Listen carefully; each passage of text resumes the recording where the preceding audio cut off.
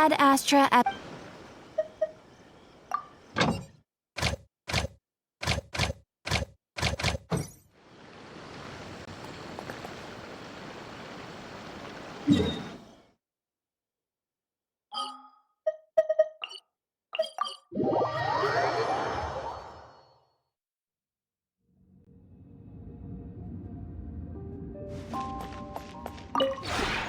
This realm is true.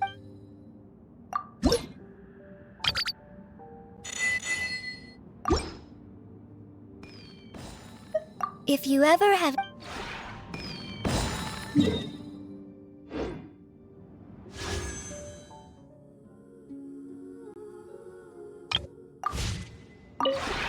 This realm is...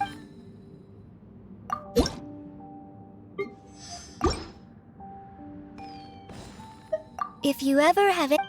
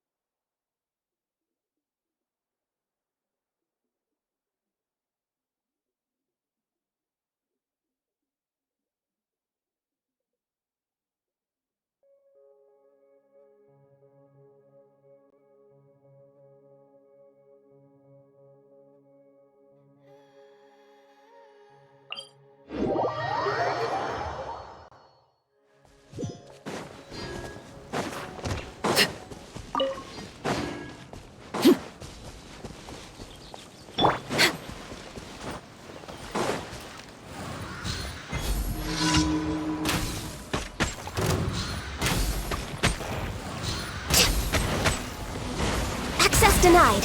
Right here. Emerge. Right here. Rest and rebuild!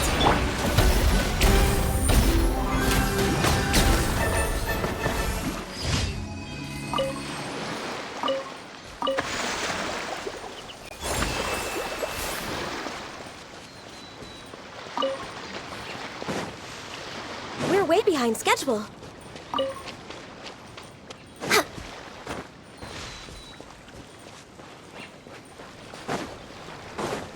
We're way behind schedule.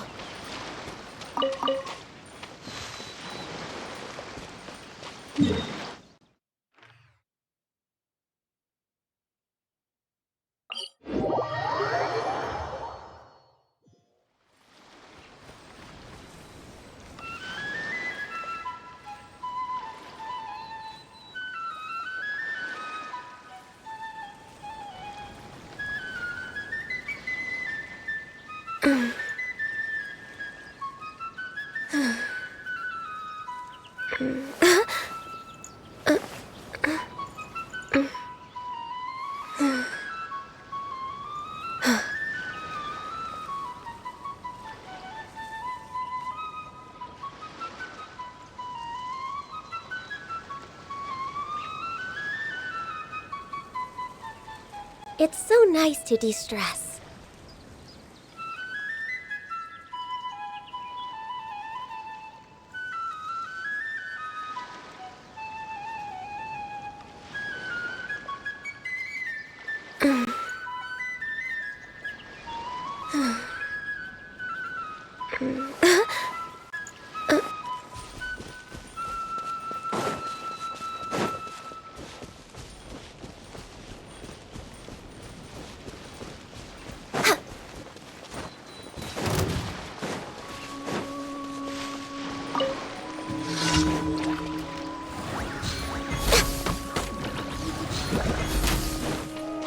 Right now. Emerge. Right now.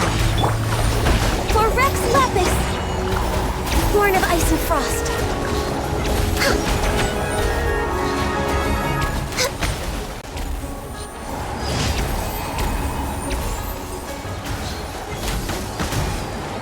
Access denied.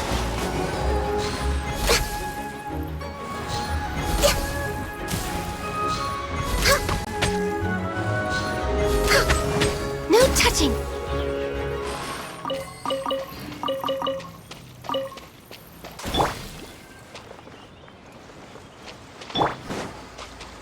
Overruled.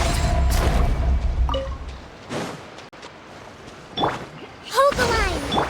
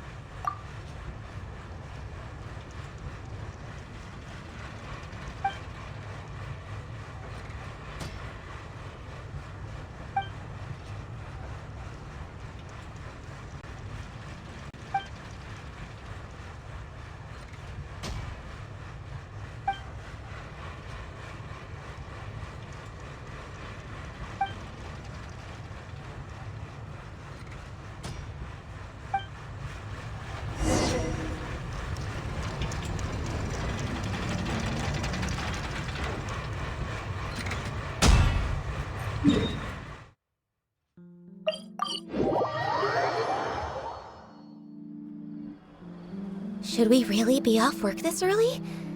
There is still a lot left to do.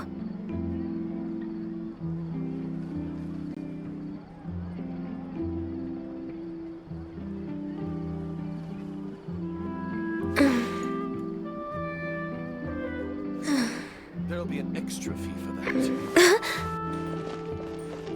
Exactly, but none of them believed me.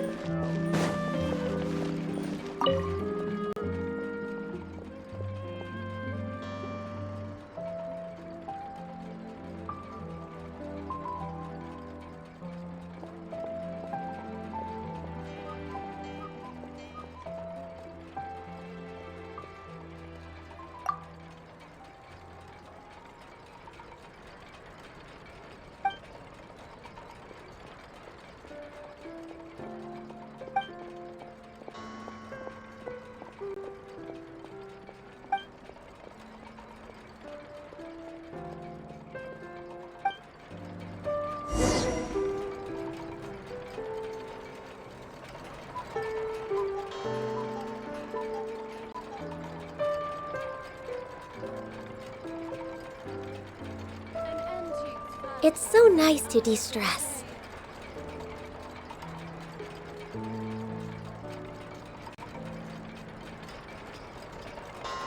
Can I play Banger next time? None of them believed me.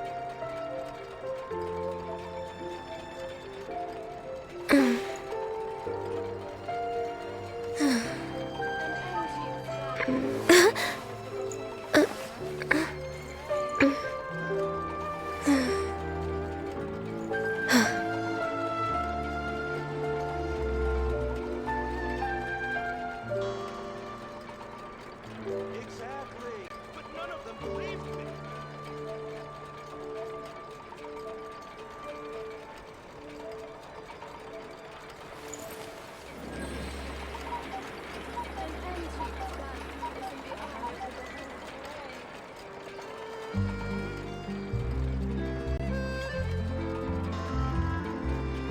Exactly.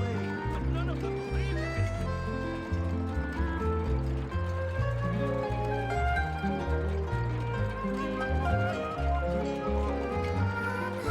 Can I play Banger next time?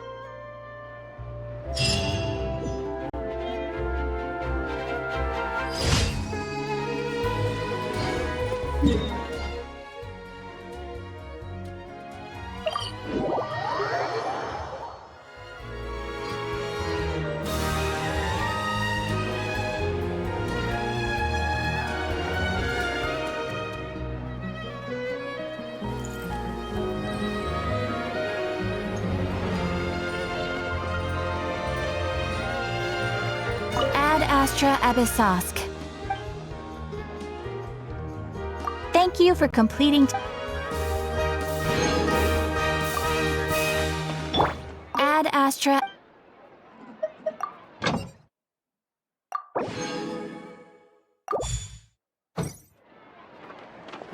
There'll be an extra fee for that.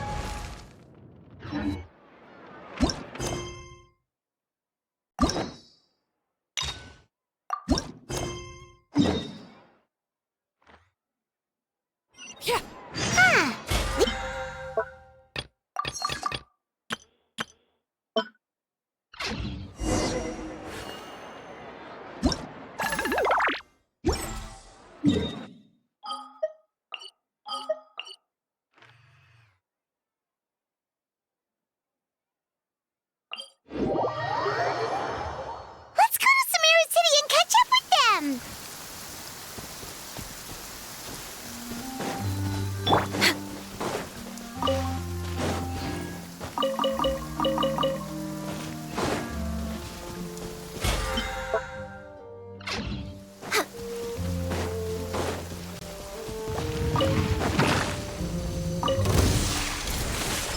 Born of ice and frost.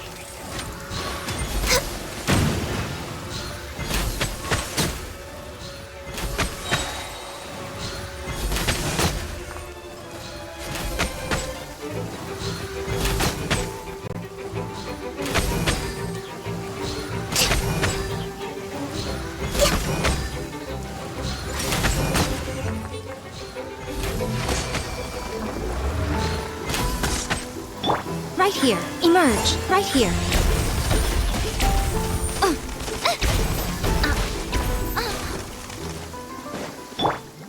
Allow me!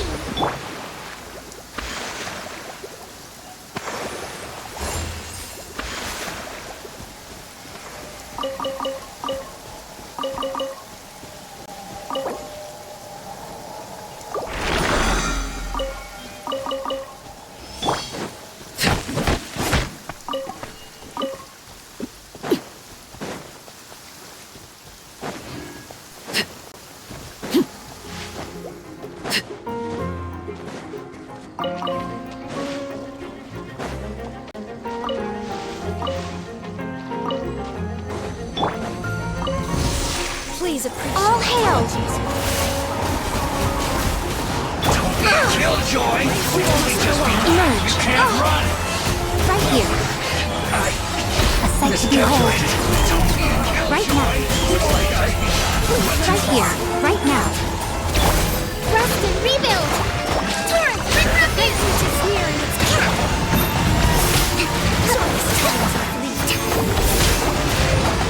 Let's move out.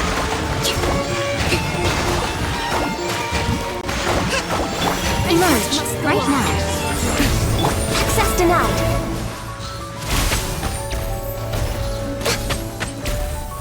In the end. Ignorant and we're way behind schedule. Come on out, right here. Emerge. Hold the line. This is long overdue. Born of ice and frost. Everlasting as the moon. Transfixed.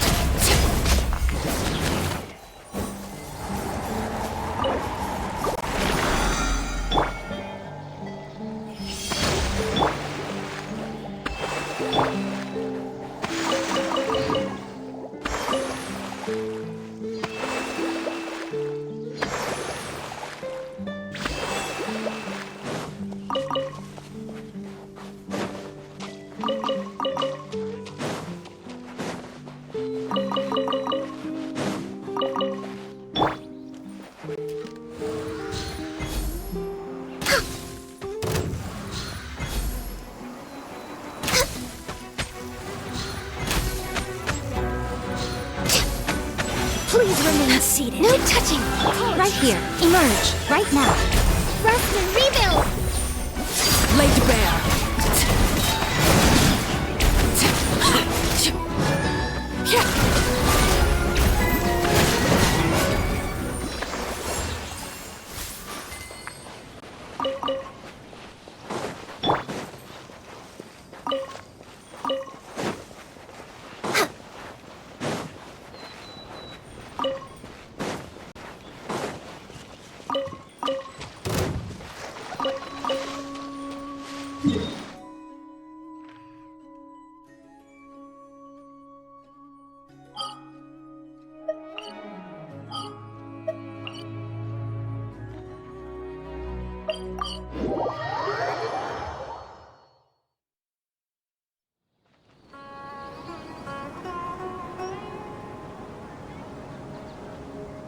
Wow, the academia sure is busy during the day. But where should we go looking for people that we know? Traveler, Paimon. Sino! It's been so long since we last saw you!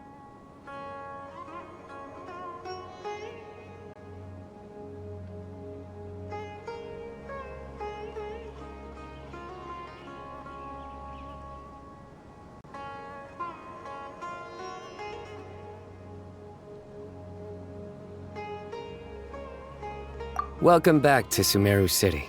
I'm delighted to meet you again. So, what brings you back here? Oh, nothing in particular. Paimon just saw a really big mushroom out on the road the other day and suddenly missed all our friends in Sumeru. Funnily enough, we were reminiscing about you recently too. It was at a group dinner. I look forward to hearing about your travels. Something tells me we must have a lot to catch up on. Really? You were thinking of us too? What a coincidence! Indeed. Or as I call it, the Biryani factor.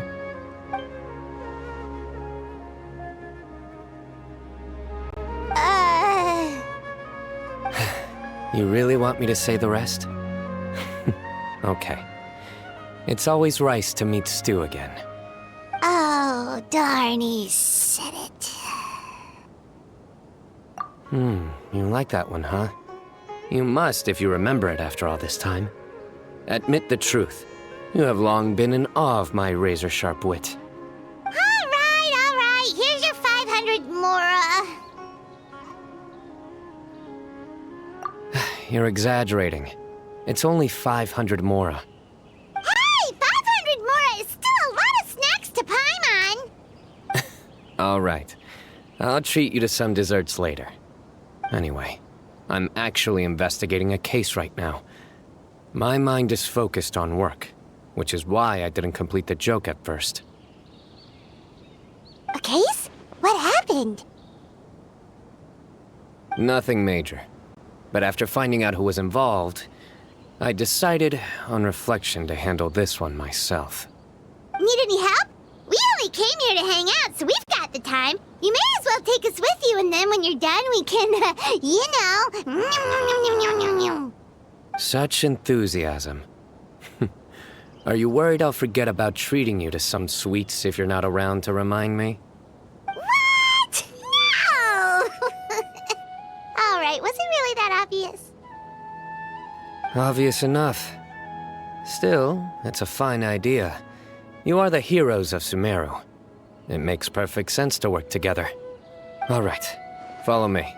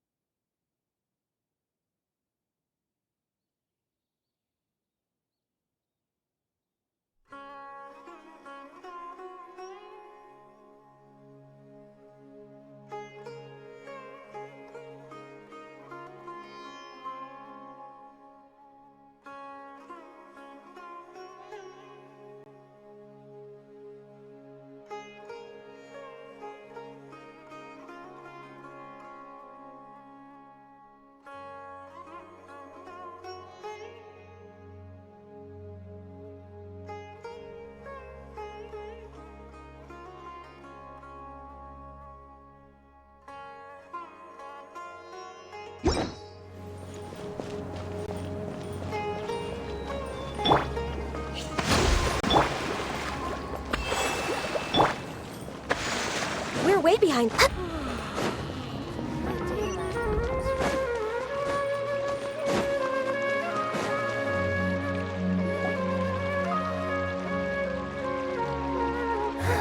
Do you see him? The old man flailing around?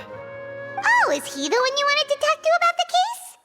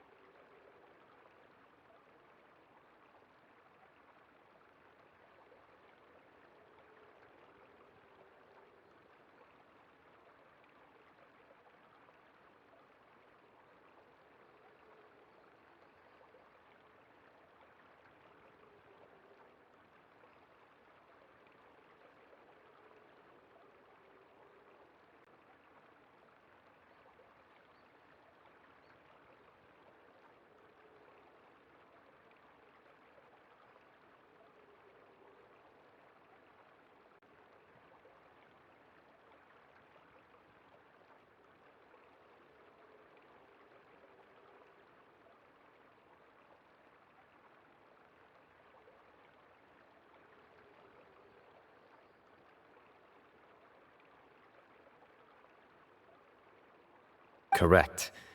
His name is Cyrus, a former Spontamod sage. He taught both me and Lisa. Huh? Sino's teacher is in trouble?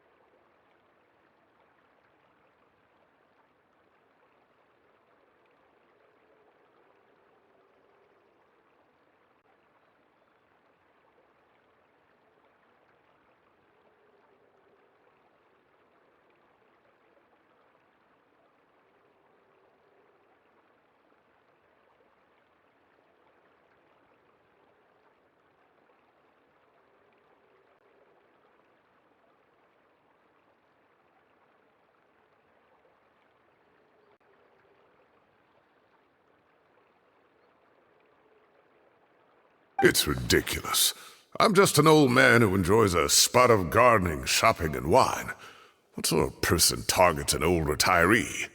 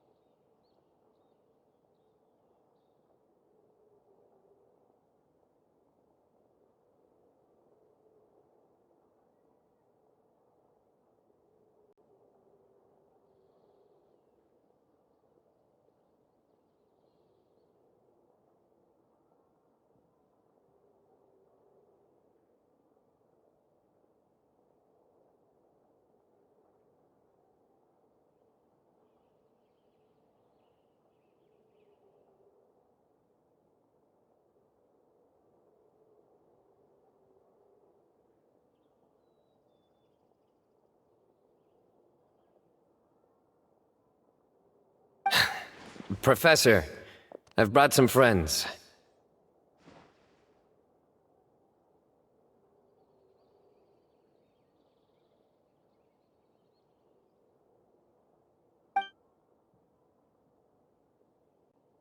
Ah, Sino. Now who do we have here?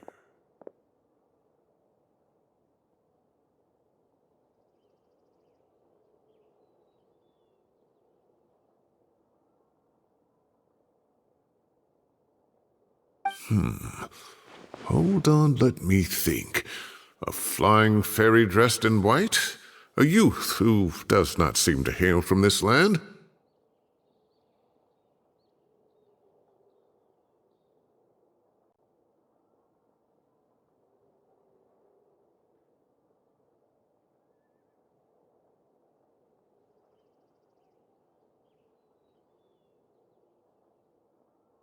My goodness.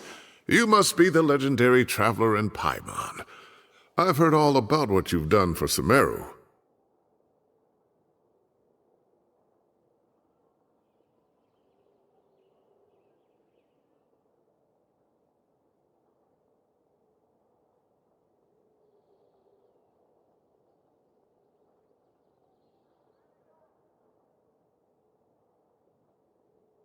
Wow, looks like we're really famous.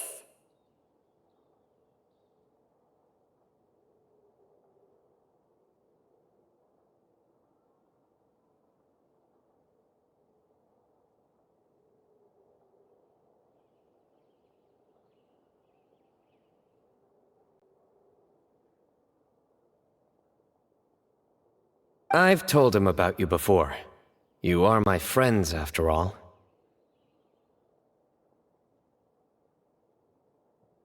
That's right. Let me summarize the situation.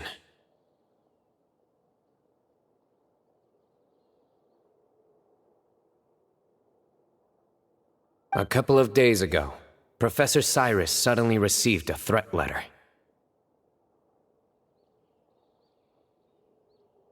A threat letter?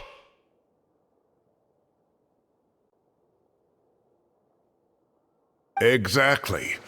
Who sends a threat letter to an old man like me, for goodness sake? This is the letter in question.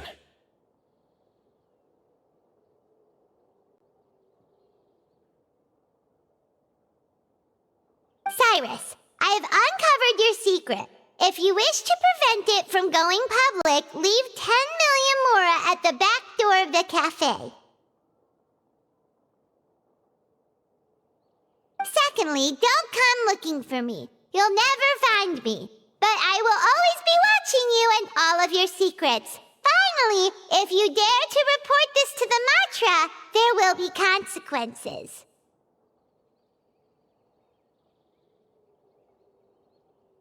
Wow, they sure didn't mince their words. Clearly, this person must be desperate for Mora.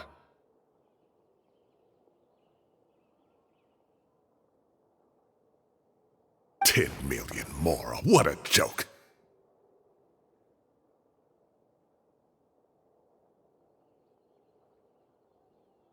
I'm just a single retiree with nothing to my name beyond the tomatoes in my garden.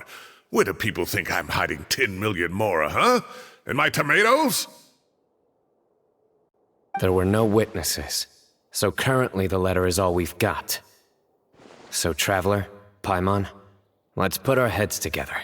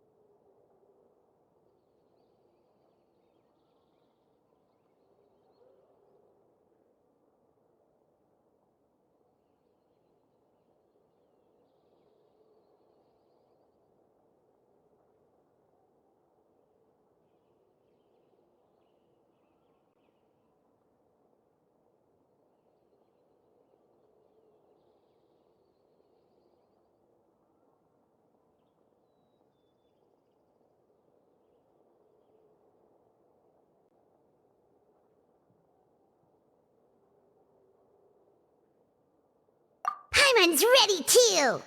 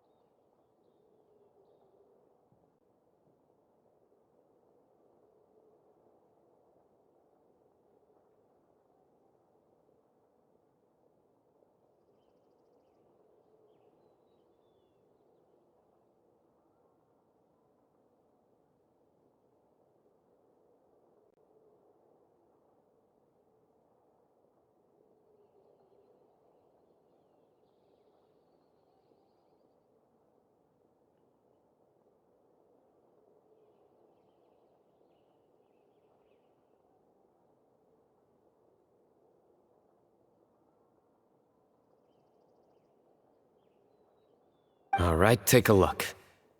Do you see anything suspicious?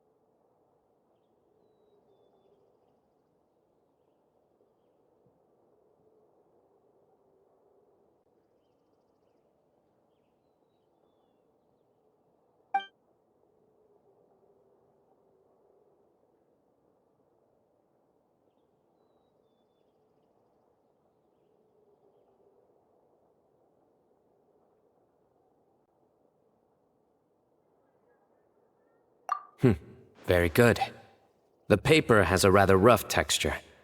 It's not the typical kind you see in most books.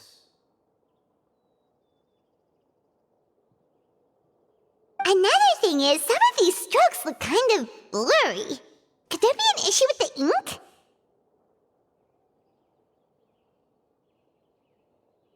Possibly. And I bet the paper has something to do with it.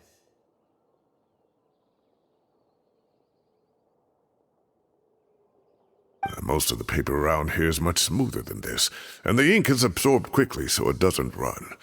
This paper, meanwhile, it's very coarse-grained, almost as if it's made from some sort of plant matter.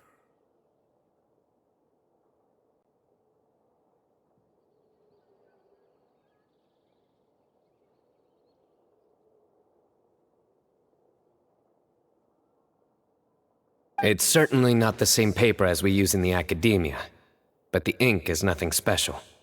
Just regular black ink that gets a blue tinge when applied to paper. So do we think the culprit has a connection with the academia or not? Wait, check this out! Looks like this part got wet at some point. Agreed. The staining suggests it was a colored liquid, not plain water. It also looks like it was wiped off with a damp cloth.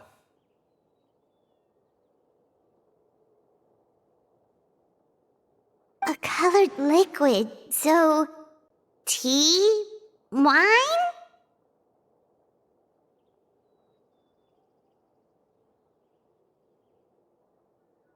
Looks like we're thinking along similar lines.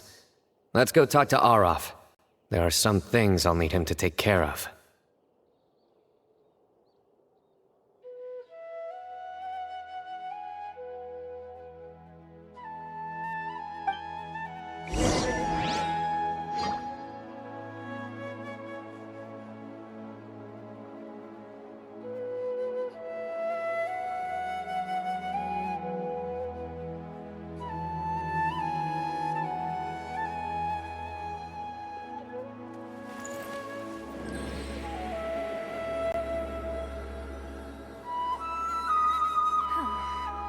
Is it possible to install a vision on a mechanical frame?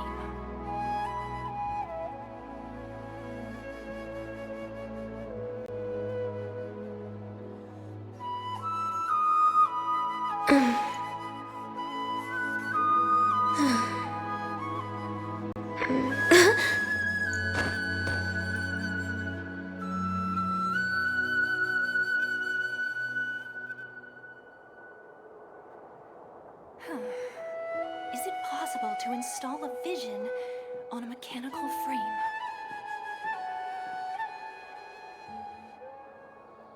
Should we really be off work this early? There is still a lot left to do.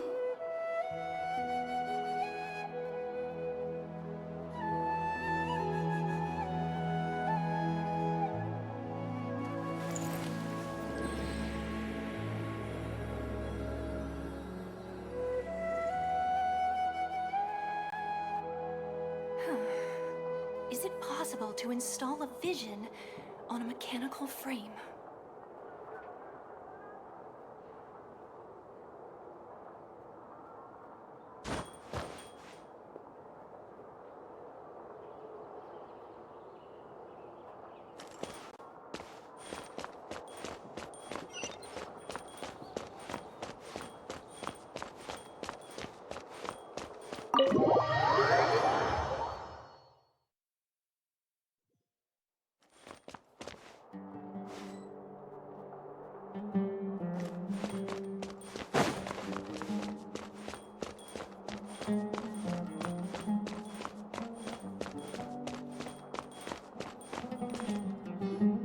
Aureus.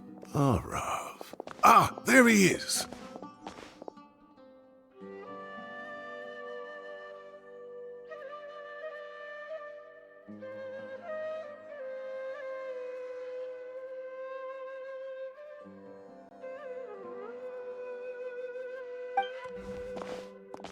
Mahamatra Sino. Sir Cyrus. Ah, and the Traveler and Paimon. It's been a while.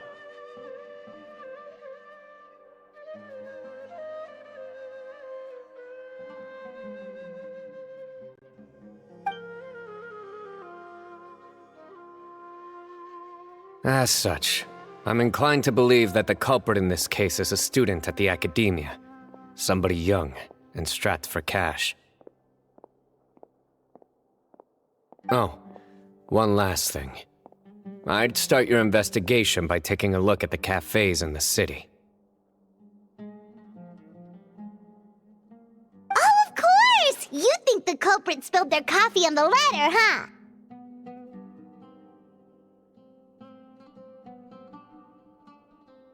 They do look like coffee stains to me.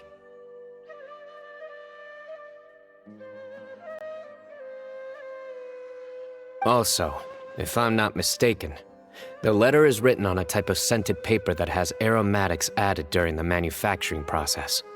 The kind often provided as writing material for customers in cafes and taverns.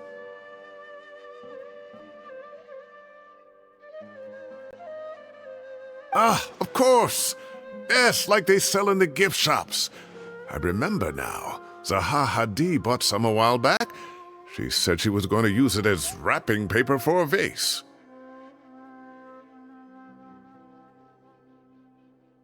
Understood.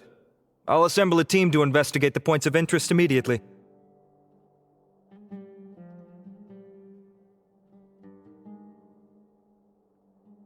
You have my gratitude.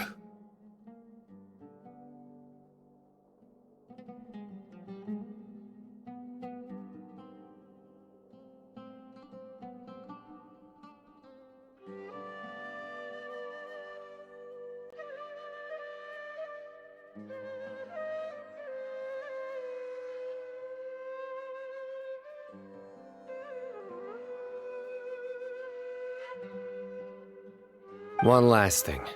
Send some Matra to guard the entrances and exits of Sumeru City. And change into plain clothes. Don't let them see you coming.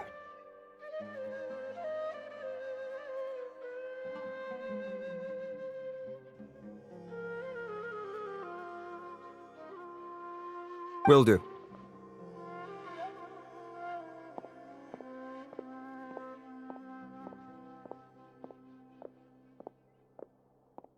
Great thinking, Sino. So, where do we think the culprit's at right now?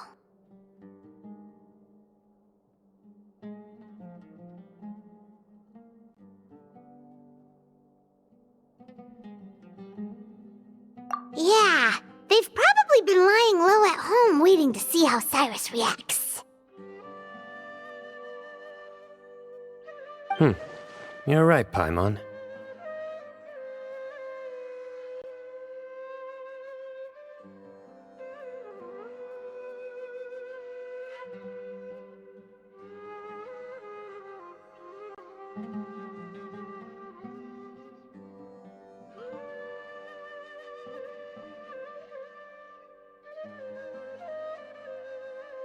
Really?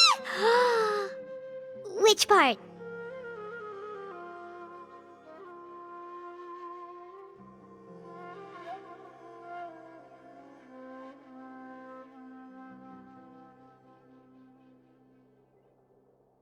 The culprit's approach.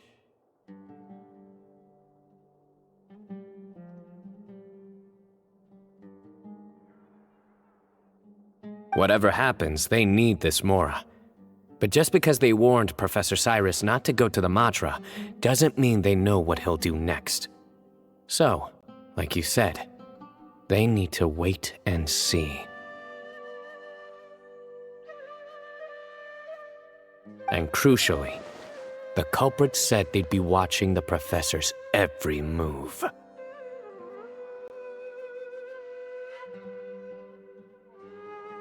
Huh? Wait, are you saying...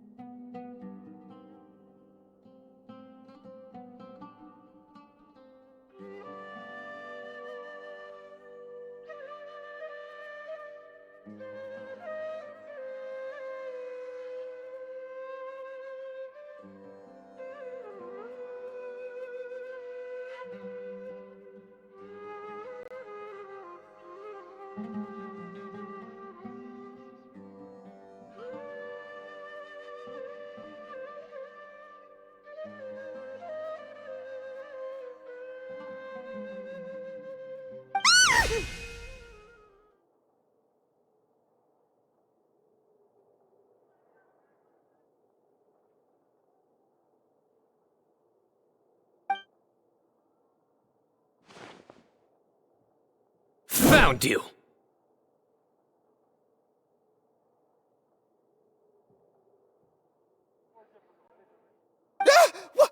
What are you doing?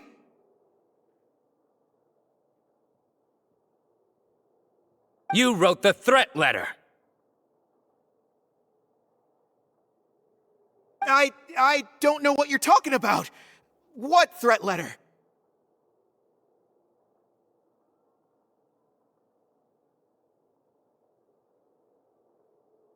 I sensed someone was watching us from the shadows the moment we entered the House of Dana. You managed to stay relatively well hidden for someone reckless enough to threaten Professor Cyrus.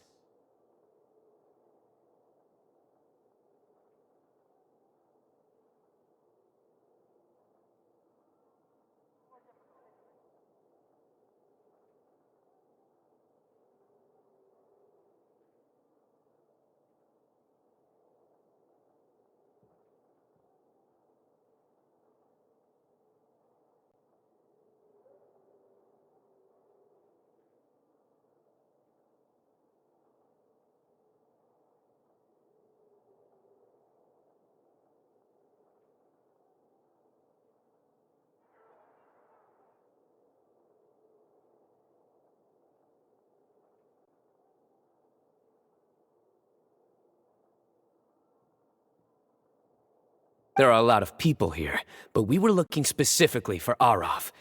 Whoever followed us the whole way was likely to be the culprit. I was just listening in, that's all. You know something big's going down when Mahamatra Sino shows up, right? So I got a little curious. What's the big deal?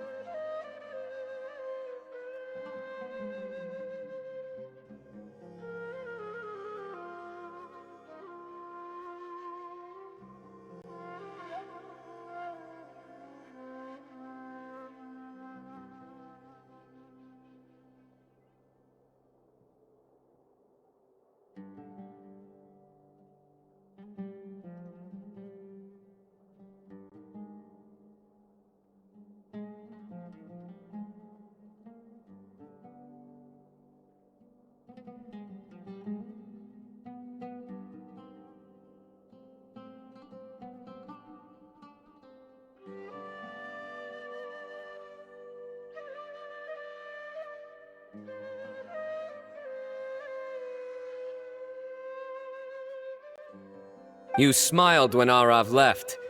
I saw it as clear as day. Is smiling a crime now?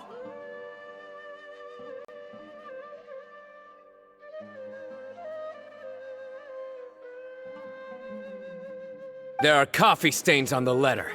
You mixed some coffee with water, gently smeared it onto the paper, then wiped it off with a wet cloth. All to create the impression that the letter was written at a cafe.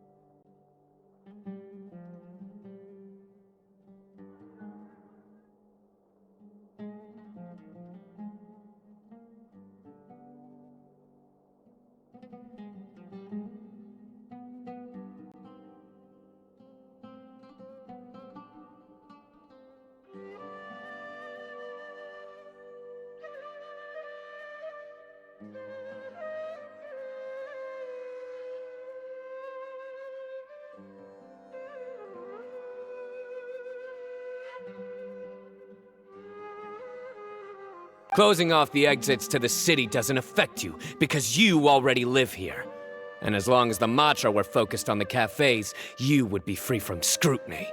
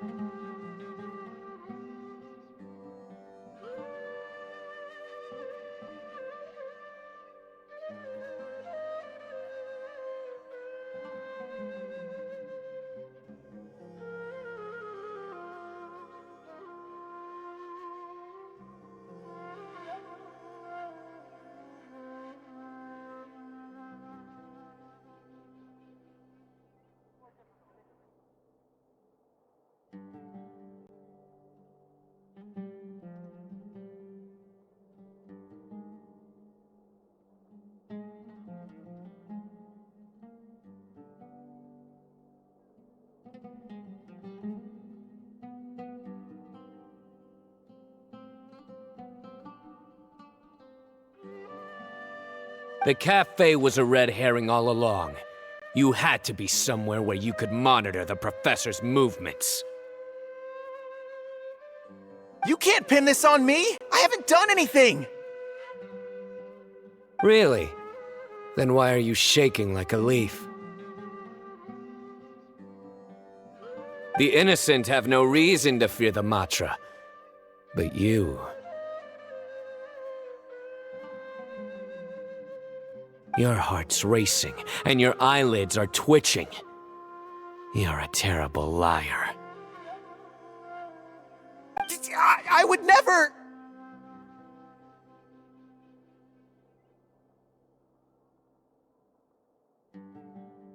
Don't try anything or you'll pay the price. Now come with me.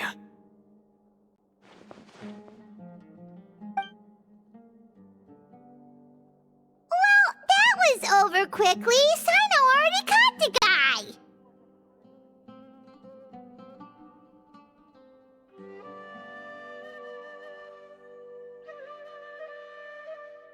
You're telling me. One minute I go out for a quick smoke, the next minute I see Aureus already on his way back to meet up with Sino.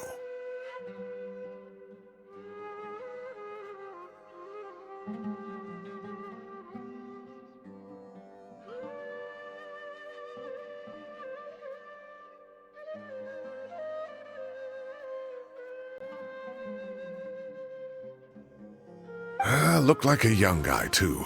Couldn't have been much more than 30. But after what he's done, I'm afraid he's ruined his whole future.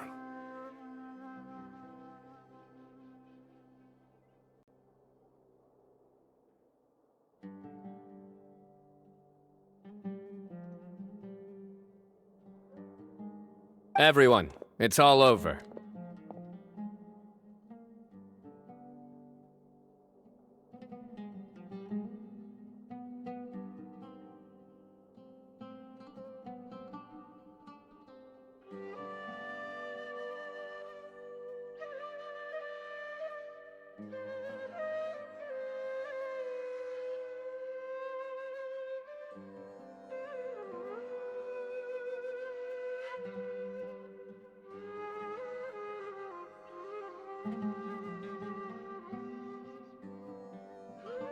Gosh, that was so fast!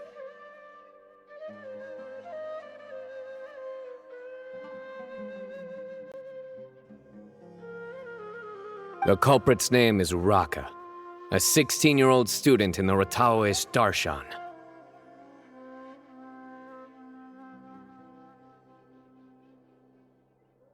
Huh?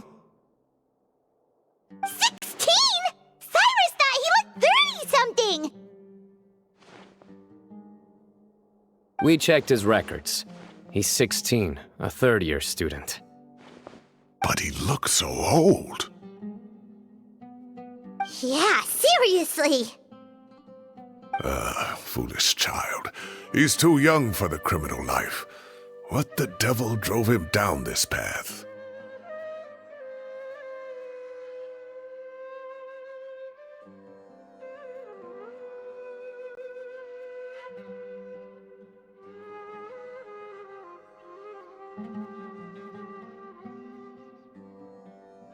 We questioned the culprit regarding his motives. He,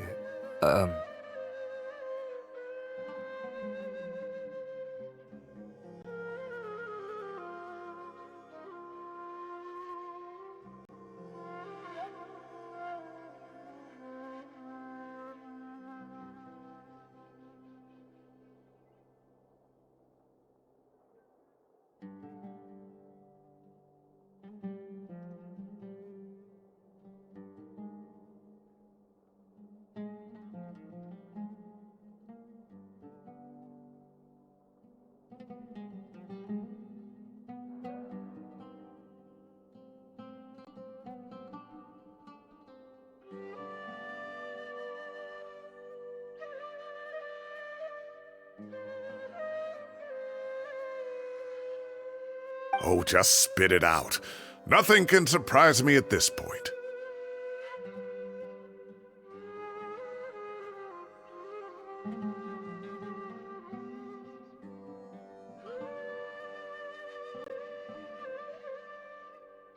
very well. It's our understanding that Araka is a mediocre student who has been underperforming in his classes. He started taking extra tutoring to improve his grades, but developed a gambling habit around the same time and lost a lot of mora.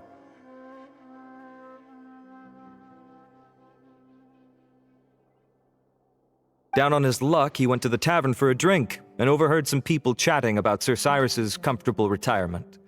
They mentioned that he's always arguing about his tomato plants with some old woman on the street. Some old woman on the street? Goodness gracious. Has that rascal attended a single one of his classes? That old woman is Kasharwar's very own professor, Zaha Hadi. How can he not know who Zaha Hadi is?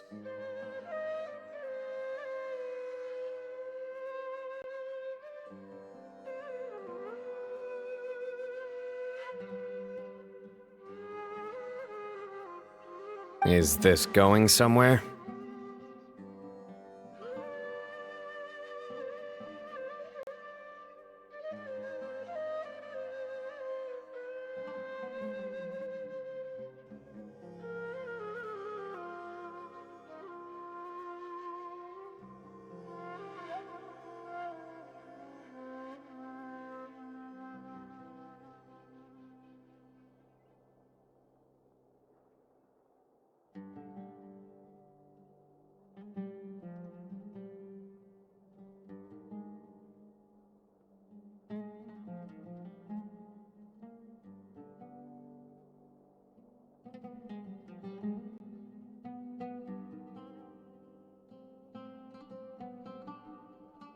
Oh, right, yes. So another thing. We don't just argue about tomato plants. And what are they trying to insinuate by comfortable retirement? A man grows a few vegetables and suddenly he's living a life of luxury?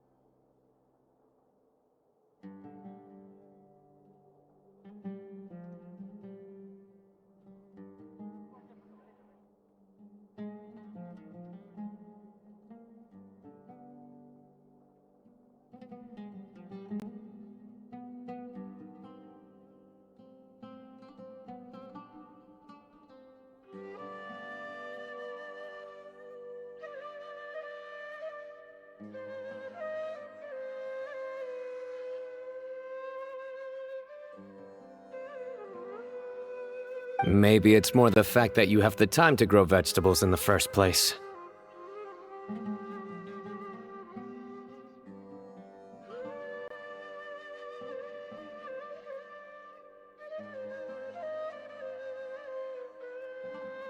Araka mentioned he'd heard a rumor, alleging that Sir Cyrus illegally obtained a large sum of money from the desert before retiring, and kept it for himself instead of reporting it to the Academia.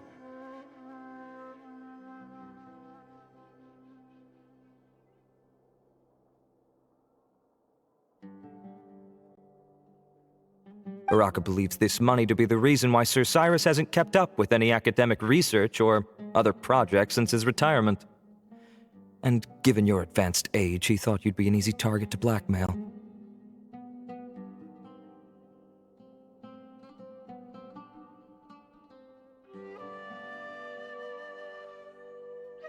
Oh, Araka. I'm at a loss for words. I'm so angry I don't know where to start.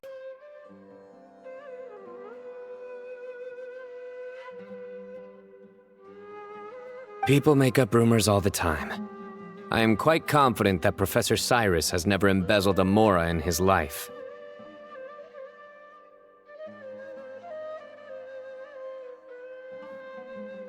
Arav, you'll have to find some excuse to interrogate Araka again later. I need you to deliver a few firm fistfuls to him on my behalf.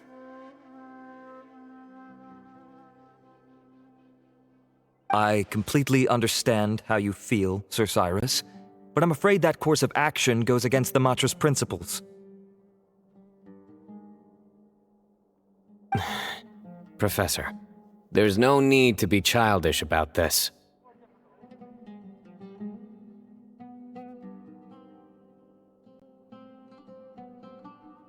Oh, come on, I was clearly joking.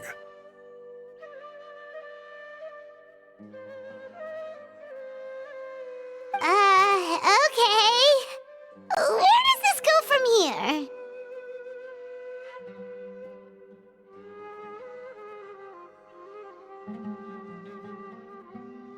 The Academia will determine the appropriate disciplinary action against the student. And as for the individuals spreading rumors about the professor's obsession with tomatoes and some old woman on the street, there could be a slander case here. The Matra will continue to investigate.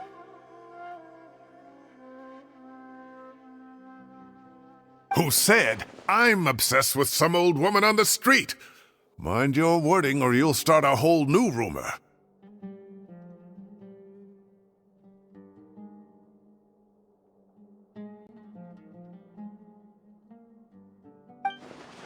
You seem confused. Oh, don't you understand?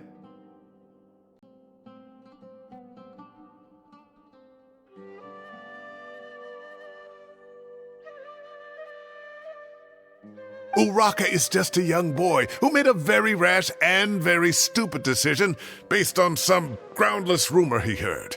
Besides, I didn't actually hand over any Mora to him. The whole thing sounds a lot worse than it is.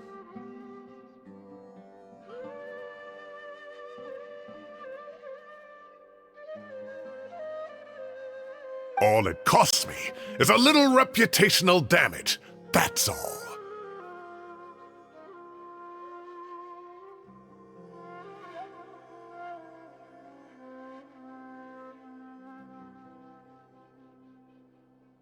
Please rest assured, Professor, that the Academia will issue a fair and reasonable punishment.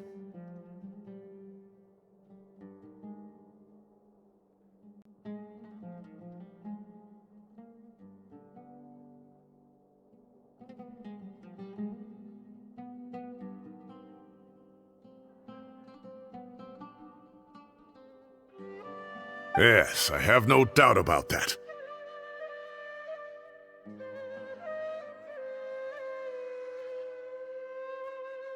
But as a former educator, I'd still like to have a serious conversation with the boy's parents.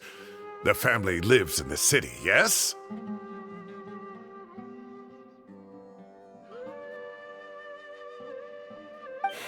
Correct.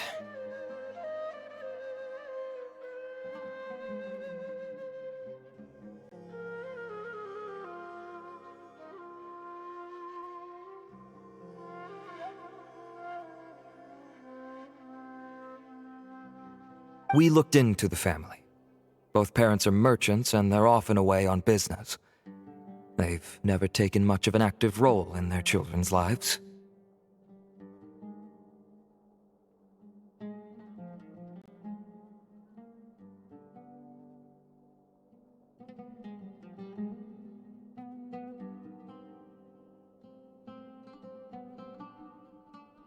Oh, what a mess.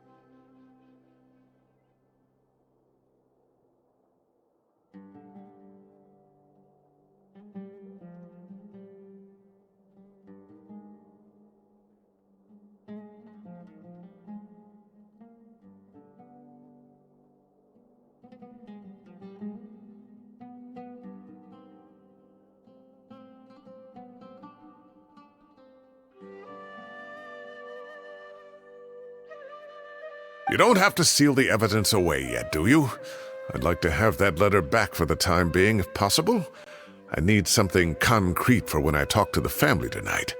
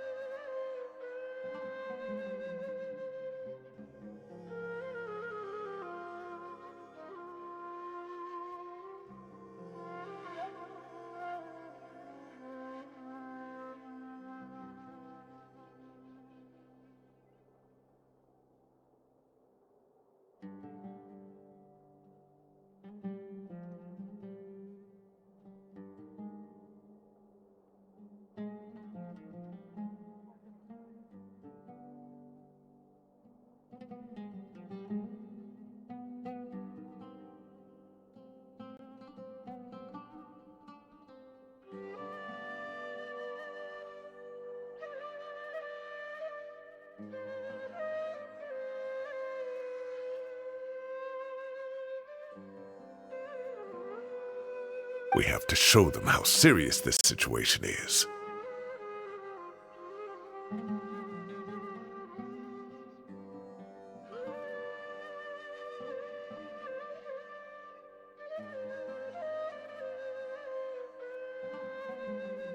The relevant authorities have already reviewed the evidence and are now discussing Araka's punishment.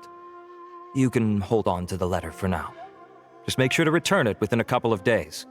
Oh, so you'll be able to close the case in 2 days.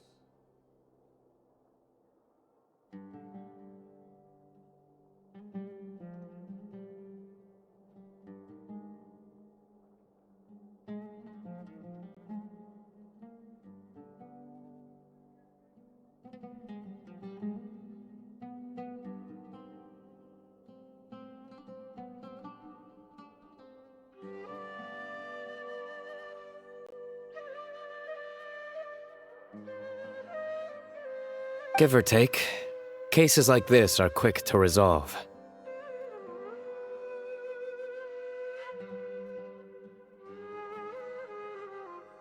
Very good.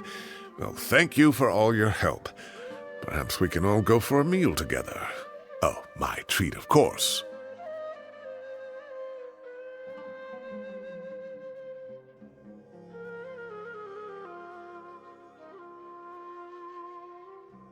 My apologies, Sir Cyrus, but I have a prior commitment. Enjoy the meal, everyone.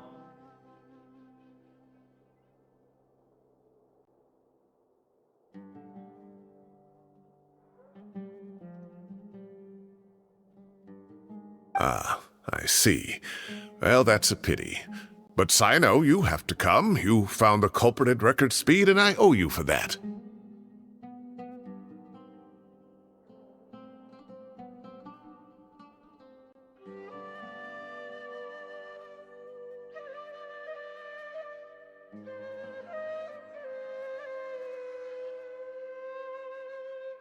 Ah, and isn't Tainari in town at the moment? Bring him along, too. Wait, you mean Tainari's in the city?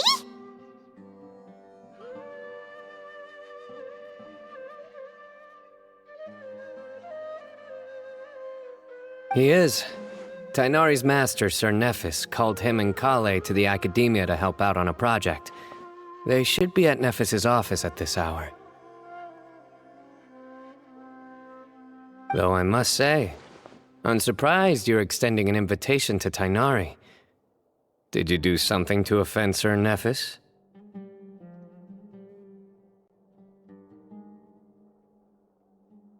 Don't be outrageous. Nephis offends me all the time. It's never the other way around. Anyway, hurry up and fetch Tainari. I'll head over to the tavern with the Traveler and Paimon. See you there.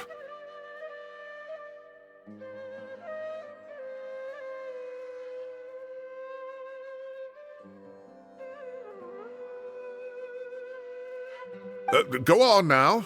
Don't keep us waiting.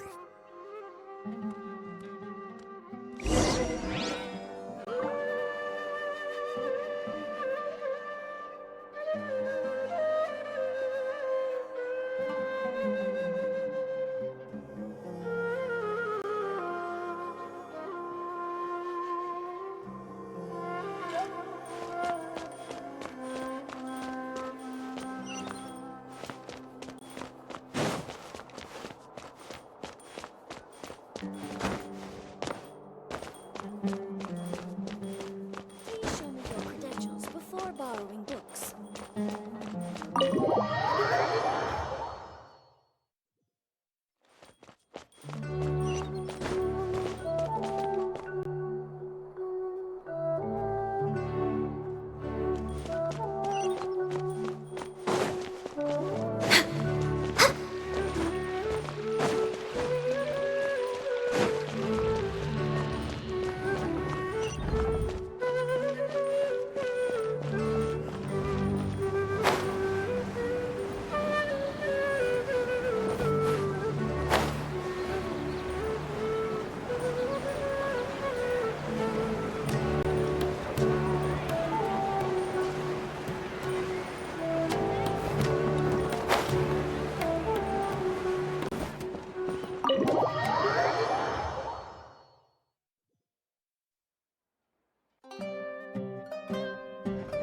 Not to brag, but we never had problems like this at Ratawa Hist back when I was still teaching.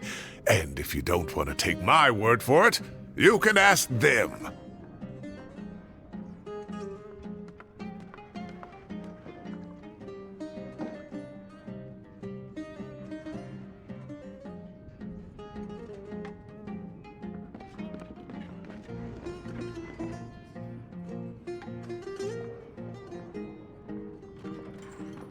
They were students at the time. They'll tell you what it was like, won't they?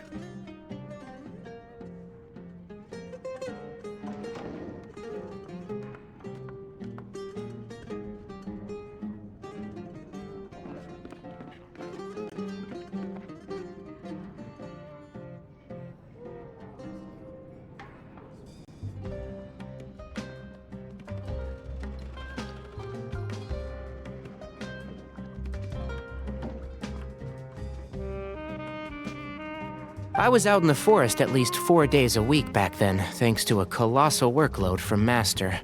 It wrought havoc on my poor tail, so I didn't exactly keep up to date with what was going on at the Academia.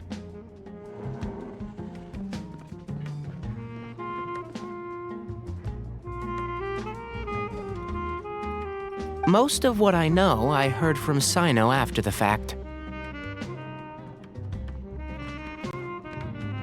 Professor's become a lot more laid back in his retirement.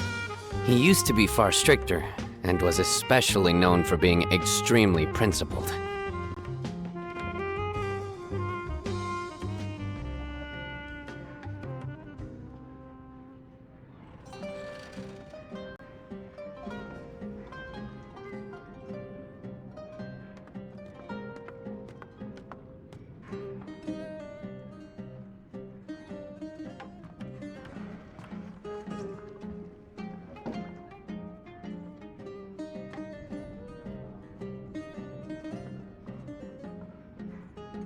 Wow. It's hard enough to stay true to your principles as a normal person. I can't imagine doing that as a sage.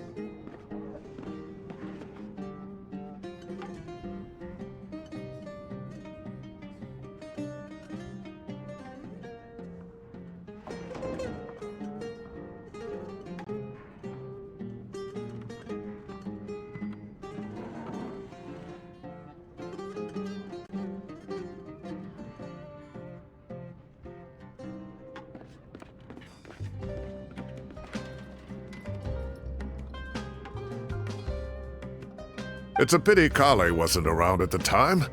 I would have happily taken her on as a student.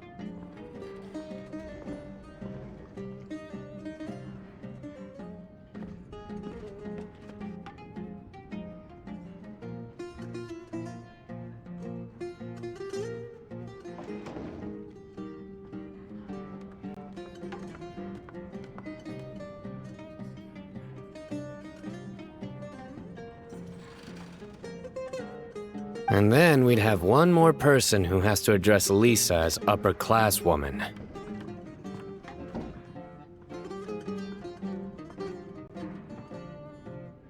Really? Can't you just call her Lisa? She seems to prefer it when people treat her like an older sister.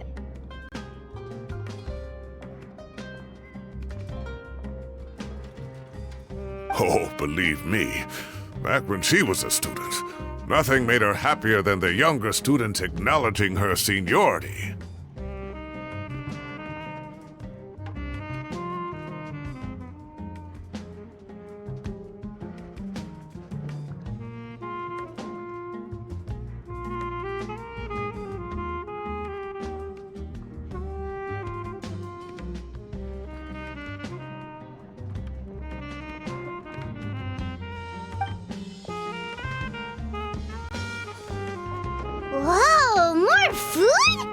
sure about this? We don't want to take advantage.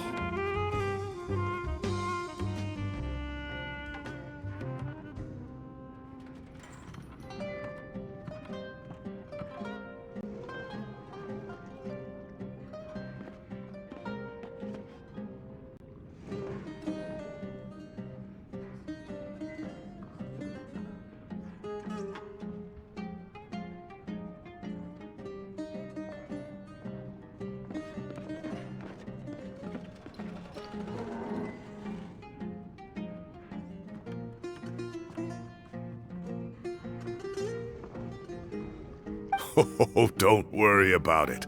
Order whatever you like. And if it's not enough, order some more. After all your help today, treating you to dinner is the least I can do.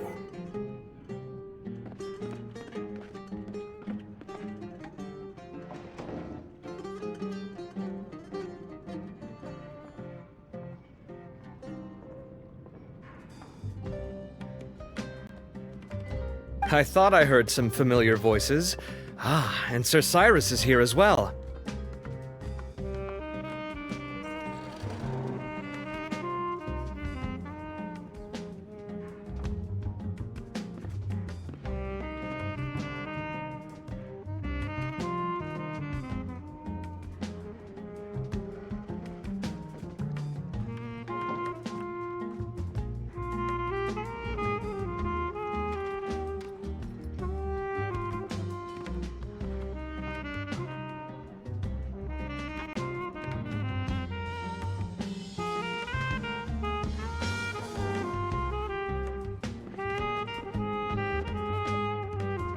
Oh, Kaveh, it's been a while.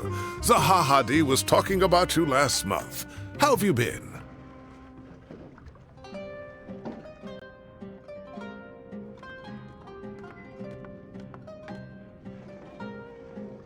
I've been all right, thank you. You're looking very well, sir. I'm glad to see it.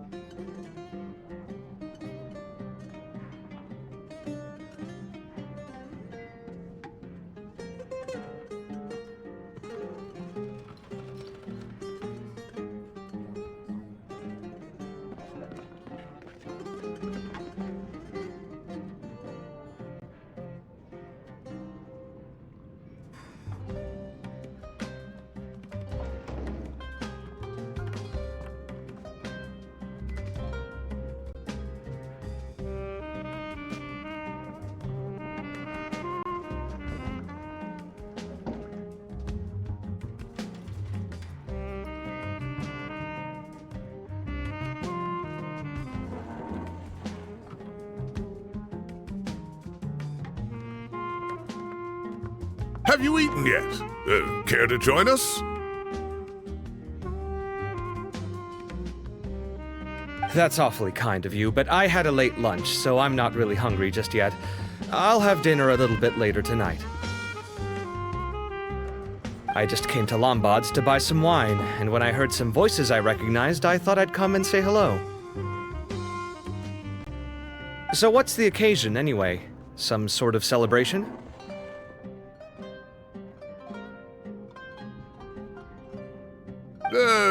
Consolation, more like. You wouldn't believe the day I've had.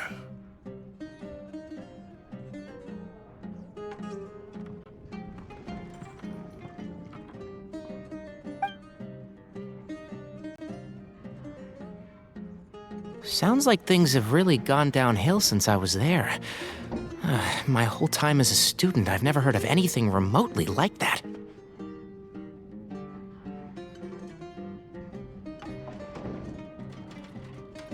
I can't believe how young the guy is.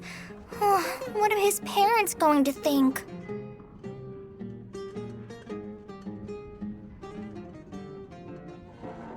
Young people are always more susceptible to making rash and ill-advised decisions. Their minds are still developing. It's just an unfortunate fact of life.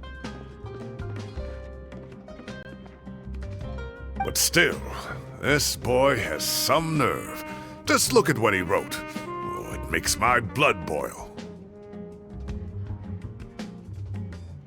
Wow, yeah. Jeez. I will always be watching you and all of your secrets. And then he just followed you into the house of Dana?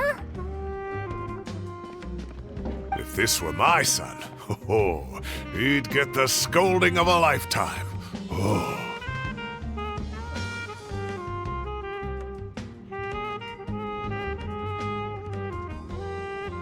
Luckily, I'm also an extremely principled person. Kave! Your order's ready, sir! Coming! I'll have to get going. Have a nice evening, everyone. I'll catch you all another time. Okay, bye-bye! Here I am. The coffee beans are in here too.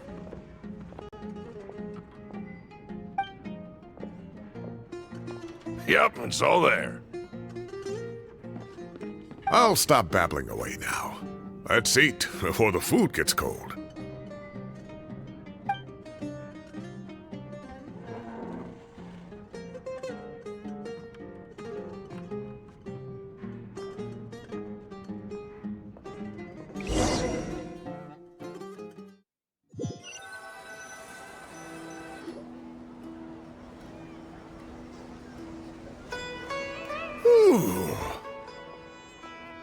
Oh, too tasty.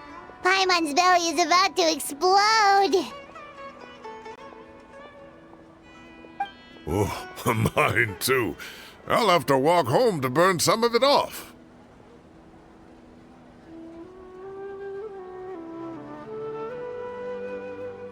Thanks for dinner, Sir Cyrus. Master Tainari and I will bring you some homemade herbal tea next time. It'll do wonders for your sleep. Well, I look forward to that. In fact, could I trouble you to bring a little extra for the other old folks on my street? I'll be the envy of the neighborhood. No problem at all. I'll pack some up and bring it over. I'll see you all later. I better head home now and tend to the crops. Good night, Professor. Don't let those tomatoes keep you up too late. Hey, my tomatoes are serious business. I am not about to be beaten by Zaha Hadid. Anyway, I'll be leaving now. Don't stay up too late now, children. I bid you all a good night. Take care. Have a safe trip home. All right. Now, we finally have some us time. What do you mean, us time?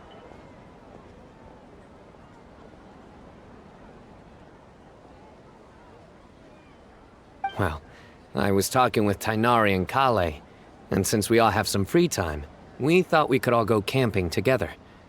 Think of it as our way of welcoming you back to Sumeru. Camping? Oh, that sounds fun! Paimon's in!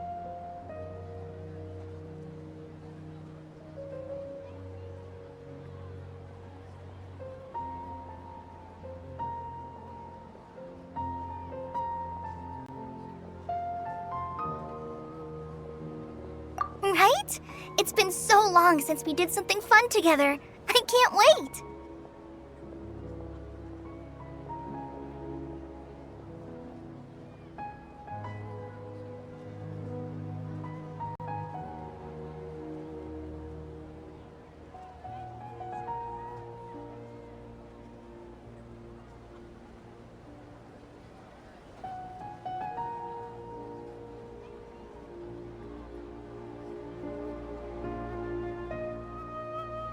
Everyone, let's meet tomorrow afternoon at the riverbank to the southeast of Gandharvaville.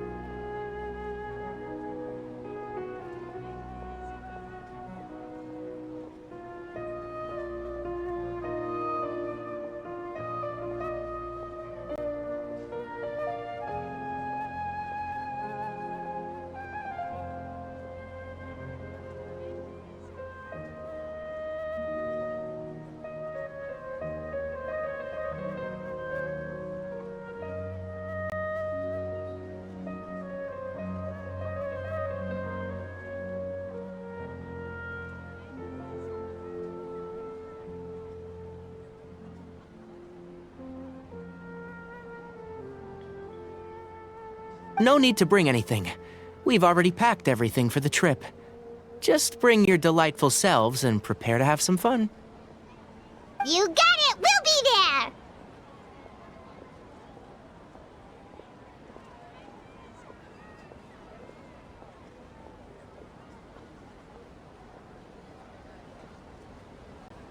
there! Great.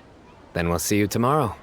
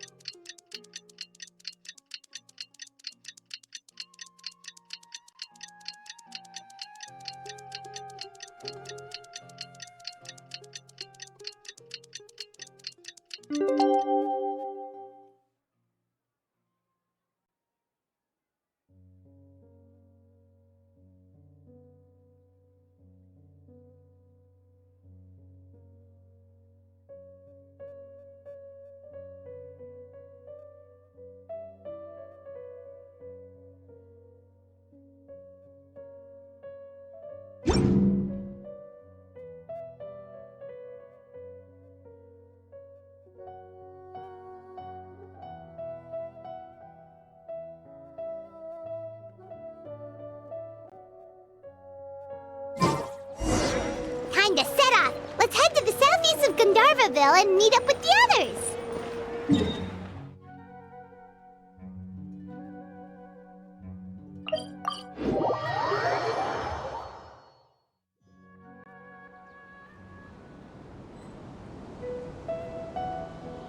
If you lie on the grass, you can feel the heartbeat of the world.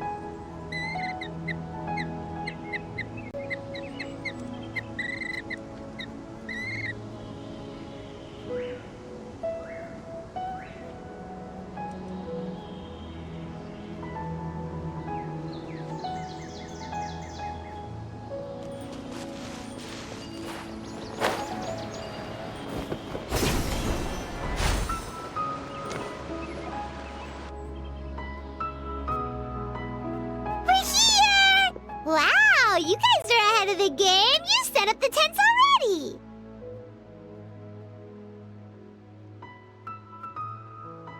I'd say we're right about on schedule, actually. We were aiming to have them set up before you arrived.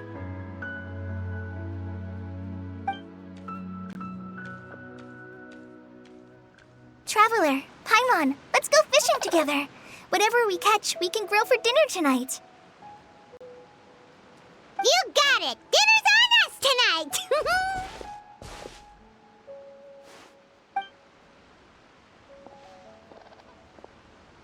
I hope I can contribute too. The other Forest Watchers gave me some fishing tips a little while ago. I'm really looking forward to giving them a try.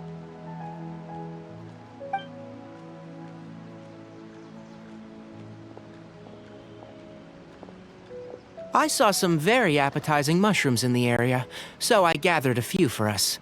I'll leave them here along with some fresh fruit.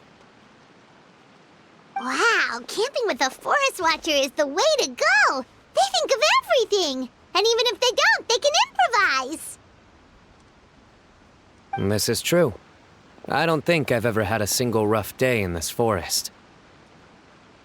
So, how has everything been going for you?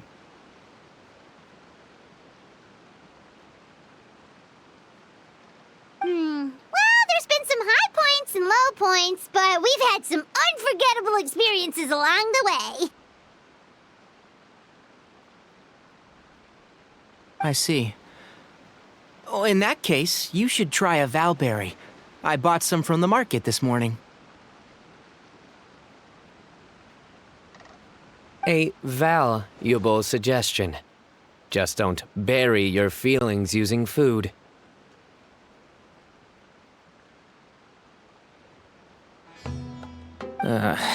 All I wanted was to recommend something bittersweet.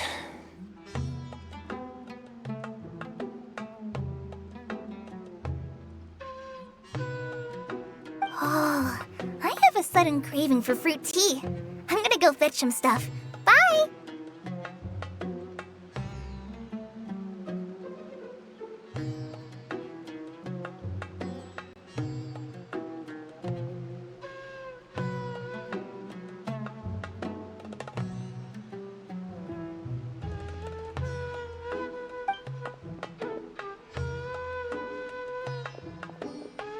She sure made a run for it. Unbelievable. She made a run for it. So Kale chose the path of tactical retreat. Could it be she foresaw what shall soon come to pass? My dear friend, you know what I am about to say. Excellent! A kindred spirit. A great warrior can sense when a duel is nigh. But it looks like we'll get told off if we start playing now. Let's enjoy the nature for a while longer.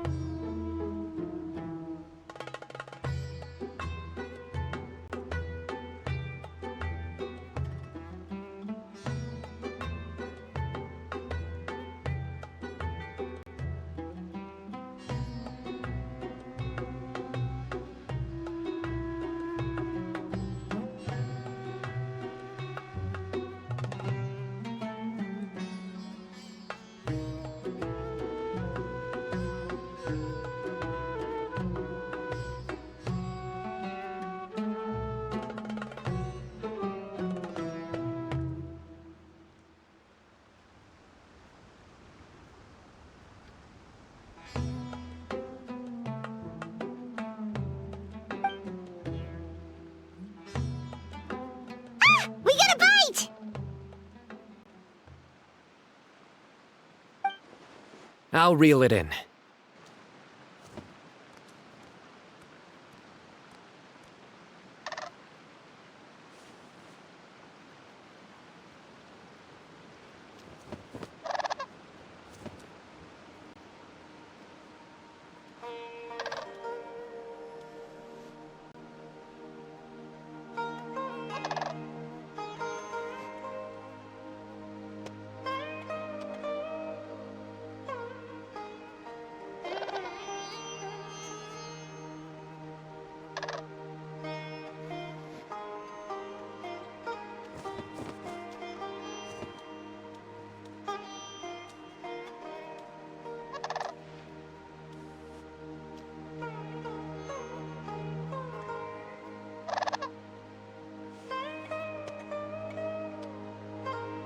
Firewood, spices, snacks, and drinks. Everything's ready. Once Kale gets back, we can light up the fire and start grilling.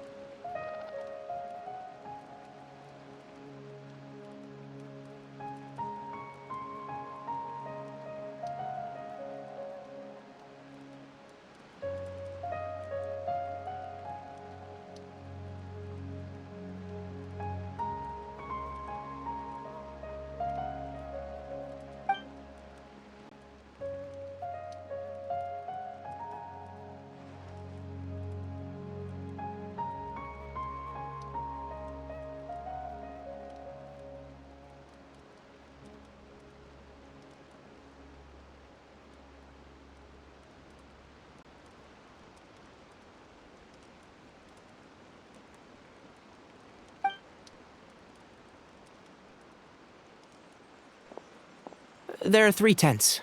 Which one do you two want to take?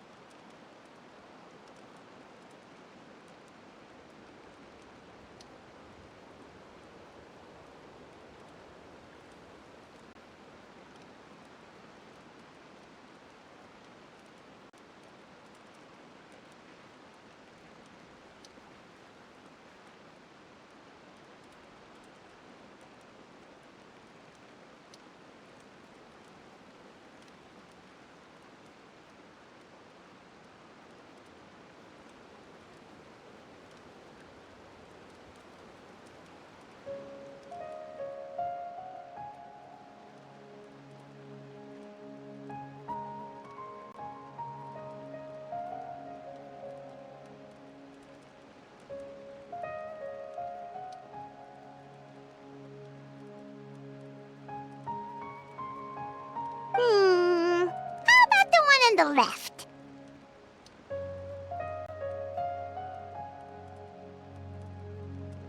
Well, Paimon just thinks the ambiance here is a little better.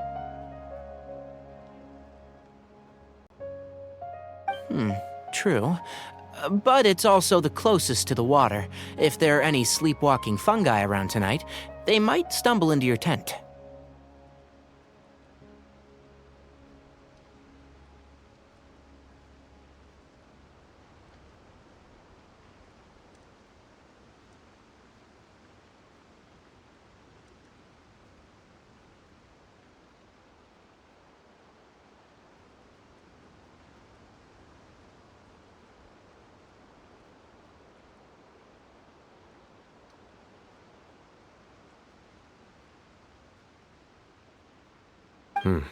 Well, that's no good.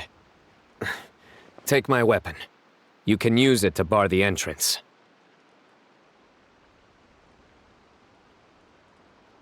Anyone would think you were sealing the gates to King Deshret's mausoleum.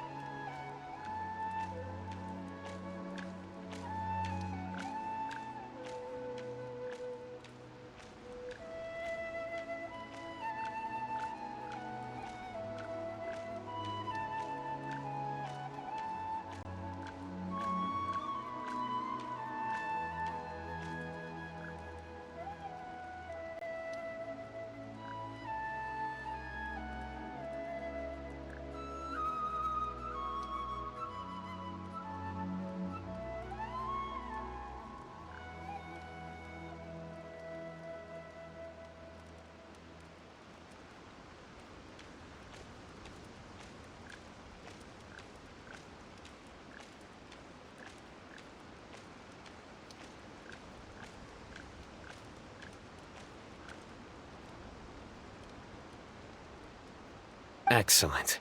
Then this tent will be an impenetrable fortress.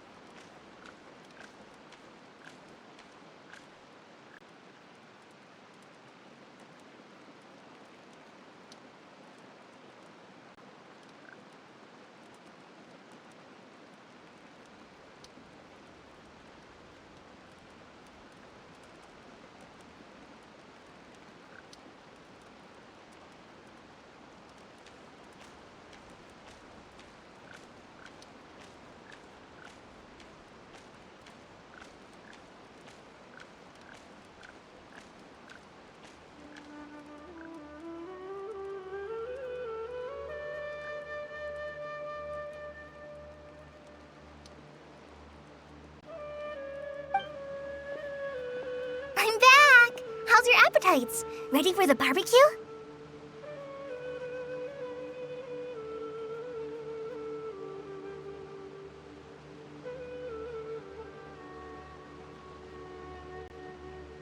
Always.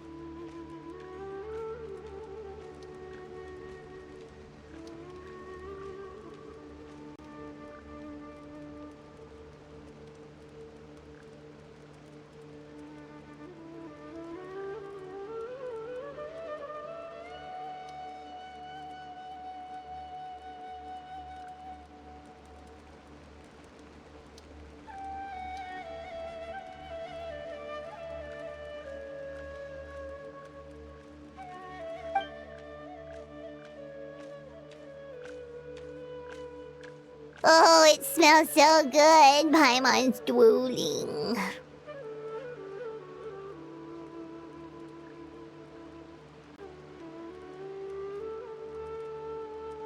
Someone sure is desperate to eat. I think it's time to add the seasoning. How do you like your skewers? Well done? Medium? Rare?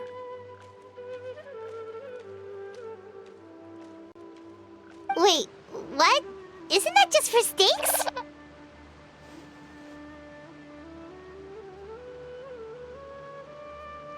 Hey, if it works for steak, maybe it works for other things too.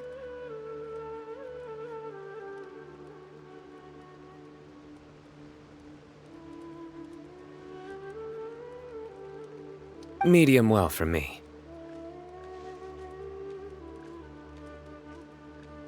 Okay, these are about ready now then. It'll be a few more minutes for anyone who wants theirs well done.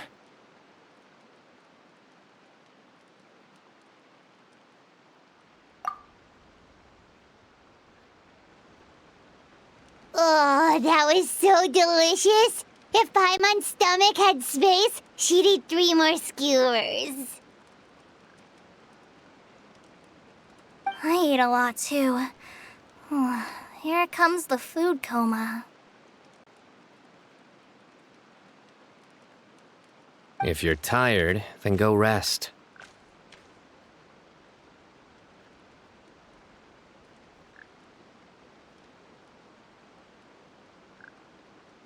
You must be getting sleepy too, Paimon. Why don't you guys head to your tents? Sino and I will clean up. Tonight I show you mercy. Our sacred duel will take place another day.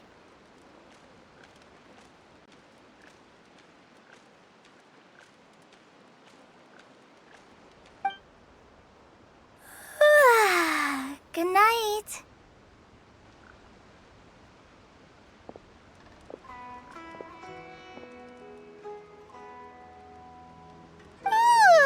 Paimon's struggling to keep her eyes open.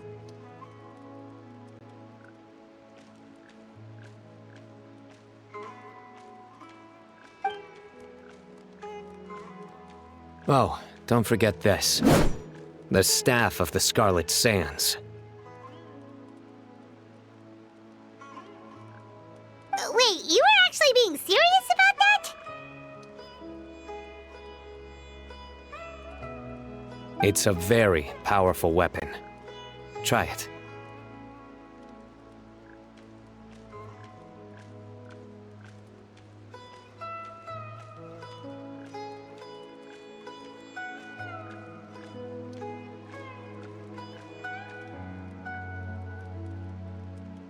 Paimon can't even lift that thing.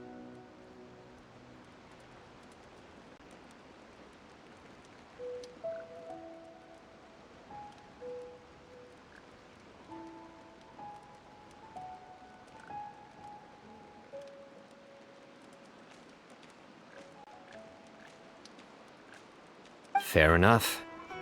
You sure you don't want it?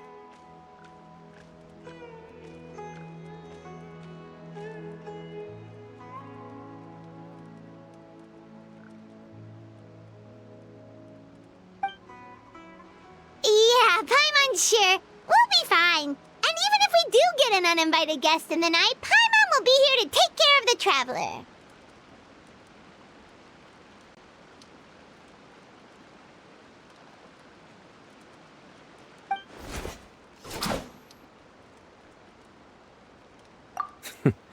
That reminds me of a parting king of invocations. I'll tell you about it tomorrow.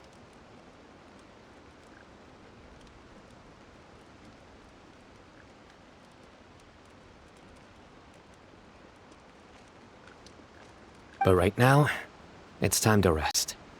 Sleep well and sweet dreams.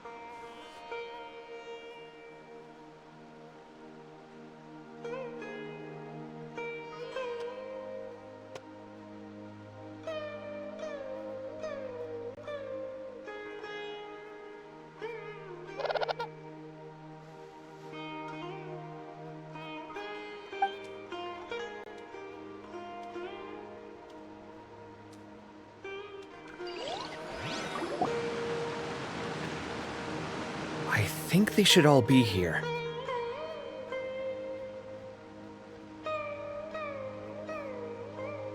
Traveler? Paimon? Are you in there? Could you come outside for a sec?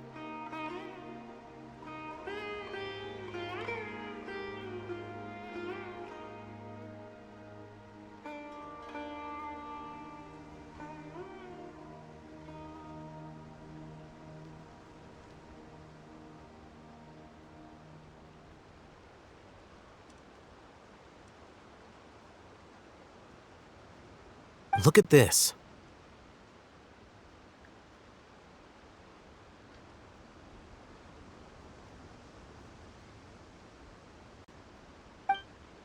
What the? What's this sword doing here? Is it supposed to keep out intruders? Evidently. Huh? Who is it? Oh, what time do you call this? Paimon's gonna take out the sword! Yeah!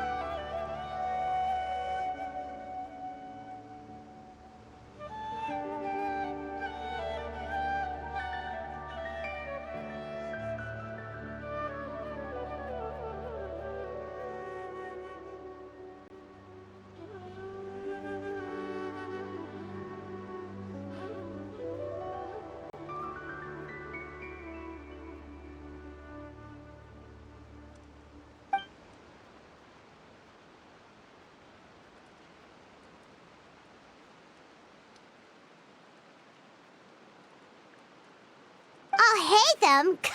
What are you doing here? It's the middle of the night!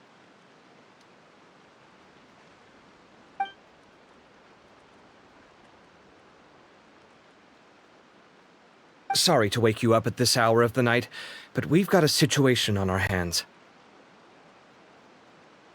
Let's get dressed and talk about it outside.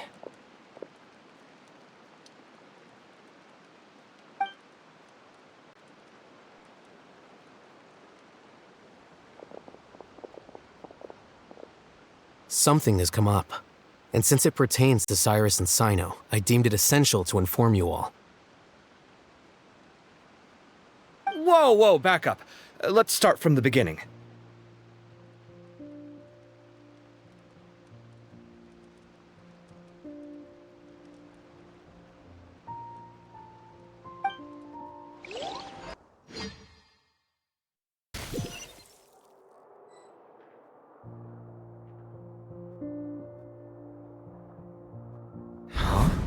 Where'd the wine cups go? I could have sworn I left them here after I washed them. Ah, there they are. I'll have a cup too. Can you see if the cookies are still on the table?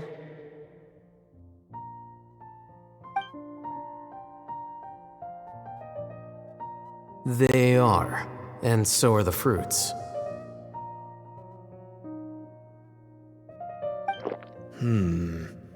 Oh, this is so bland. I should have gotten a few bottles of what Sino's group was drinking last night. Do tell. What were they drinking? Oh, right, I forgot to mention. So, I ran into Cyrus yesterday evening when I went to the tavern to pick up some things. He was hosting a dinner for Sino, Tainari, Kale, and the Traveler and Paimon. Anyway, they got a bottle of Lombard's new vintage for the table. At least, I think that's what it was. It looked pretty good. Sounds like they're all tangled up in this. You know what it's about, right? 16-year-old kid tried to extort Cyrus. He was asking for 10 million mora.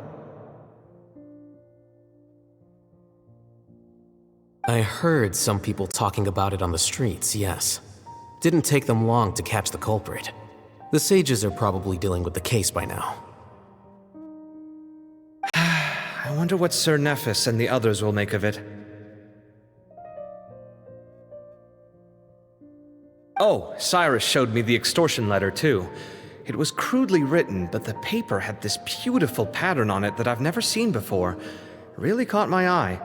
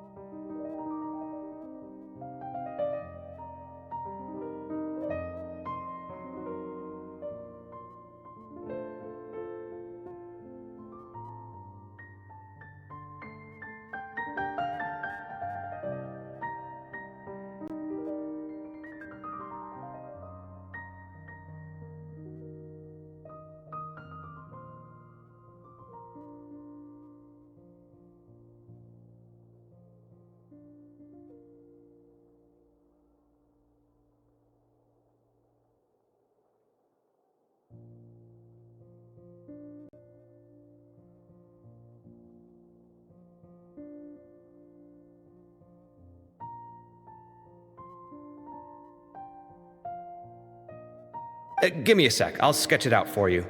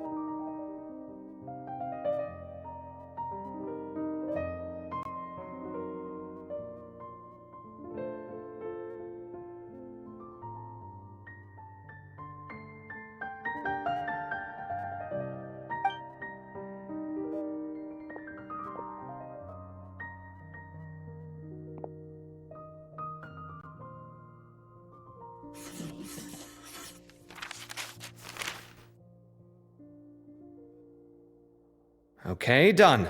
Take a look.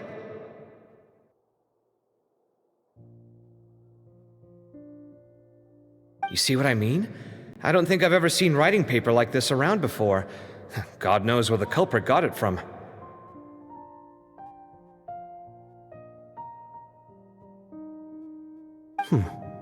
Interesting. These are all motifs associated with the tribes of the desert. What? Really?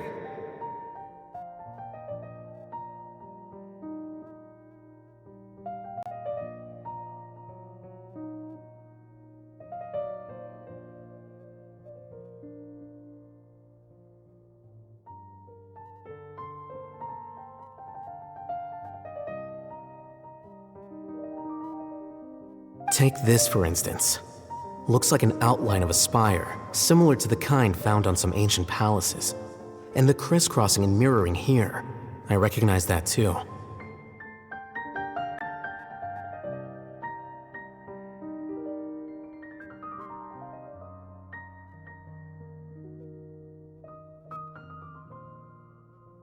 It bears a striking resemblance to an ancient emblem, one that hasn't been used in a very long time.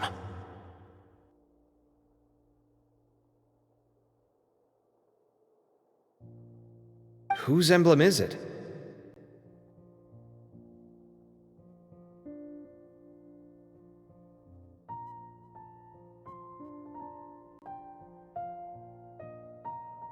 It's the emblem of the Temple of Silence.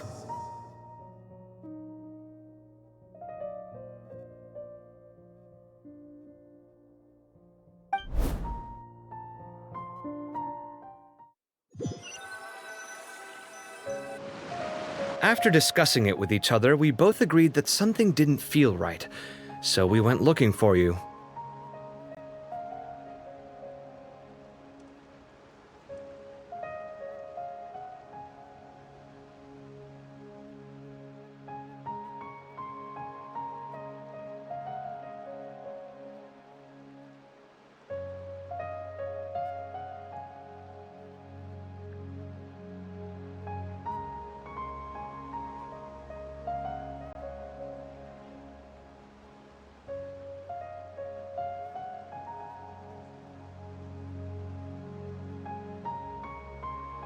This was a long way to come from the city. Alhaitham figured you were probably with Tainari, so Gandharvaville was our first stop. But the Forest Watchers told us that you'd gone camping.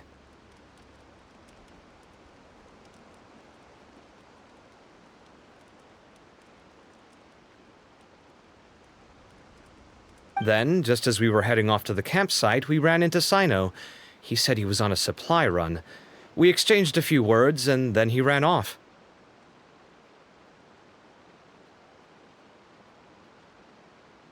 Hold on. So what's the deal with that emblem you were talking about? The Temple of Silence, you said?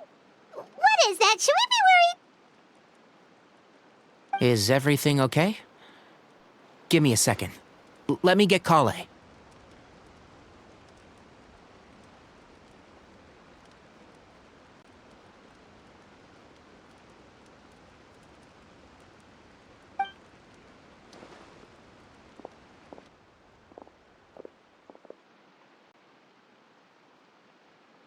So you've never heard of the Temple of Silence? Well, to put it simply, it's an organization that has existed in Sumeru for over 1,000 years.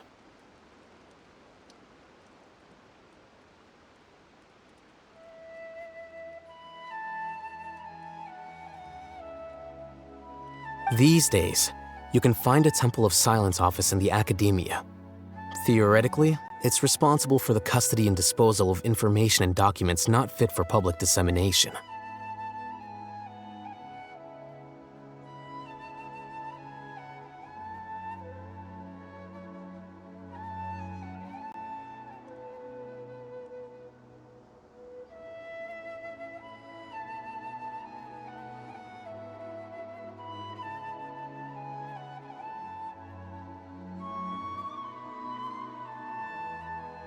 At least, that's what they tell the outside world.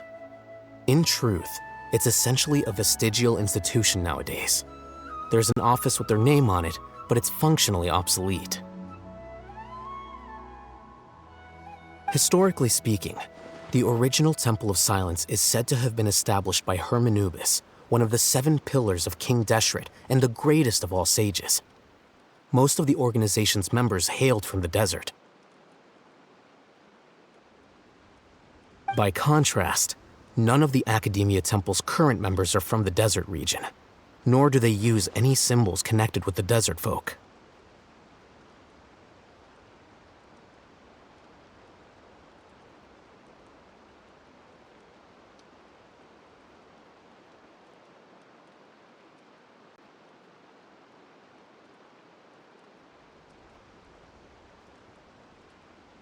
So the Temple of Silence at the Academia is just a fake? Wow.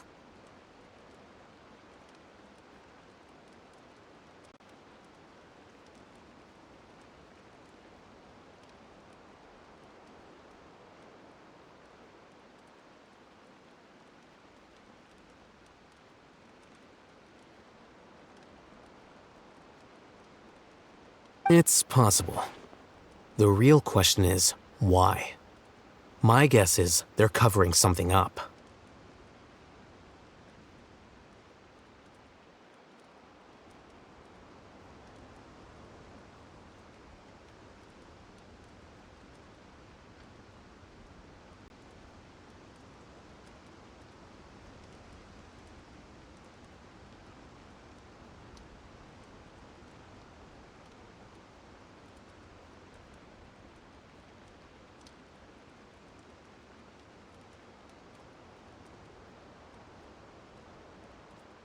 So, how do you know all this? Sounds like some pretty top secret stuff.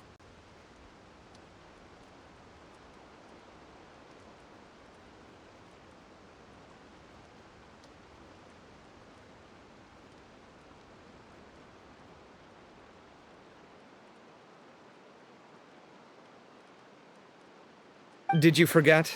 He did a stint as acting Grand Sage, and kept the pay raise even after he resigned.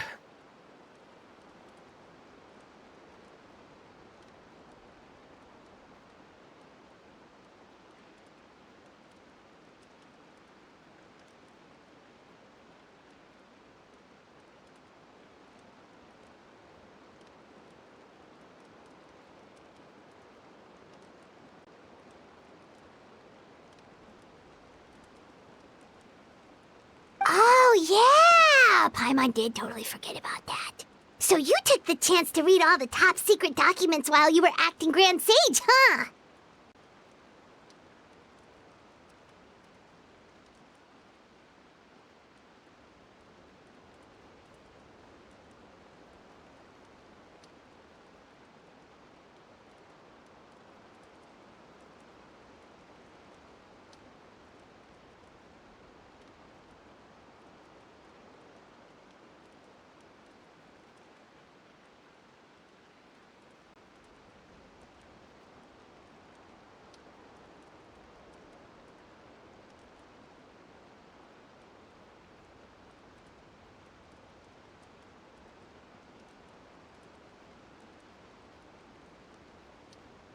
If you're asking me whether I familiarized myself with the documentation in my office, I would respond that that's a perfectly normal part of any job.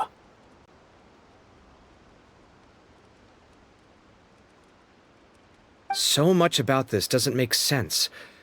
Why did the emblem of the Temple of Silence appear on a threat letter from an academia student to Cyrus?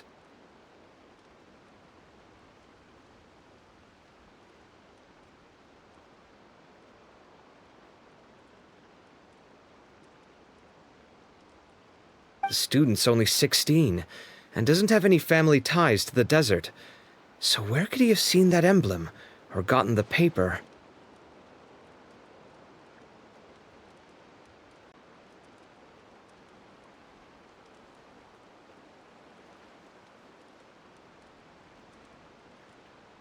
You said you ran into Sino, yes? Did you tell him what you've just told us?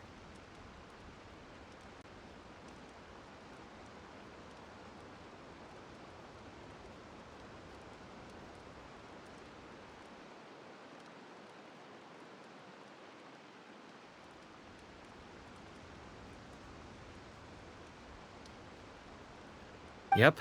He ran off as soon as he heard what we said.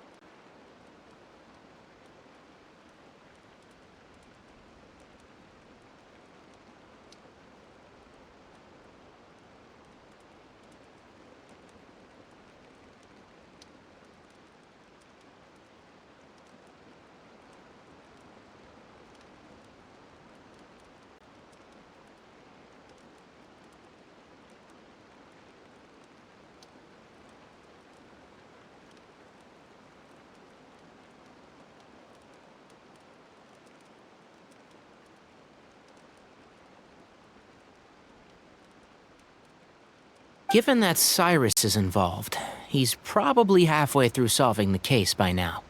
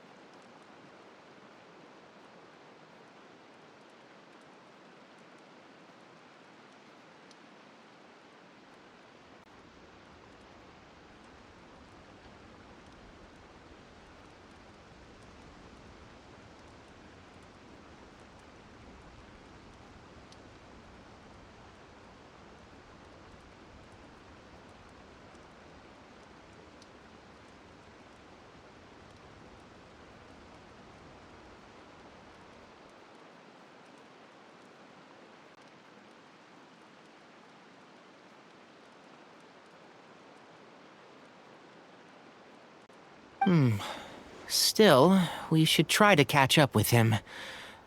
At this hour of the night, Cyno will probably go looking for Cyrus at his current residence.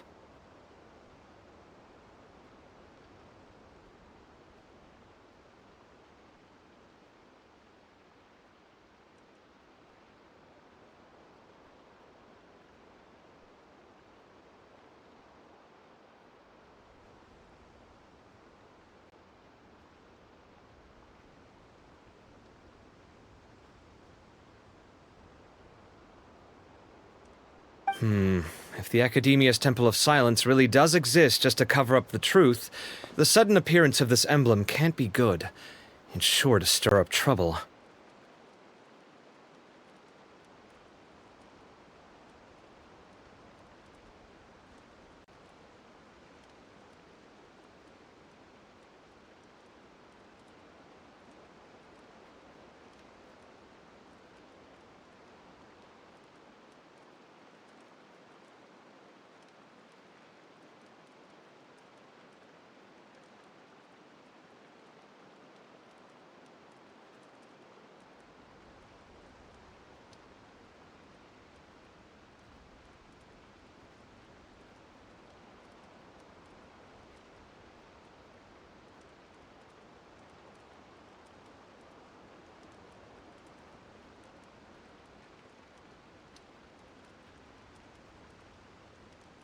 We should pay a visit to the Academia.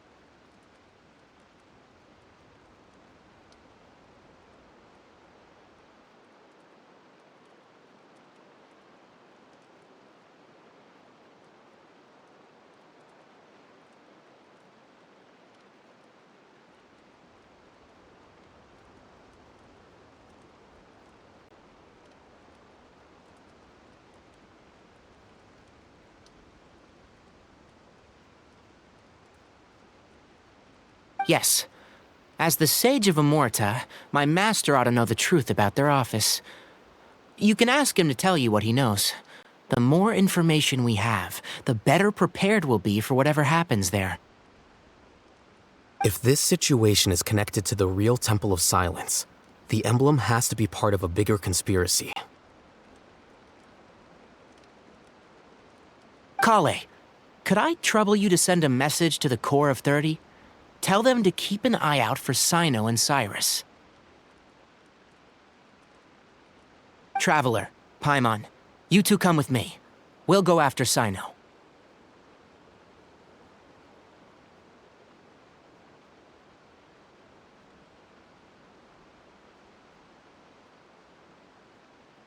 Sounds like a plan. Let's go. Cyrus has been living in the city lately. He rented a place near the field so he can keep an eye on his tomato plants.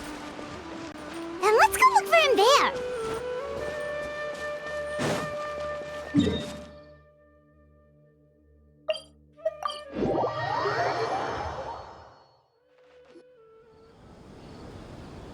Here we are. This is the place.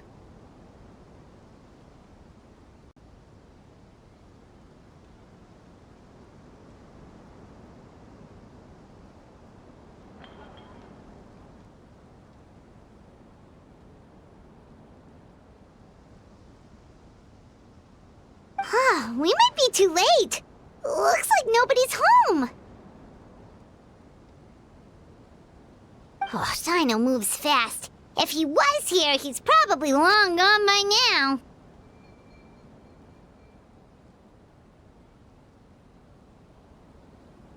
I know that voice. Is that Tainari I hear? Ah! Professor Zaha Hadid! Wow, so it really is you. My goodness, whatever is going on tonight?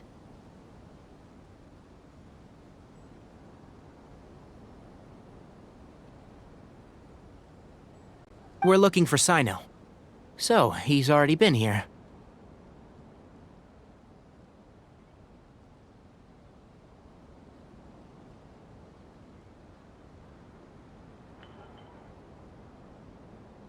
Yes, not long ago, in fact. He knocked on my door and asked if I'd seen Cyrus today at all.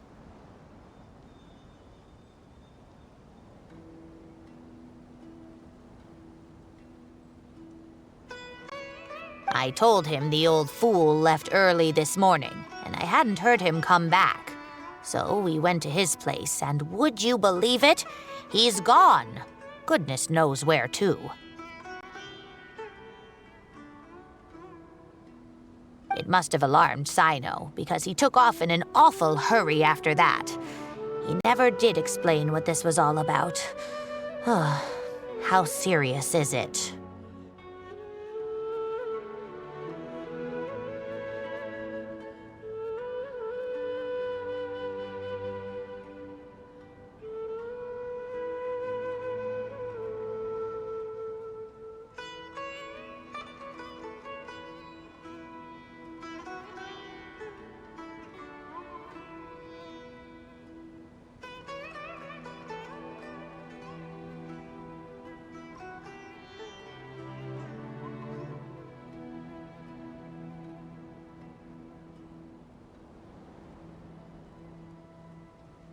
Well, if Cyrus isn't at home... Oh, it sure doesn't sound good.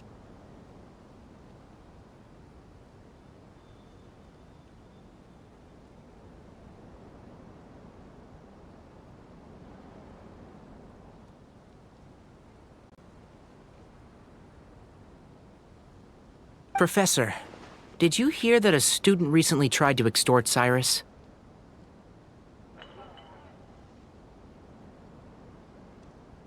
Why, yes. When I left the house that day, I noticed he was watering his flowers in the field in complete silence. He had a piece of paper clutched in his hand, and he looked lost in thought. I could tell something was troubling him, but he wouldn't tell me what it was. If Sino hadn't happened to visit him that day, he'd probably still be holding on to that thing.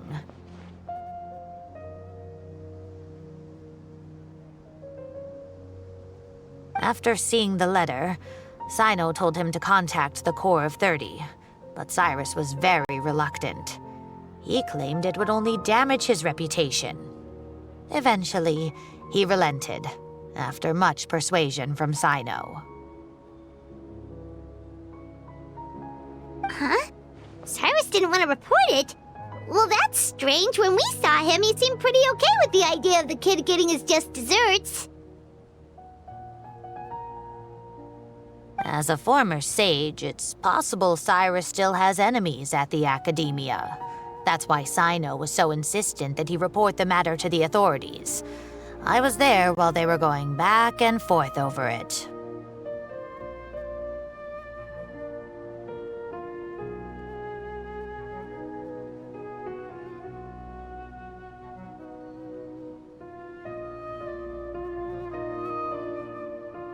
So Cyrus initially hoped to stop this from going public. But why?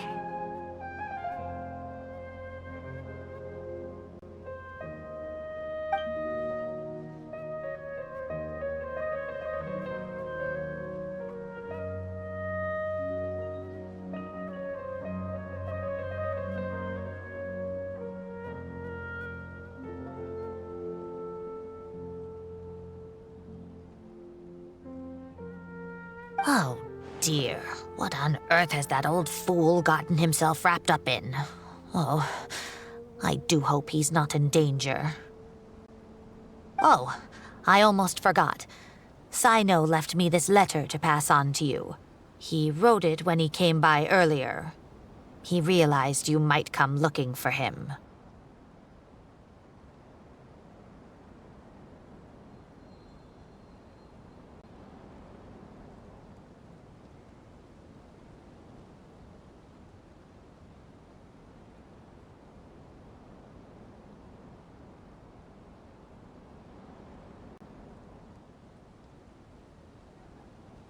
Thank you.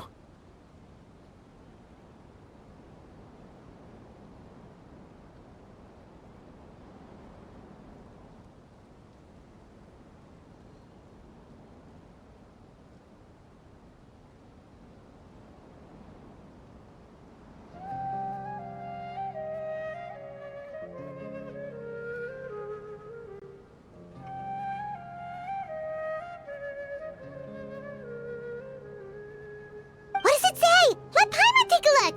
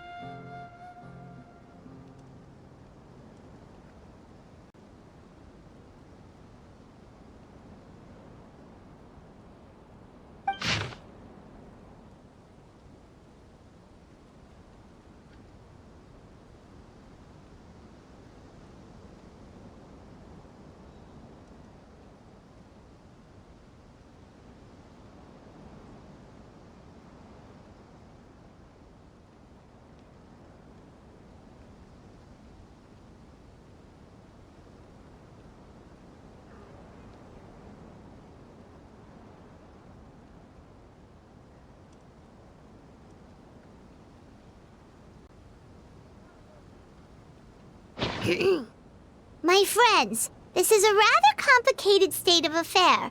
Unfortunately, I cannot disclose more than that.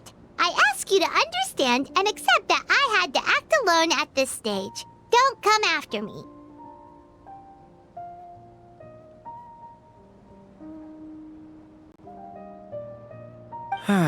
Yep, that sounds like Sino.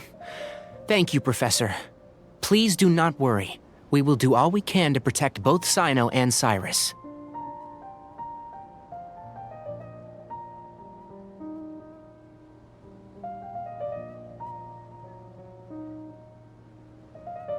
Traveler, Paimon, let's head to the Academia and regroup.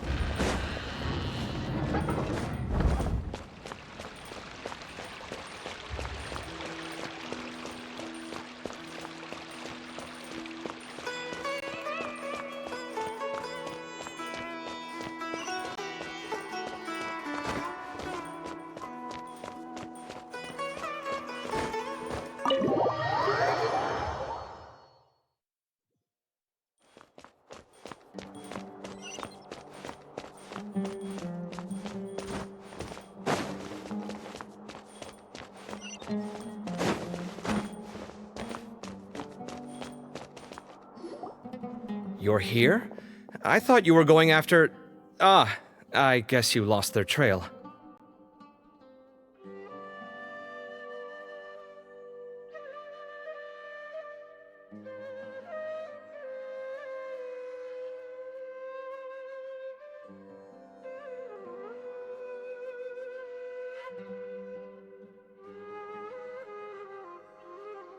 We went to Cyrus's house.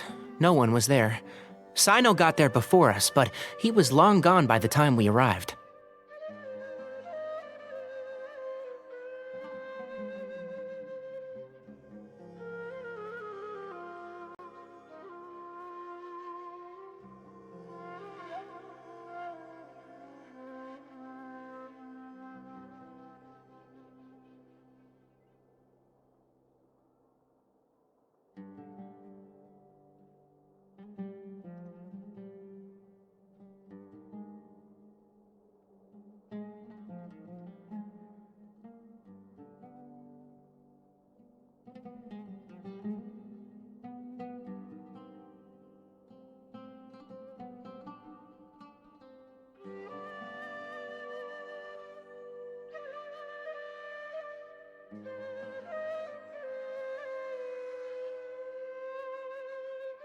He didn't say where he was going?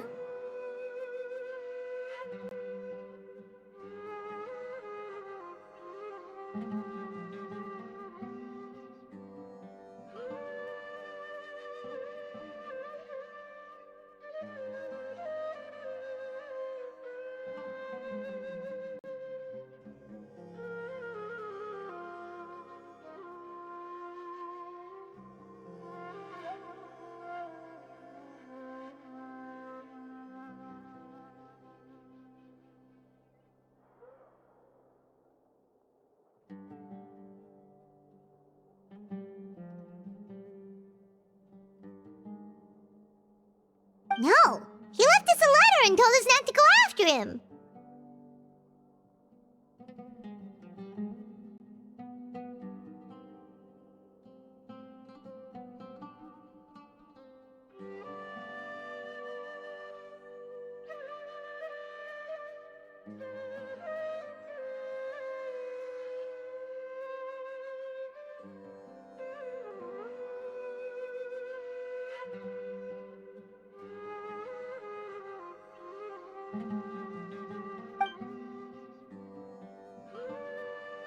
Can't say I'm surprised.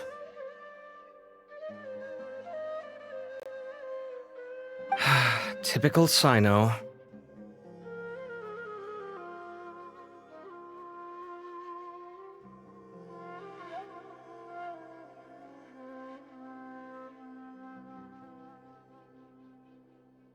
Anyway, some updates on progress on our end. I drew the emblem from memory again, but in more detail this time.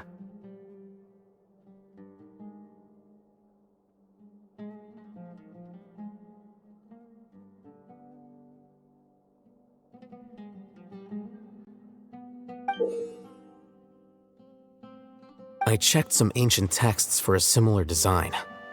The one I found was a little blurry, but the similarities in the general form and certain details were clear enough to confirm a match. Yeah, and we're lucky we found anything at all. It turns out the emblem was all but lost to history.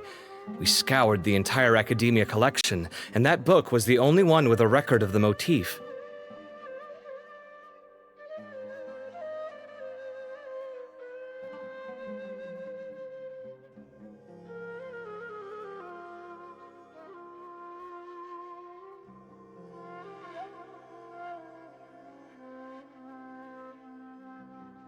Meanwhile, Arav managed to get Uraka to disclose his source.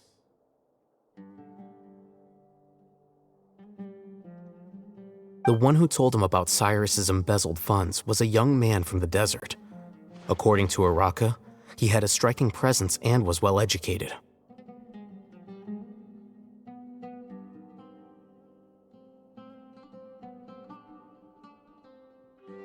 Apparently, the two met in the tavern over a game of cards. The guy claimed to be in the city for business as part of a merchant caravan.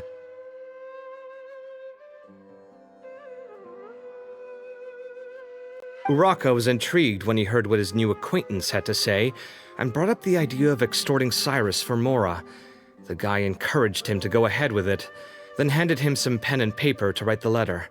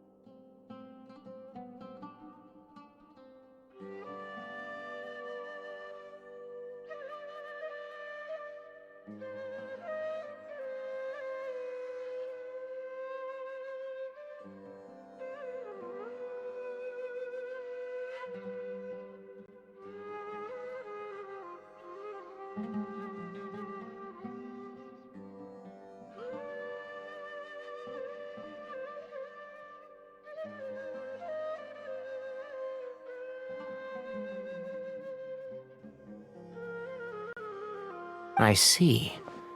So it could be that this person planted the paper intentionally.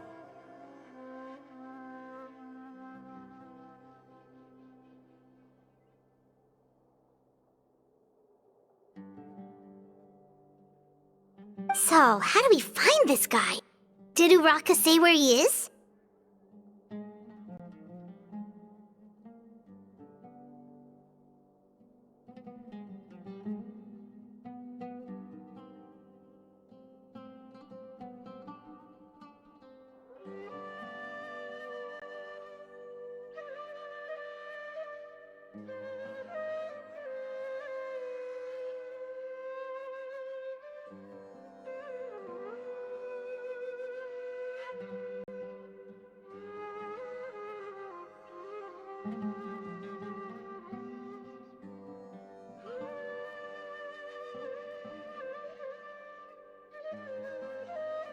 He doesn't know. He claims not to have seen him since that day in the tavern. The man gave him some tips on how to carry out the extortion, but from then on, Uraka was acting alone.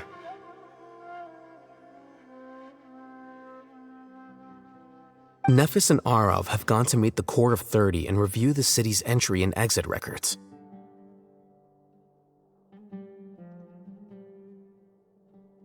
Also, Nephis admitted that the Temple of Silence in the Academia is just a facade. The true Temple of Silence once came to the rainforest to establish a collaboration with the Academia, but as time went by, the sages gradually became corrupt and foolish. The Temple of Silence felt that they could no longer trust the Academia and ended the partnership. They retreated back to the desert about 400 years ago.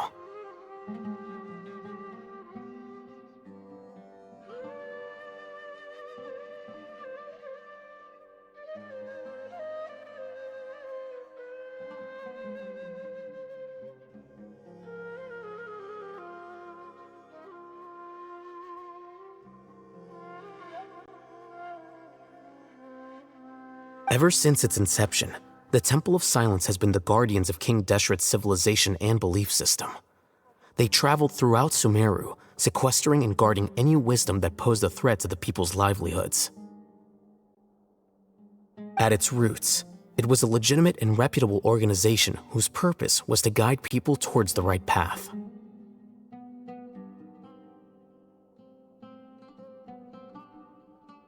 The academia of the day knew that the split would damage their reputation if it became a matter of public knowledge. And so, they set up a dummy organization of their own to conceal the truth. Not only that, but they managed to keep up the charade for hundreds of years! So how did Cyrus become acquainted with the true Temple of Silence if they left centuries ago?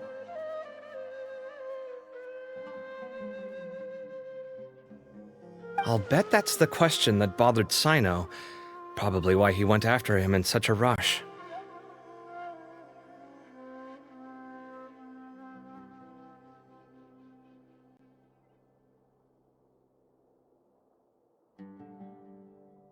Whoever is behind this, getting Uraka to extort Cyrus was only the first step of the plan. Their true goal in doing so was for Cyrus to see the emblem on the letter.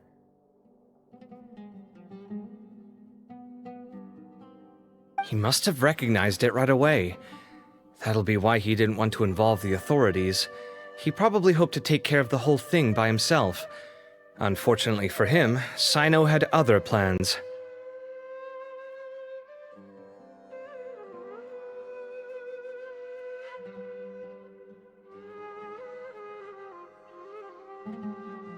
Since the desert is where the Temple of Silence originated, that is in all likelihood where Cyrus went.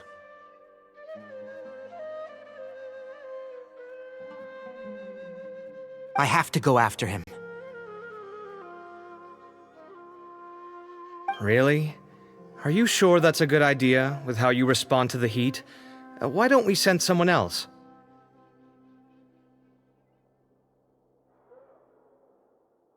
I should be fine, as long as I bring plenty of water.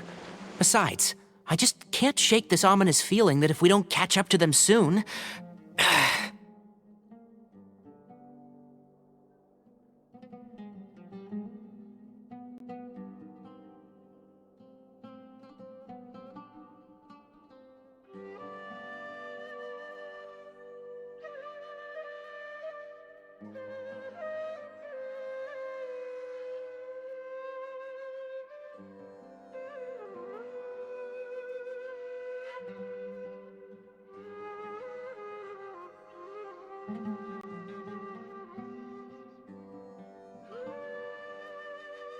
Everyone, I have news from the Core of 30.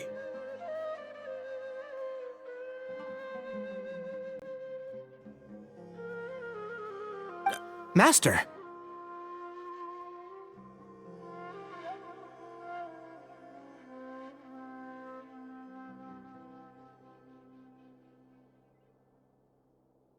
Oh, so that's Nafis, Tainari's master? Oh, we're finally getting to meet him in person!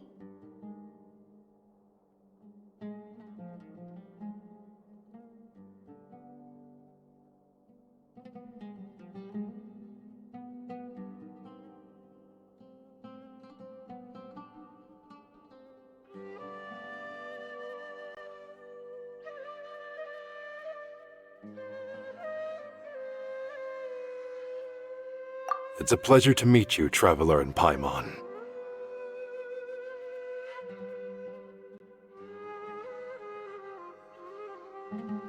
Several independent eyewitnesses have reported seeing Cyrus and Mahamatra Cyno leaving the city at different times. Both were heading in the direction of Caravan Rebat. I was going to suggest that you join forces with the Core of 30 in this case. However, as I'm sure you've already heard from Al-Haytham and Kaveh, the Temple of Silence is involved. The Academia has made a number of decisions throughout history that I am ashamed to talk about. It may well be that no better choice was available to them, but those actions are nonetheless a stain on our legacy.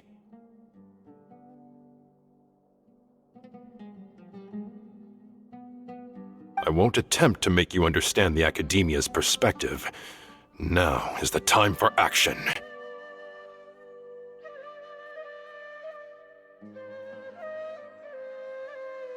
I understand where you're coming from, Master.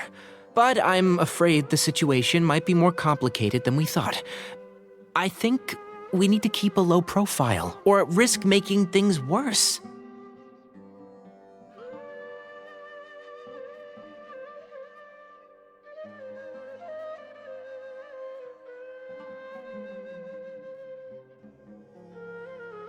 Good point.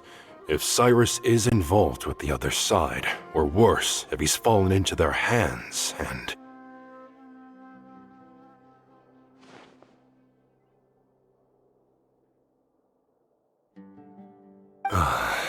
Everyone, we have to get Cyrus and Cyno back safely. We cannot afford to lose them.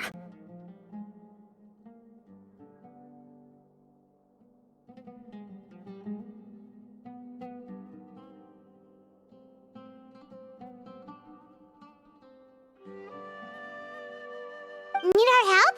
Whatever you need, we got you covered.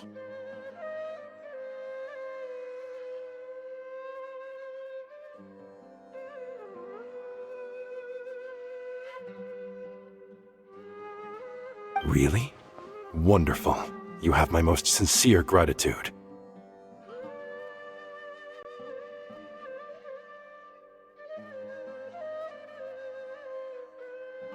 Arav and I will continue to follow up on the lead from Uraka. Kaveh, Scribe Alhaitham, I'd like to ask you to cover the duties of the House of Dana.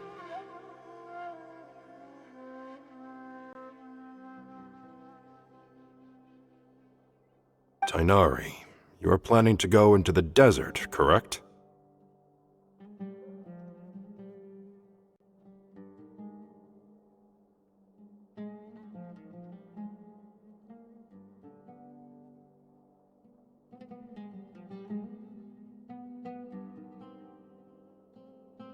I am. Kaveh, I'll be okay. You stay behind to help Master and Alhaitham.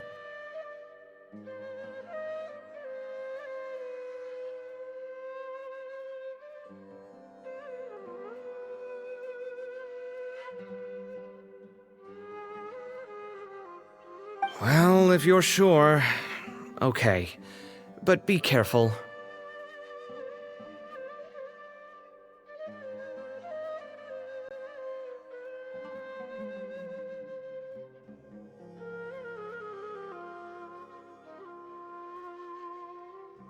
Thank you all. Arav, let's go!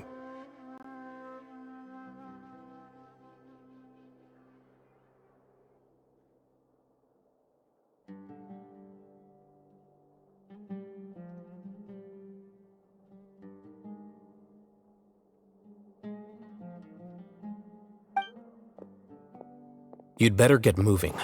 Don't forget to ask for help when you need it.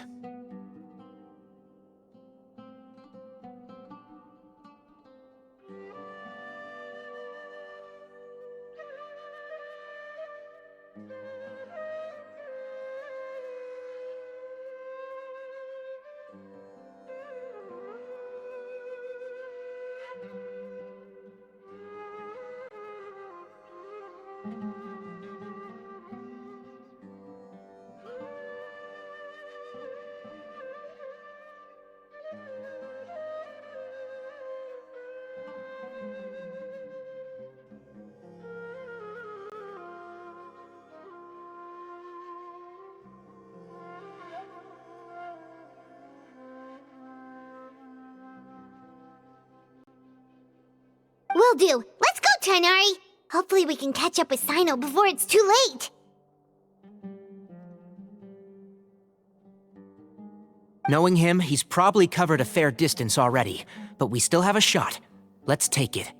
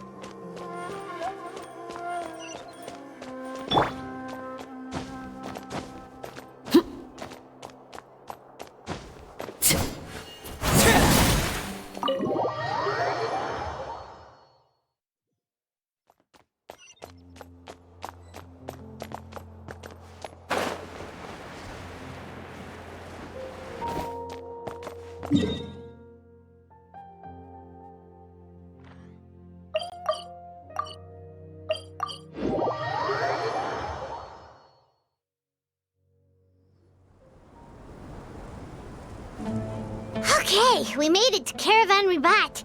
Where should we go next?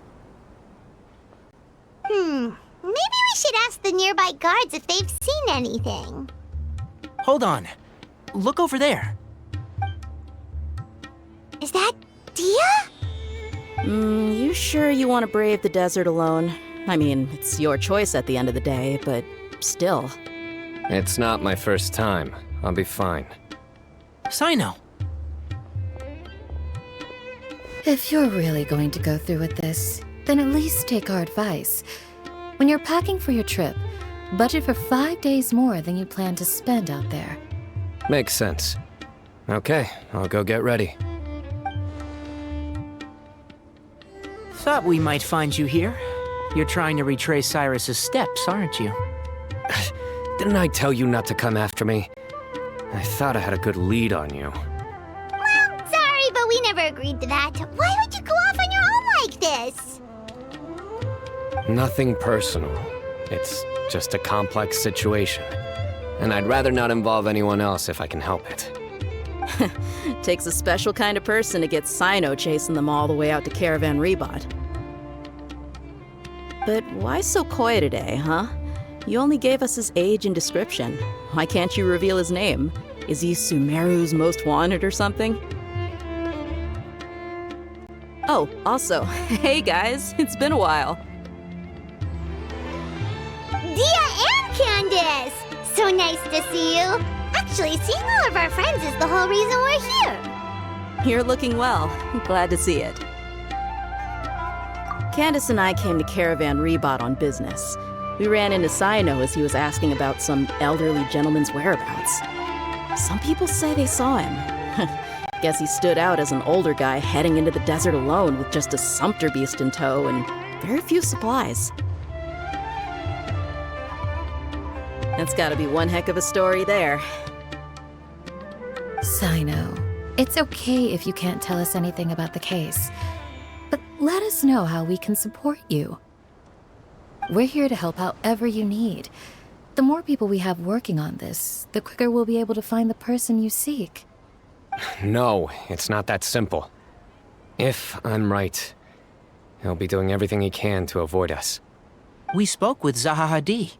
From what she said, it's pretty clear that he wants to try and solve this on his own. It won't be easy trying to find him in the desert when he's deliberately trying to cover his tracks. Sounds like this is far more complex than we imagined. Still, if he started from Caravan Ribat, the chances are that his route took him past our village.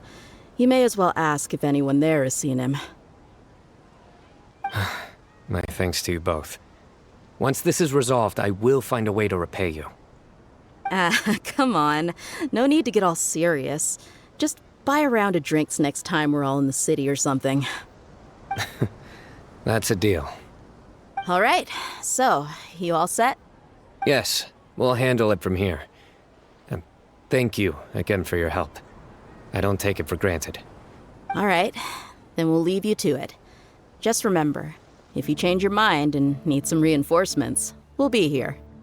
And don't think you'd be imposing. You can depend on us. Don't worry, we'll keep him out of trouble.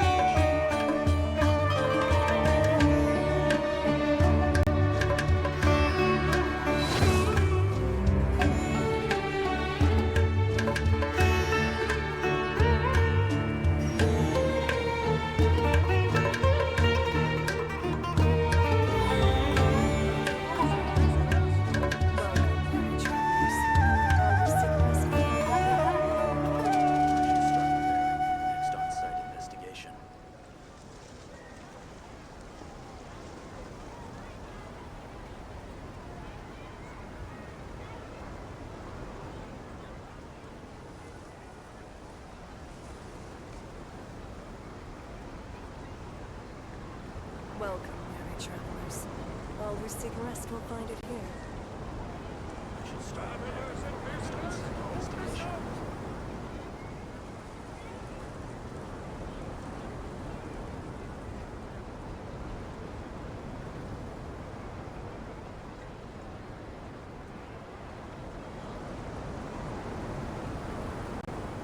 Welcome, weary travelers. All who seek rest will find it here. Travelers and visitors, don't miss out!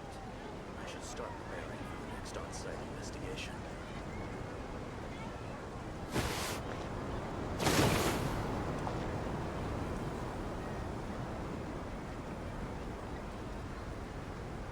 Welcome, weary travelers. All who seek rest will find it here. What could the children be up to? Never mind. Let them do as they please.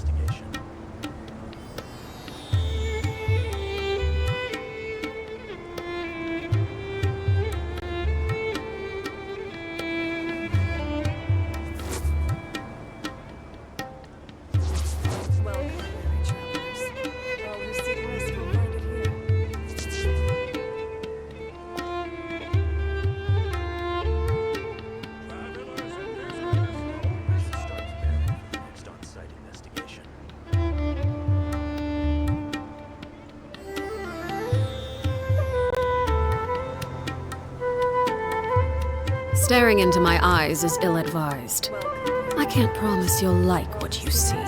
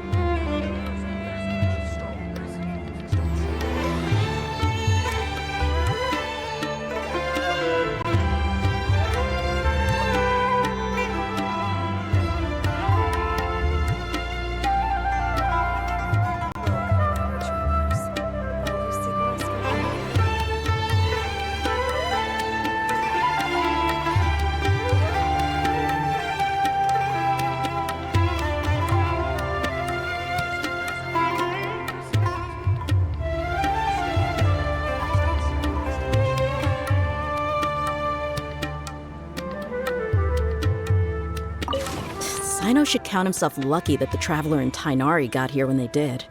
What was he thinking, trying to play the lone hero? The desert tests the character of all who enter it, and only those with wisdom and courage shall prevail. But take heart. With his companions by his side, no harm will come to Sino.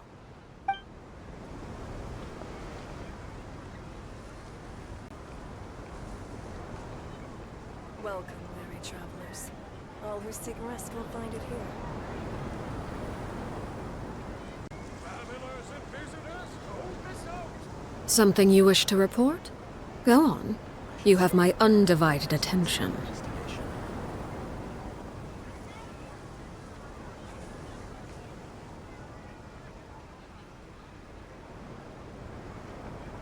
Welcome, weary travelers.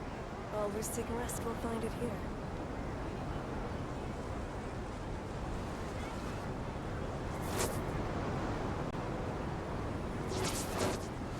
Travelers and visitors, don't miss out!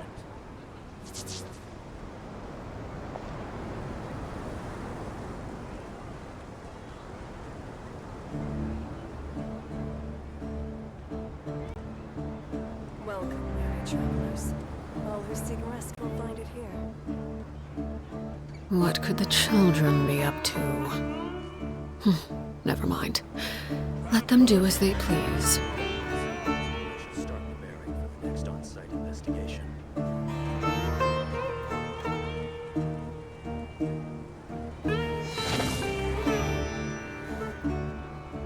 Welcome, weary travelers. All who seek rest will find it here.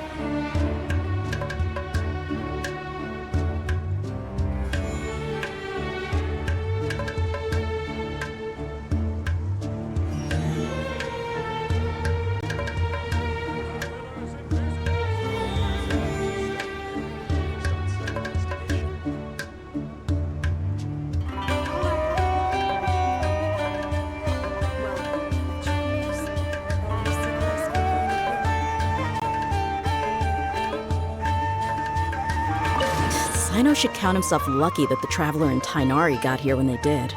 What was he thinking, trying to play the lone hero?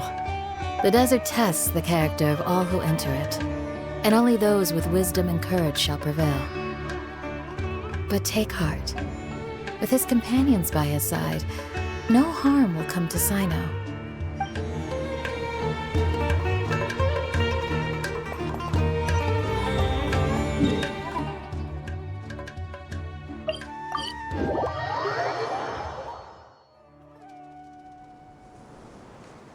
Hold on. There's a few things I'd like to clear up. Go on. So, after you left the campsite, we had a longer talk.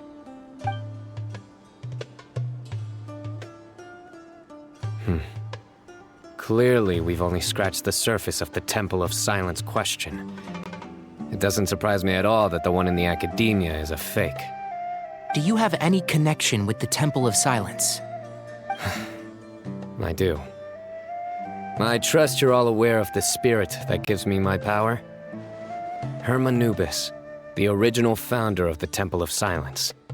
Due to my unique constitution, I was put through a number of trials in the desert when I was younger. Later, I met the professor, and he brought me to Sumeru City. But my memory of that time is hazy. I can't recall much. It's a good thing that Kaveh noticed the emblem on the letter. Without that, I don't know if we would have connected the dots and realized there was more to this case than mere extortion. I did not recognize that symbol at all. Whether that's because I've never seen it, or because my memory fails me, it's hard to say. Yeah, you're right. Thank goodness for Kaveh, and for Alhaitham's diligence during his time as acting Grand Sage. But Cyrus must have recognized it right away, right? Otherwise, he wouldn't have had any qualms about you reporting it. Oh, maybe his connection to the Temple of Silence goes even deeper than yours. I suspect so too.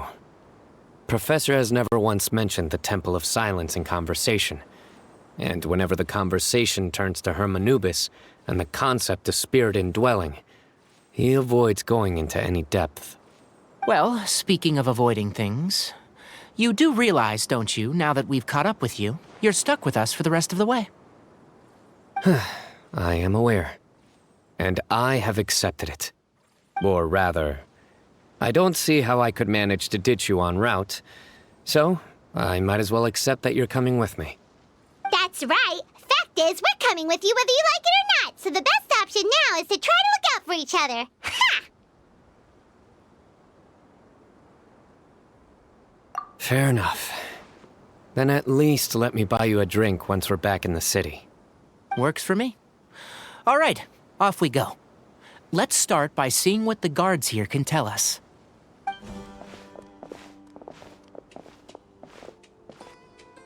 Hello. Mahamatra Sino? I'm looking for someone, so I'd like to confirm any recent foot traffic in and out of Aru Village. A man matching that description passed by Aru Village not too long ago. He stopped by to load up on food and water and feed his sumpter beast, then he was on his way. Where was he going? Let me think. He took a seat by the entrance of the village for a while, and had a brief chat with the person who came to deliver the water. He said he was headed somewhere near an oasis, but he didn't mention which one. Do you have a map? I can mark out the direction he was heading and the best routes to any nearby oases. I have one. Mark away. Great.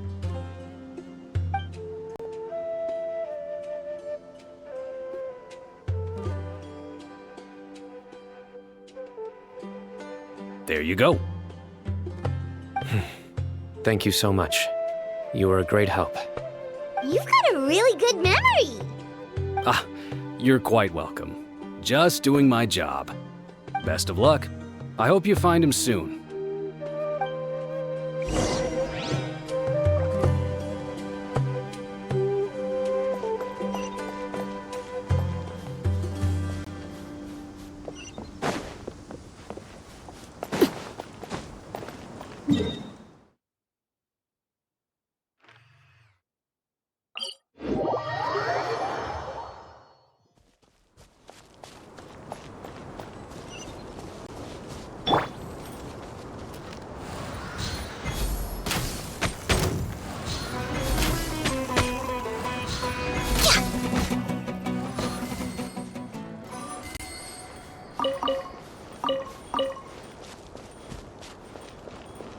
way behind schedule.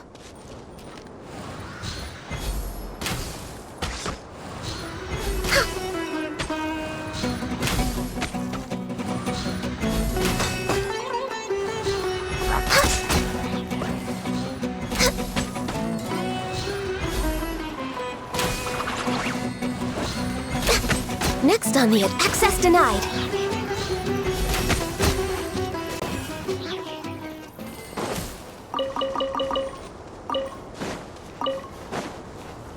Healthy body, healthy mind.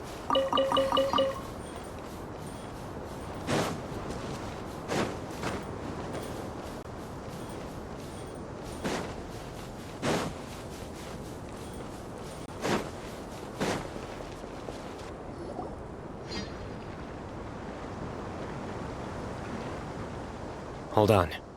I see some people over there. Do you think it's safe to ask them what they know? Should be. I'll go. No. I'll do it. Huh? Why can't Sino go talk to them? What difference does it make? Given my background, appearance, and the way I dress, I might not be the most welcome visitor here. Just in case, it's probably better to let a more neutral party handle things.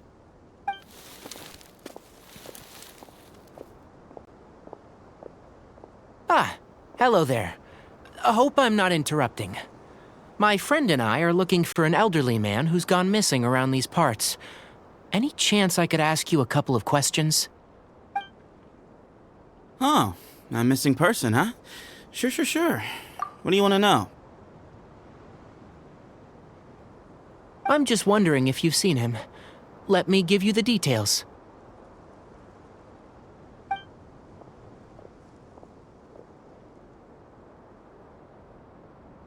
So, a silver-haired guy in a long robe, culture type with thoughtful eyes, and he's traveling alone.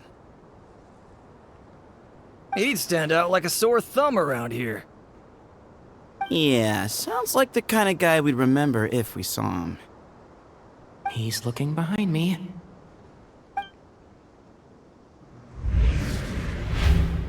Uh-oh. That guy's looking our way. Your friend over there stands out a lot, too.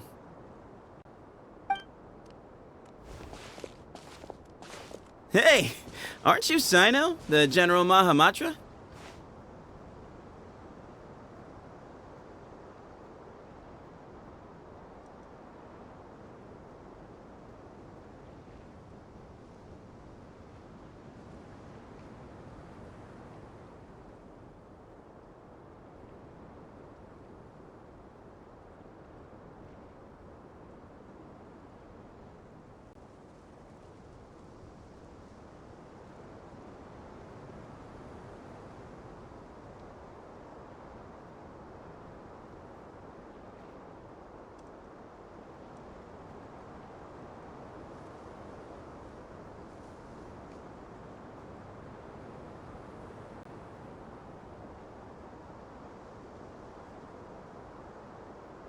Yes, that's me.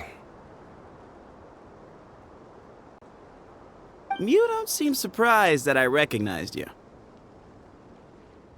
It wouldn't be the first time. Oh, you're the one looking for the old man who's gone missing, aren't you? I have a bad feeling about this guy. Someone's on edge. You don't trust me much, do you? No need to hide it. I understand why you're wary of us. Still, you came to us asking for help. Do you want it or not? I thought you were a group of merchants. Seems I was mistaken.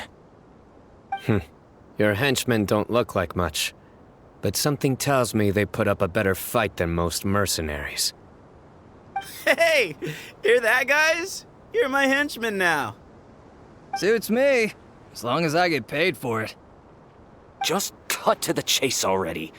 I'm running out of patience. All right. Come with me. All of you. Don't you want to find your friend? A silver-haired, long-robed, culture type with thoughtful eyes? Sounds like there's a whole other side to Cyrus I didn't know about. So you know where he is? Just follow me. I'll take you to him.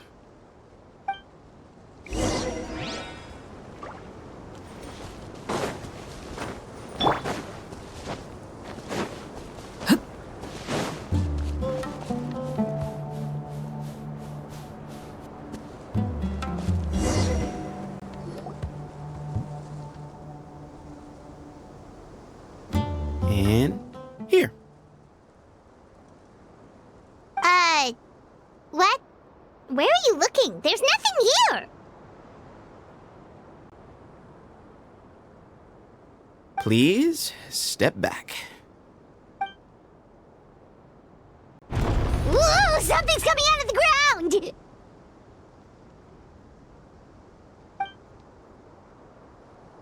What is this enormous building doing here? And how was it so well hidden? King Deshret's technology? Wait, so... Hold on, who are you guys really? Is this the Temple of Silence? So you're a member? All good questions. There'll be plenty of time to address them later.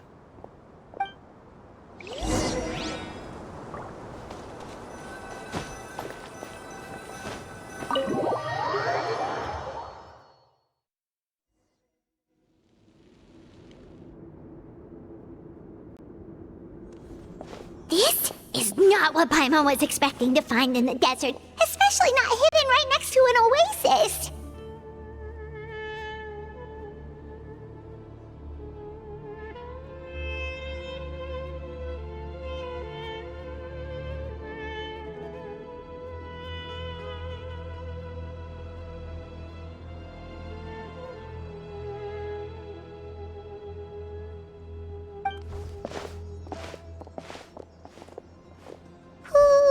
I'm scared.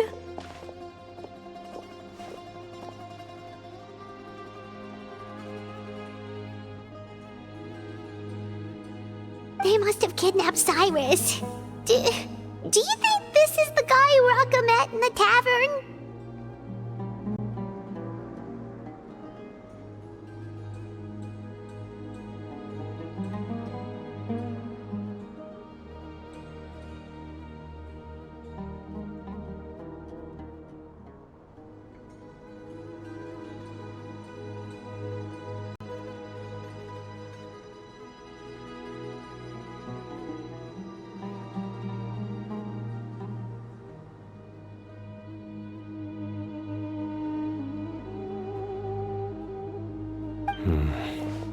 What's wrong? Thinking about your professor? I just hope for your sake you haven't done anything you might regret. Me too. I hope I haven't done anything to incur your wrath.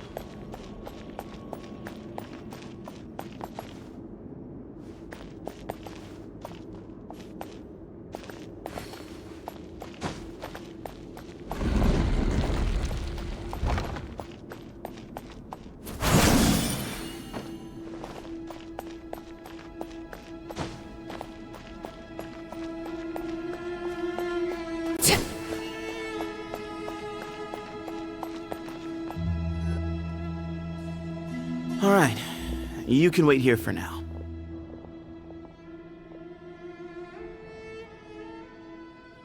I'll inform our leader that you've arrived at the Temple of Silence. Sit tight until he comes to greet you.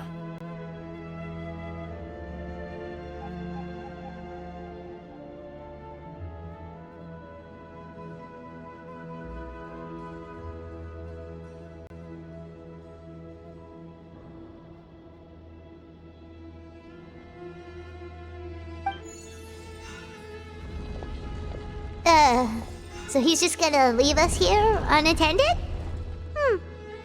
Maybe we're not being kidnapped after all.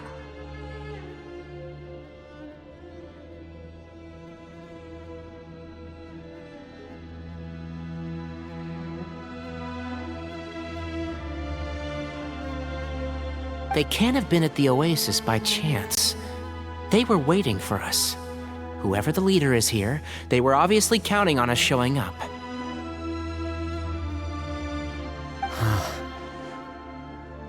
So this is the Temple of Silence.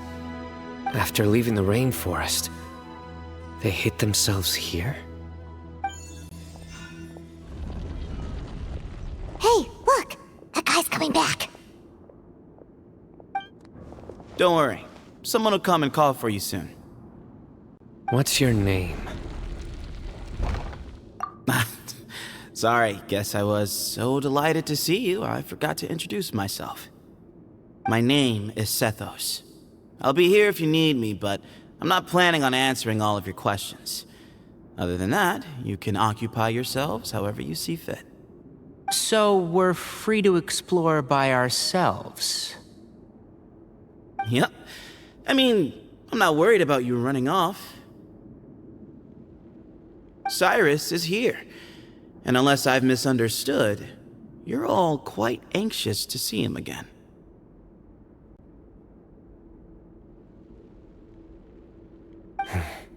He's right.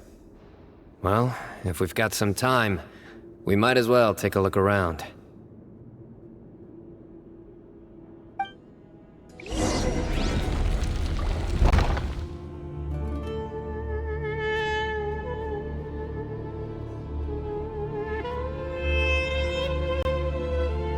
Staring into my eyes is ill-advised. I can't promise you'll like what you see.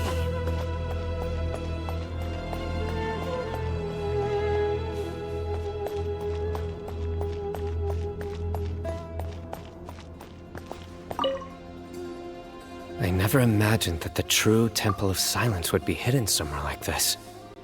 We've passed through these parts before, but never noticed anything. That's King Deshret's technology for you, I guess. It borders on the miraculous. Amazing to think that it's been preserved intact all this time. We should be wary of our hosts. Still, at this point, we can be confident that the professor is safe and sound, so that's something.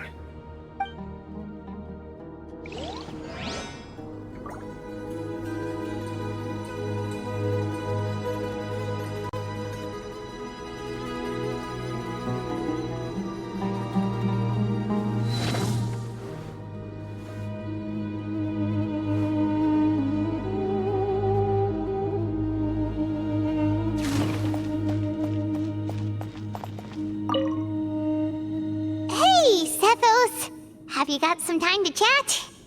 Sure. Although, I'm assuming by chat, you mean you have questions for me? I don't blame you. Anyone else would. Not often. The Temple of Silence is a place of quiet and solitude. We don't get too many visitors.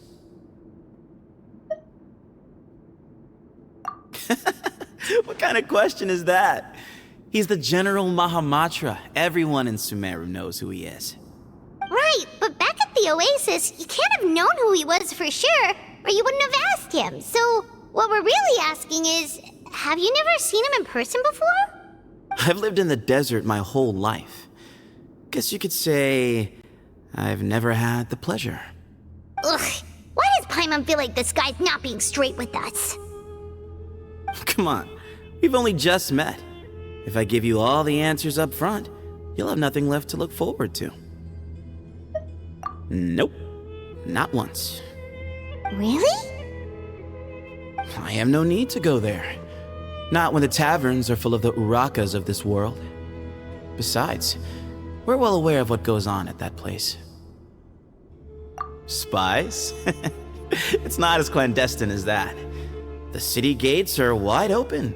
Anyone's free to walk in. You can find out all you need to know just by walking around town and hearing the word on the street. Yes, that was me. Although tricked is a stretch. He was asking everyone in the tavern about ways to make some easy money. He insisted that nothing was off the table, even if it broke the law. So, I told him that Cyrus had embezzled a large sum of mora from the desert. So you framed Cyrus for a crime that he did not commit? No. That's not entirely true. Let me jog your memory. The letter just said that he had uncovered Cyrus's secret. It didn't say what secret that was. Of course, Uraka was a great accomplice, really. Very cooperative with a little bit of wine in him.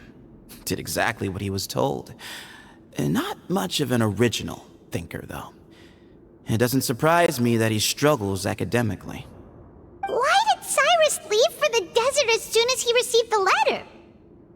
You'll have to ask him that one yourself. Certain things I can't answer for him. I'm neither judging nor defending him. All you need to know is that he recognized our emblem, and it was his own choice to take the bait.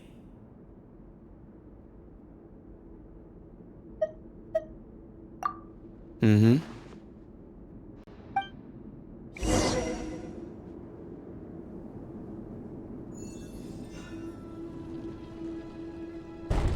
Ah, here he is.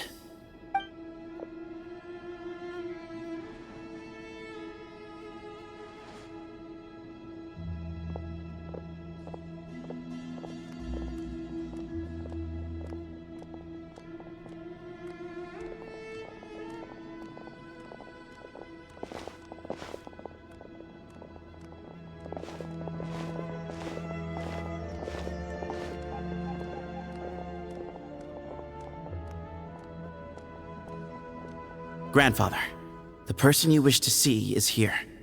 Well done, Sethos. Greetings, one and all.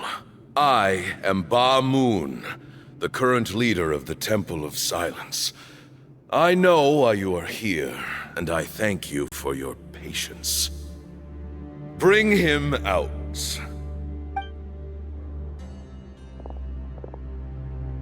Professor! Cyrus, are you okay? Ah! Watch what you're doing! Oh, my apologies. We have no intention of causing you distress. But you must understand, Cyrus is of great importance to us. We had to find a way to bring him back to us. Cyrus owes me his life, and to the Temple of Silence, he owes a debt of gratitude. I let him go a long time ago, but now the time has come to demand payment. I wanted to end my feud with this old bag of bones before you caught up with me, but you got here so quickly. Just leave, Sino. This is a matter between us two old men. You're all too young to get involved. So that's why you didn't want to report the letter. You'd made up your mind to come here from the beginning. You only left in such a hurry to try and throw us off your trail. Some things in life catch up with you, no matter what you do. You shouldn't have come, let alone brought the others. Sino didn't make us do anything. We came here for the same reason he did, to rescue you. We'd appreciate you telling us the truth. Otherwise, it seems a little unfair on everyone who had to stay behind. My secrets are secret for good reason. Bringing them to light can only lead to misfortune. You're afraid, aren't you? You can't bring yourself to speak of your past deeds to the students you nurtured as if they were your own children. You recognized our emblem because for many years you lived among us. Indeed, you all but became one of us. You knew as soon as you saw the letter that we, not Uraka, were the ones speaking to you. It threatened you only because you know what you did. Your own guilt convicted you. For you, Cyrus, are a traitor. You once shared your learning with us, and joined us in our mission to revive the might of Hermanubis, to bring new hope, new opportunity. But then you betrayed us. You bargained for your independence with your past contributions. And then you left, taking with you Hermanubis' might and the wielder of his power. We both know what I said to you that day. That as the leader, I grant you permission to leave, but that one day, the sands of time will catch up with you. And when that day comes, you must pay the price you owe. You really know how to hold a grudge. Hermanubis' might? And the wielder of his power? Does he mean you? Professor, anything to say? The moon is right. I came here once before. He rescued me from the brink of death once, many years ago in the desert. When he learned that I was a scholar, he invited me to come here and revive the might of Hermanubis together. It was a great, daring plan, and one shrouded in secrecy. The Temple of Silence had been bereft of Hermanubis for too long. The strength of its faith and its warriors were waning. Bamoon proposed that we implant bar fragments, shards of Hermanubis, into the bodies of suitable vessels. If the experiment was successful, the spirit of Hermanubis would then dwell within the vessel. Many believers volunteered themselves for the experiment. But we soon discovered that the bodies of grown adults could not withstand Hermanubis' power. In the end, Bamoon offered his own adoptive grandson. One other child was identified as a suitable vessel, and his parents agreed to release him into our custody in exchange for a small fortune. These two children were our only hope for hosting Hermanubis' power. For many years, the Temple of Silence had been in possession of 2 Ba fragments from Hermanubis. As remnants of his raw power, they were exceedingly rare treasures. The test subjects were sent into a room that had been prepared for the ceremony and instructed to approach the Ba fragments, whose power had been amplified. If, after some time, this power did not repel them, this would mean that they were suitable vessels. The original plan was for a 3-stage experiment: resonance, implantation, and recovery and observation. The resonance stage went quite smoothly for both candidates. As the 2nd stage began, I realized a decision had to be made. Should we implant the fragments one at a time? This would allow us to monitor the results after the first round and adjust our plan accordingly. Or alternatively, we could implant each fragment in a different vessel at the same time and compare their effects. But as I was deliberating, both Ba fragments suddenly became active. They glowed with a light we had never seen before. I knew that if they were not implanted right away, they would disintegrate and be gone from the world for good. Our 2 vessels had both displayed great promise by successfully resonating with the fragments. Under the circumstances, the thought of implanting both fragments into the same vessel seemed out of the question. To preserve our faith and our power, we implanted each of them with a single fragment. Ultimately, I ended the experiment and left, taking one of the children with me. In recognition of your past contributions, I chose not to send someone to hunt down and kill you both. Your lives were spared, but I have paid a great price for your betrayal ever since. I have always wanted to see you, Cyno. Losing you and your Ba fragment dealt us a devastating blow. We've been in decline ever since you left. I see. So that's how I gained my power. Look, in essence, I borrowed your Ba fragment for a decade or so. And now you are seeking justice. If you want to take my life, then so be it. I'm an old man now anyway. But you cannot lift a finger against Cyno. He is the General Mahamatra. Your actions would be seen as a declaration of war against the Academia. I'm sure you don't remember anymore, dear Cyno, but you've met us all before. You were so young then, when we all gathered around and celebrated the revival of our Lord. You and he, Sethos, you were our final hope. You'd like me to return my power? As a follower of Hermanubis, I have allowed this power to remain in the rainforest for far too long. Now, it is time to reclaim it. That power is not yours to reclaim. Cyno was chosen by the gods. You cannot take what they have bestowed. You are wrong. Cyno was chosen, but he was not the only one. My child, Sethos, has the same gift as he. So those are your terms for freeing the professor? Despise me all you want. My sins are my own. The Temple of Silence is an innocent party. It is because of my foolishness all those years ago that the Temple's glory has waned. And now I must take responsibility for the decision I made back then. So what you're saying is, the power of one Ba fragment is not enough? You're asking me to return the one in my possession, so it can be implanted in him instead? Divine power causes great suffering to those who wield it. How do you know that Sethos would be able to withstand it? He is no longer a small child. But regardless, this burden is ours to bear, and your objections mean little given that you turned your back on us long ago. Both my heart and mind are telling me that what you are proposing is a terrible idea. However... Don't listen to him, Cyno.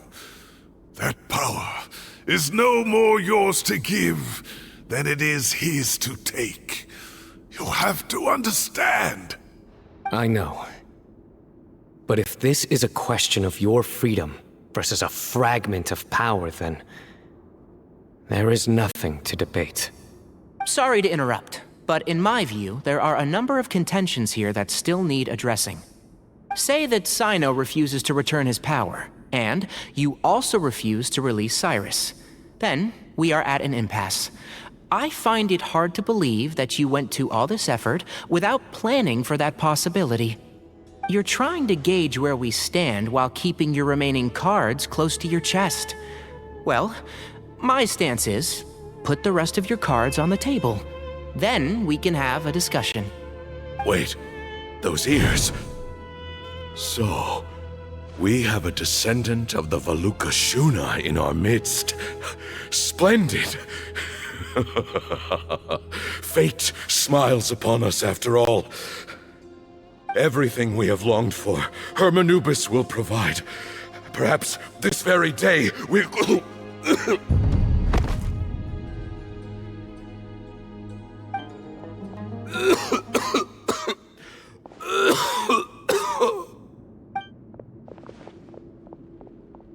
Why is he coughing so much? He looks like he's in really bad shape.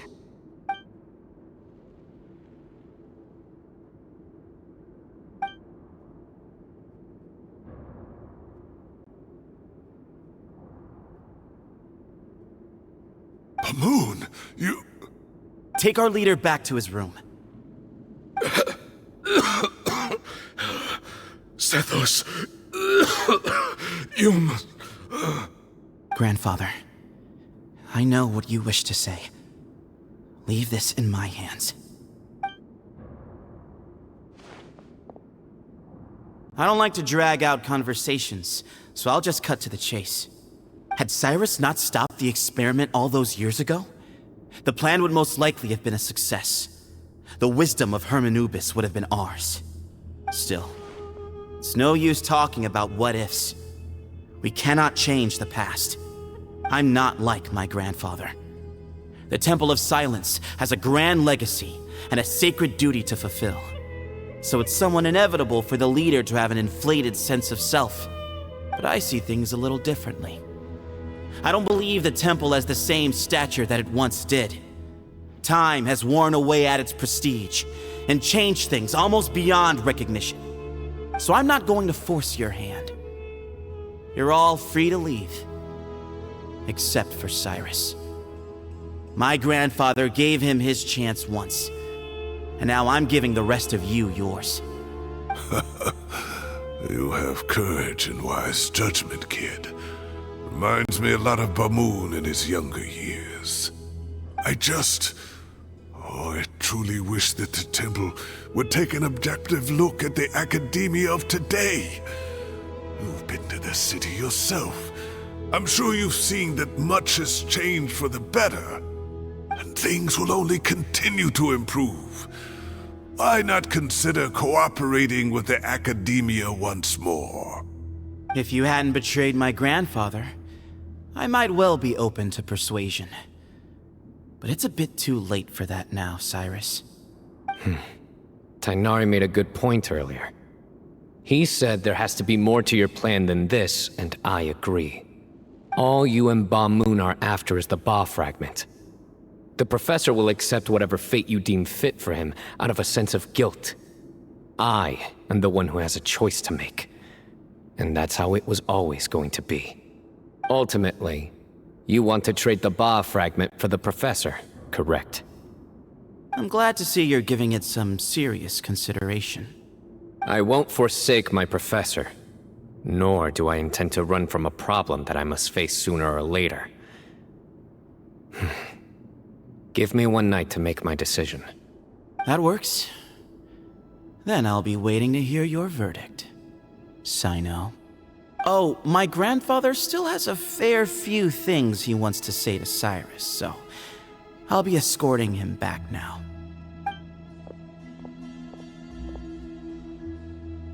Are you sure about negotiating with him?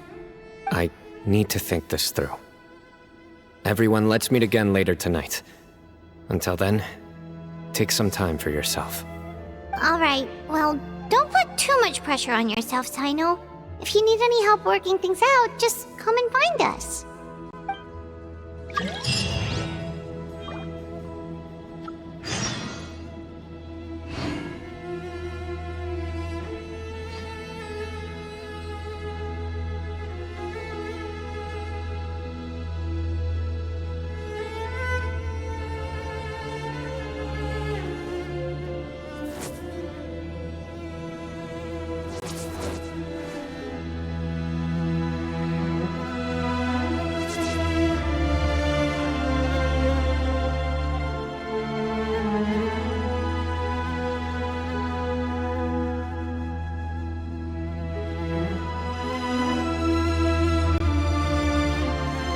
Something you wish to report?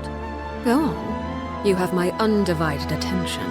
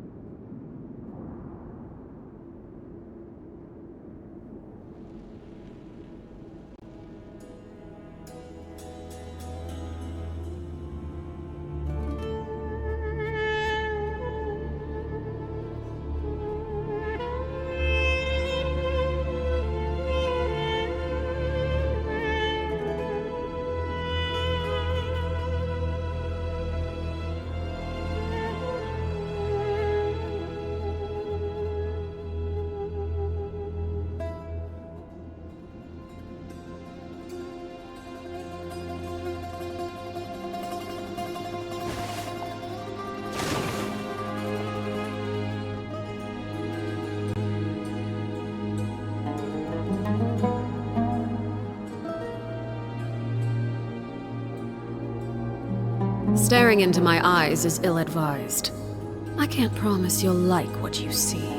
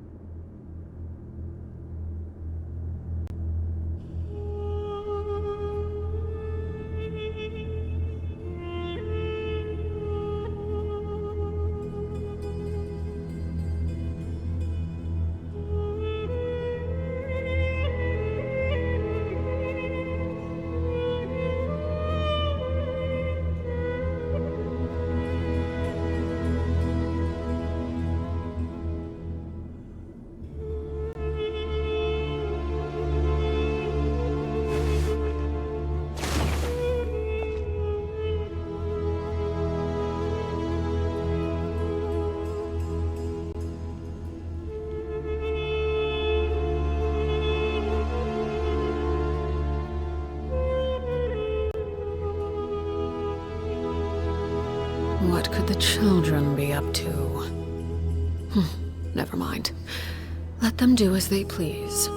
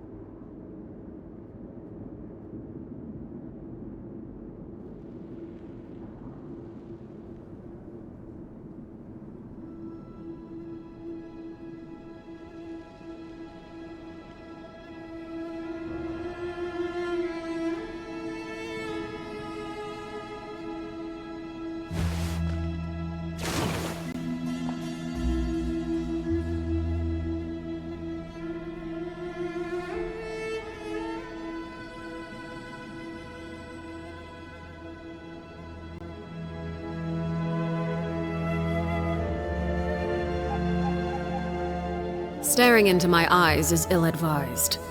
I can't promise you'll like what you see.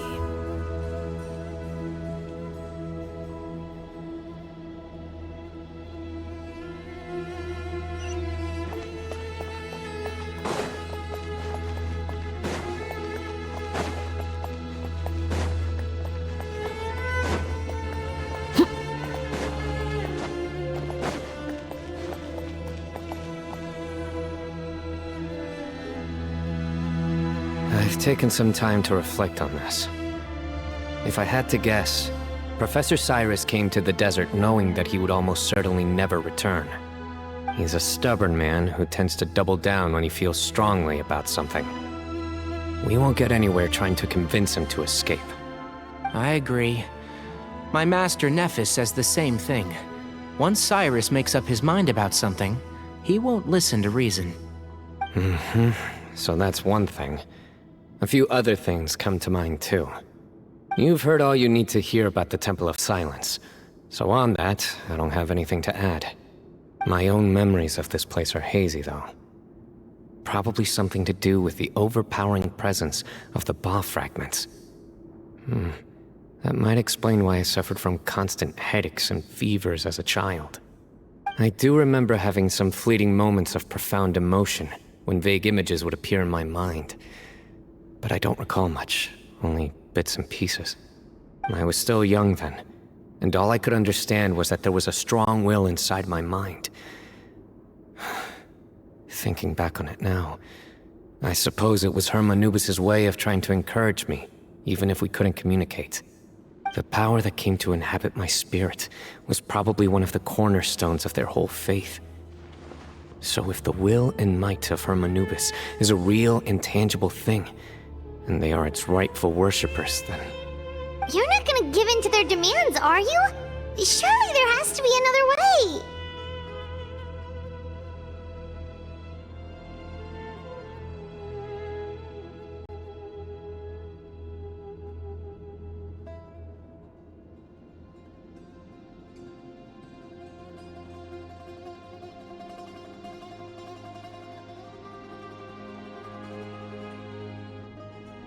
No.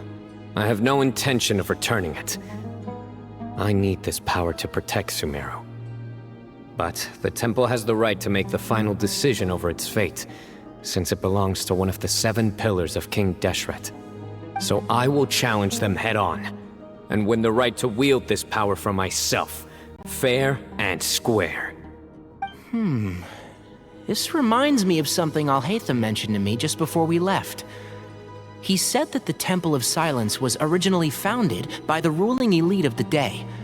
Traditionally, such organizations are bound by a strict and ancient code of nobility. Kaveh has made similar observations about the desert tribes from his work trips there. He says many of them have their own internal rules. They talk about the importance of never dishonoring their tribal bonds, or the rules laid down by their ancestors. I think we could turn that to our advantage.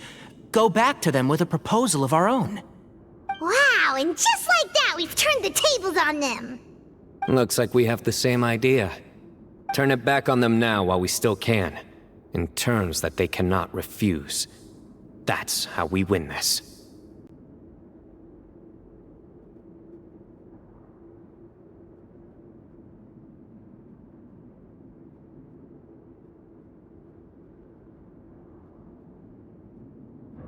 Great. And I know just how to start the conversation. Let's go find Sethos.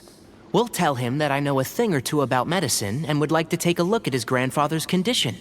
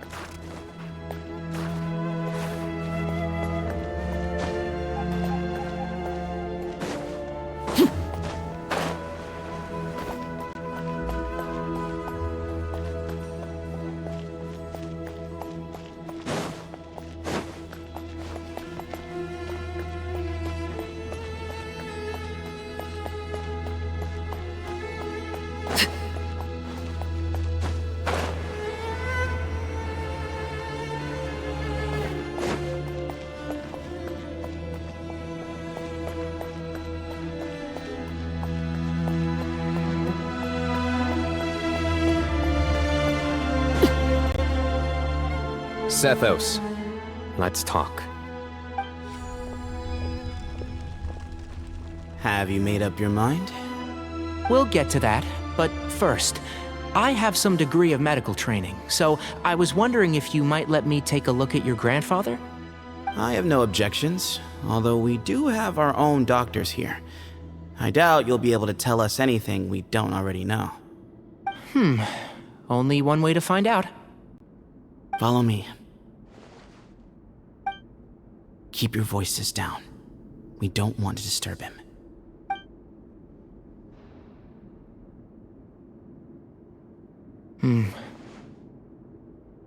Let's talk outside. Bamoon has fallen into a deep coma, and his prognosis is quite grave. I'm sure that your physicians have come to the same conclusion.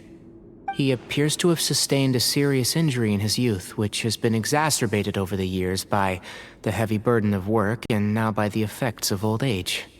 Regretfully, I must inform you that, based on what I've seen with patients in a similar condition, he doesn't have long left.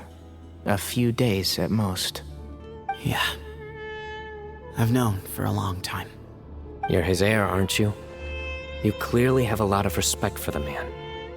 But you also see things differently. You have a broader range of concerns and a more pragmatic approach. So tell me how we can end this on your terms. Let's find a way to bring all this to a resolution while Bamoon is still alive to see it. That's what really matters to you. I know it. Yeah, there's no time to waste here. You know that better than anyone. You know, the two of you are actually in a very similar predicament right now. Both of you have a very different perspective from the men who raised you. Right. And you didn't create this situation. They did, but somehow you've ended up having to make the tough decisions. You're right. We both look at this problem very differently than the people we inherited it from. I accept, Cyno. This all began because of Hermanubis, so let's end it with the rite he himself created. Legend has it that when Hermanubis first arrived in Tuletula, he sparred with the city's residents. He and his two companions proved their mettle by fighting over several days, winning the support of many fine people. That group of supporters were some of the first members of the Temple of Silence, and the sparring matches were enshrined as one of our founding rites, the rite of duels. It's where it all began. Sounds very fitting. I'm in. As a fellow vessel of Hermanubis, your ties to the Temple of Silence run deep. So I will permit you to participate in this rite, along with your chosen companions. 3 against 3. Sounds good. However, I have some additional terms. As the challengers, you must win all 3 of your fights to win. And Cyno, both of us must put our Ba fragment on the line. The winner takes them both. Letting Cyrus leave with one of the Ba fragments was a mistake, made by my grandfather out of pity. It is a long-standing issue that must be addressed for the Temple of Silence to move forward. I can make no concessions on that front. None needed. We're on the same page. If I win, the Temple of Silence must release Cyrus, and consider this past dispute resolved. If you win, I'll return my power to you. It's a deal. Then let's meet at the ceremonial hall tomorrow evening, 8 o'clock.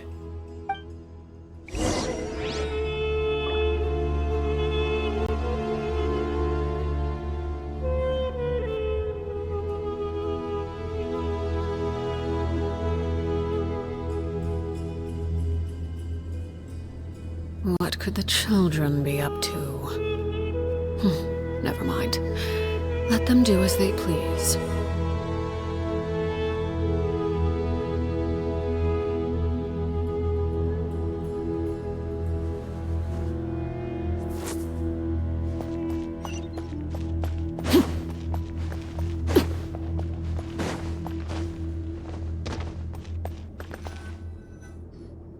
Well, after how that went, there's definitely no turning back now. There never was. Turning back hasn't been an option for me since the moment the professor slipped away to return to the desert. You have to win. You need this power, both as General Mahamatra and for yourself. Yeah, that's right! Besides, it stayed with you ever since you were a small child. Surely that's a sign it thinks of you as its rightful owner. Both as General Mahamatra and for myself. Yeah, when you put it that way. I've had to overcome a lot to tame this power and claim it for myself. Not everyone could have done that. Exactly! The Traveler and I will never lose. And neither shall I. The desert was home to an ancient and great civilization that, for a variety of reasons, fell out with the civilization of the rainforest. It's just as Dia said. Prejudice has pushed people apart. But there must be personal factors at work here too. I can't shake the feeling that Bamun cares for many more things than he lets on. And I don't think that Sethos is any kind of villain. He's just doing what he thinks is best. Tomorrow, everything will be resolved.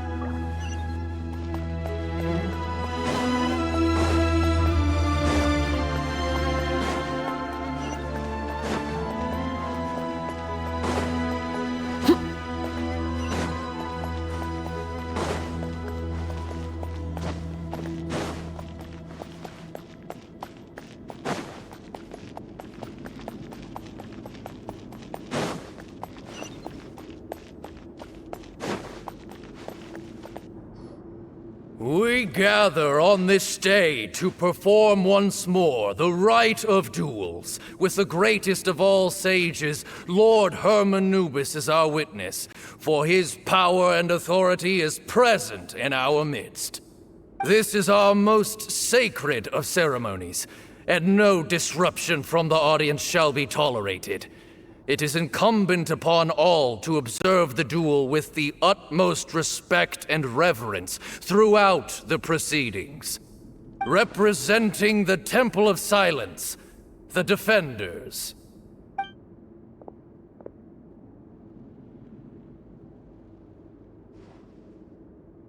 Grandfather, you're here.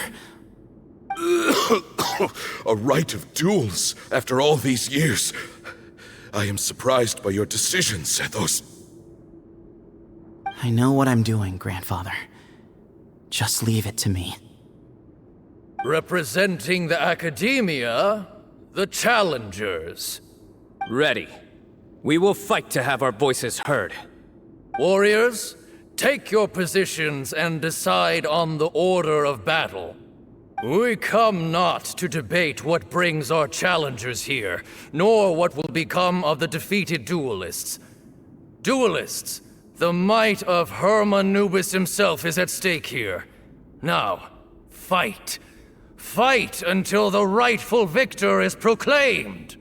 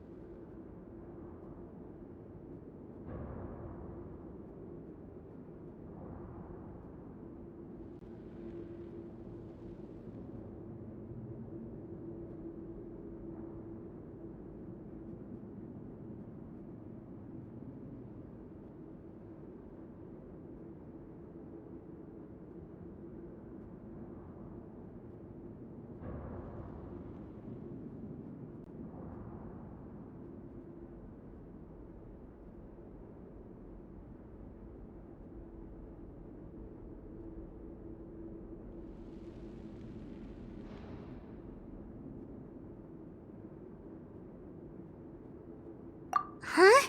Are you sure? I agree. She's very strong. Sending her out first will definitely intimidate the opposing side.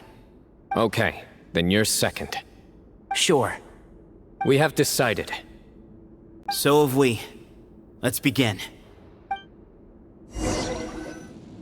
Duelists of the first bout, please step forward.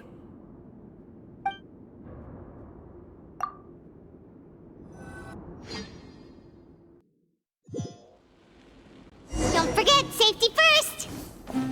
Hey, you there! You better play nice with her, or Paimon will make you regret it! Little bit too much chatter from the audience over there. Hey!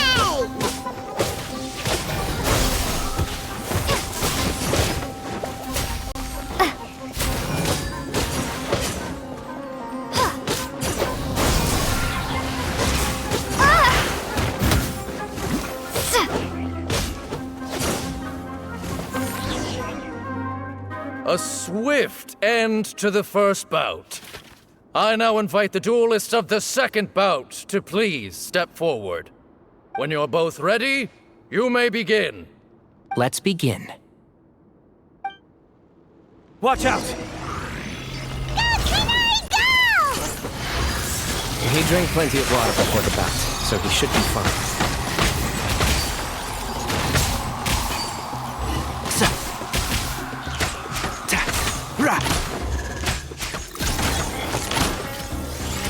One with the forest.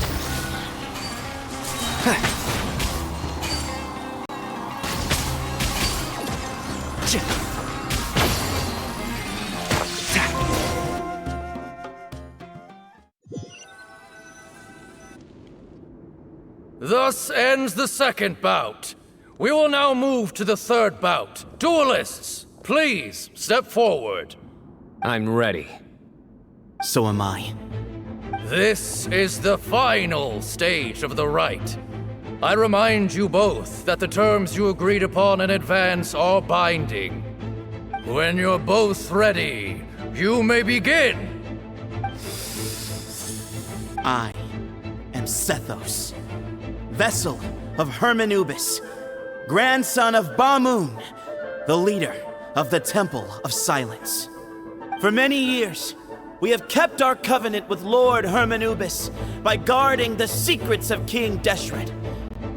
And even in our darkest hour, when we could not see a way forward, we chose not to abandon hope, but to embark on a brave new experiment so that we might prevail.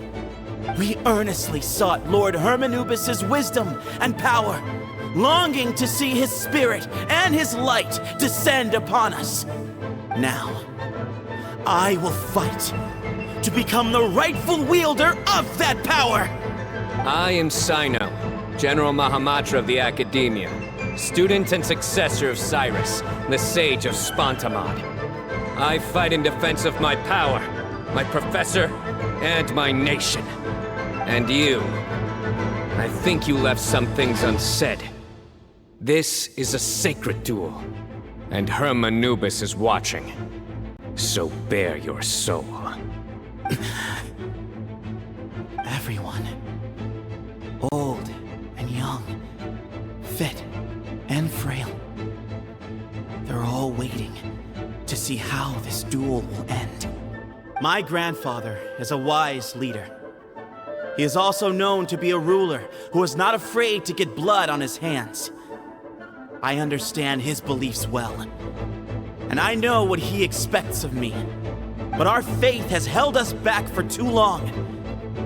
After I grew up, I went to the rainforest once, and I saw for myself the people of the city. Times have changed. The people of Sumeru are happier and more free now than in the past. I thought about this as I stood at one of the tallest points in the city, gazing down at the streets below. Then I thought of you, Sino. You and I both wield the same power, yet the lives we lead could not be more different. Each Ba fragment of Hermanubis stands for something different. Might, glory, and one of many other secrets that have yet to be revealed. I once thought that the nature of our fragments must be what makes us so different from one another. But maybe it's that you've found your answer, and I am still searching for mine. I am more than just a warrior. I am my own person. Exactly. The name Hermanubis has left its mark on both of us, shaped the course of our lives. We are his vessels, and yet we are more besides. So show me your answer, Sino. Show me I can be more than my faith, more than the power I wield. Show me the person I can become!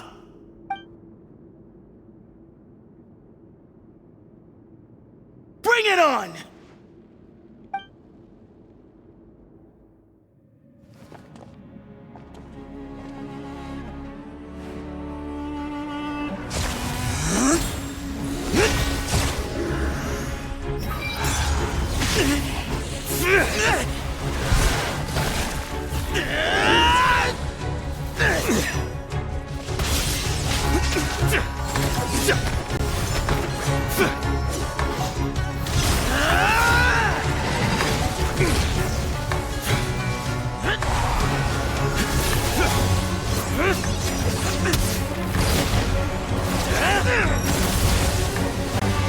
That's all you've got?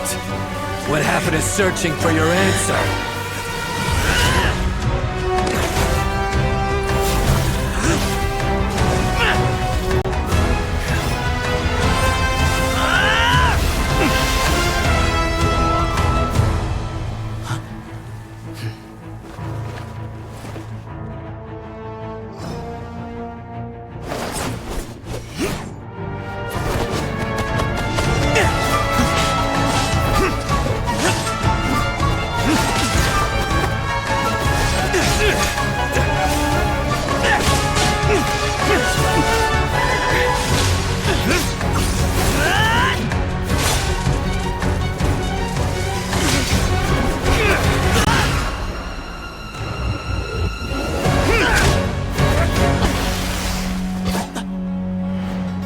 Fight's over.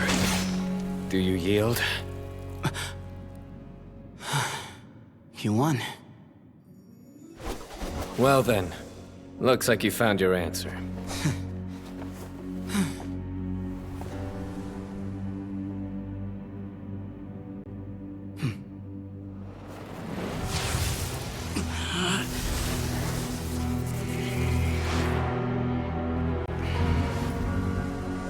I give his glory to you.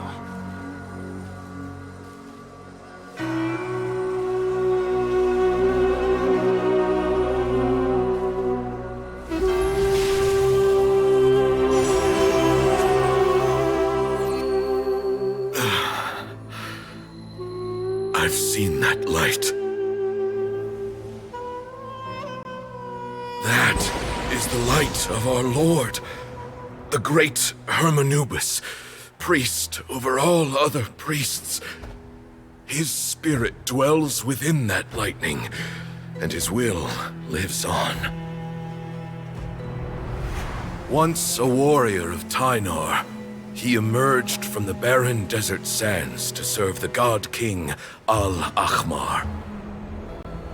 After the death of the god king, Hermanubis gathered his followers and the Tynarian priests and led them to the city of Tula.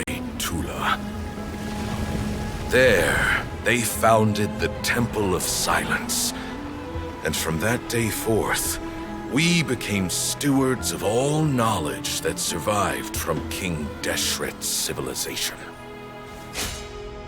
Barely a century passed before war ravaged the desert. One by one, Eremite leaders took up arms against each other in battles that would devour what little remained of their civilization. Only the wise city of Tula was spared under the guiding hand of the Tynarians. But peace did not last. Coveting the knowledge of King Deshret, the beasts set their eyes on Tule Tula. The king of Gurabad laid siege to the city and ordered the sages to surrender to him the Temple of Silence as proof of his victory. The ruling elite colluded with their oppressors, betraying the temple so as to hold on to their rule over the city. They declared that the knowledge guarded by the temple was the true cause of corruption. These were dark days, and we faced enemies on all sides. Our lord had long since exhausted his strength, keeping the forbidden knowledge introduced by King Deshret at bay. To ensure the temple's continued survival, he broke his being into many pieces and began the ceremony of Hermanubis' legacy, bestowing his power upon his mortal followers. With this power, the temple was able to defeat the tyrant's army. Yet, we were not hailed as heroes. Strange and unfamiliar as this power was, it struck fear into the people's hearts and drove them to reject us. In the end, the people of the temple and the Tule Tula Tainarians left the city for good and made their way to the rainforest. What followed next was inevitable. The elite of Tule Tula fell and were decimated. War engulfed the desert. And we wandered from place to place, always in hiding, all the while keeping close watch over our secrets and staying true to our mission. Betrayal forced us out of the desert and into the forest. Then mistrust drove us from the forest into the desert once more. We have lived in exile for far, far too long. Yet, today, the Temple of Silence has borne witness to the glory of Hermanubis once more. Thank you.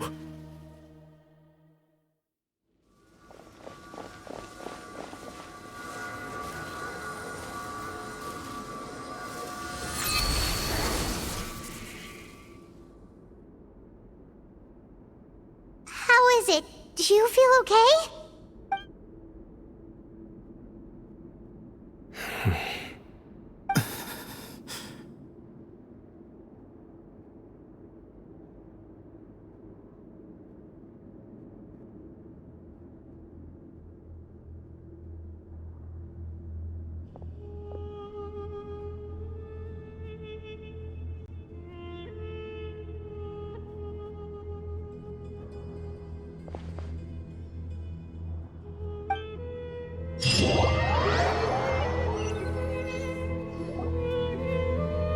Grandfather.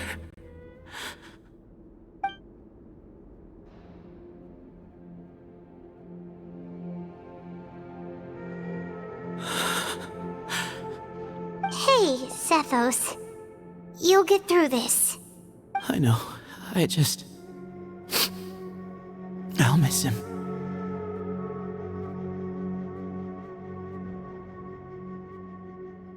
I guess you were prepared for this. It's been a long time coming, huh? Yeah, he's been on death's door for a very long time now. I think it was only through sheer willpower that he managed to hold on at this point. At least, he was able to see this chapter come to a close before he passed. What's next for you? Per my grandfather's last wishes, the Temple of Silence should submit to whoever possesses the largest number of Hermanubis fragments. That entitles you to be our new leader, Sino. But that's never going to work, as I'm sure you realize. I'm the General Mahamatra. I am needed back at the Academia. I did foresee this possibility, and I gave it some thought. The fact is, I know next to nothing about the staff, records, and environment here. As such, I am ill-suited to be your leader. Sethos, I believe the honor should go to you. Were it not for this duel, or indeed if you had other intentions, the Ba fragments would most likely be in your hands by now. I'm sure Bamoon never meant for anyone but you to be his successor. You really think so? I do. Still, I didn't think Bamoon looked very surprised by the final result. Perhaps he had an inkling that this would be the way things end. Well, in any case, since the Ba fragments are with me now, I guess I can call the shots. Sethos, I would like you to succeed Bamoon as the new leader of the Temple of Silence. You are more suited to the role than I, and I have complete faith that you will be an excellent leader. Just think of it as doing me a favor. But doesn't that render everything that we've been through up to now meaningless? No, it doesn't. This experience has allowed us to become friends, which means that the Academia and the Temple of Silence will become partners once more. That's a much bigger deal than you might think, Sethos. You said yourself, times have changed. You have to believe that things can change for the better here at the Temple too. I will try. To be honest, I couldn't have asked for a better outcome. Actually, part of me wonders whether Bamoon's intentions from the very beginning was just to create enough pressure to force us towards a duel. That way, no matter who won, one of us would have to surrender our Ba fragment, and the power of Hermanubis would be concentrated in one single person. Had you won, the Temple of Silence would have doubled its strength. And were I to win, he correctly anticipated that I wouldn't suddenly drop everything to become the leader of the temple, much less integrate the temple into the Academia by force. He knew that the temple's future would depend not just on the guidance of Hermanubis, but the support of the Academia too. So he made it his responsibility to ensure his successor would be free from the burdens of the past. His plan meant that whoever ended up succeeding him, they would have an easier time interacting with the Academia. With one single letter, he lured out the professor. No matter what happened after that, it would result in a net benefit to the temple. And here I thought the General Mahamatra wouldn't care for all these trivial details. You're absolutely right. Grandfather and I considered this from every angle. We had to find a way to mend our relationship with the Academia. In that sense, the right of duels was just a means to an end. Thank you for everything, Sino. As a gesture of our gratitude, to those that you and Lesser Lord Kusanali deem worthy, I will grant the honor of access to the Temple of Silence for their pursuit of knowledge. The Temple of Silence has a wealth of information on King Deshret's civilization, more than any other organization in existence today. In times when you need information that only we can provide, we will be here to support you. But you must be exceedingly careful with your selection of candidates, lest you lead humanity to repeat the same mistakes. By the way, Tainari, my grandfather was so happy to see you. You are a descendant of the Veluka Shuna, and we are the heirs to the will of Hermanubis.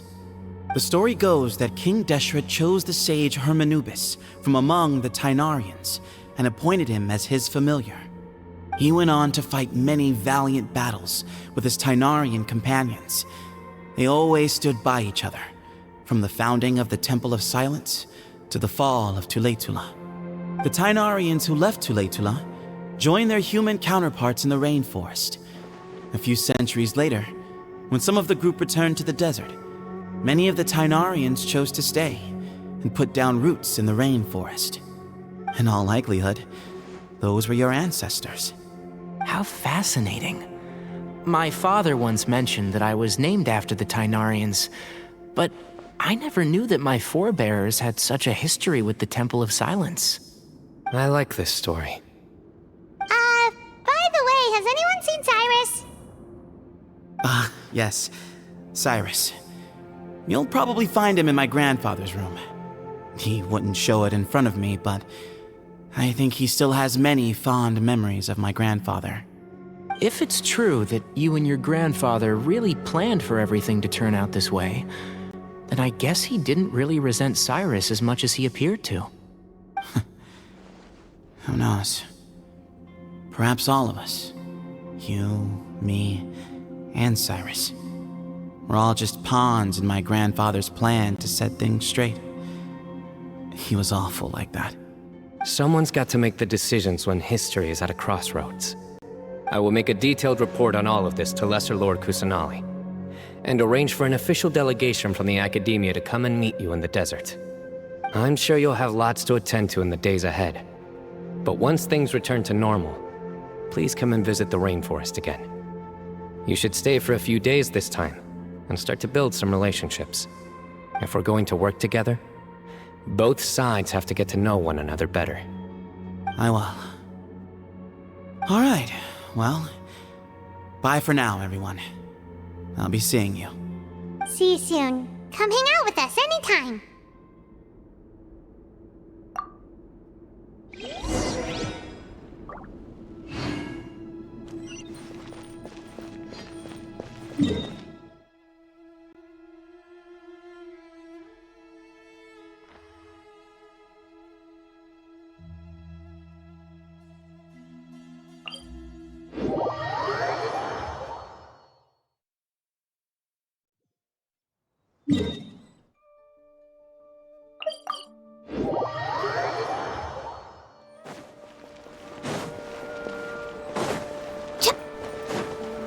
Ad Astra.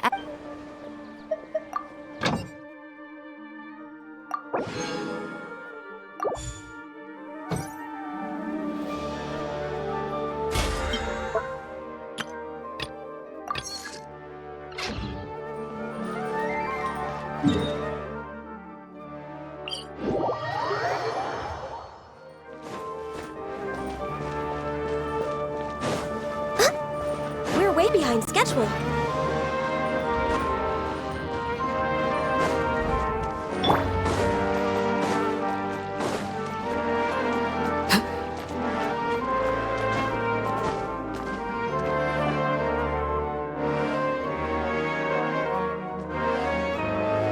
What were you thinking, gallivanting off into the desert alone at your age? What if you take the bucket, You told not a soul what you were up to, designated nobody to handle your affairs, and left everyone scrambling frantically to try and figure out how on earth to clean up the colossal mess you'd made. Oh, please, will you stop your yelling? What other choice did I have? What do you mean, what other choice? Do you mean to tell me that after all your years of learning, and sagehood no less, the only idea you could conjure up in that white-haired walnut of yours was to shoot off into the unknown like some hot-headed 20-year-old adventurer? A one-man suicide mission, That's the best idea that one of the finest minds of a generation could come up with, is it? It astounds me that you survived the journey, and you're lucky that Ba Moon didn't finish you off when you arrived. All right, all right. Honestly, the way you're going off on me, it's like you wish you'd been there to lend him a hand. Does it mean nothing to you that I'm your colleague and former classmate? I've got nothing more to say. What's the point of berating an old bag of bones? What do you mean, bag of bones? I'm a flesh and blood hero who, despite his old age, saved our General Mahamatra from being stripped of his powers. Okay, look. Fine, I admit it, I was in the wrong. How can I make it up to you? What about, a month's work at the Academia? 1 month? Try 3. Hinari's master is really laying into Cyrus. Let's give them a wide berth.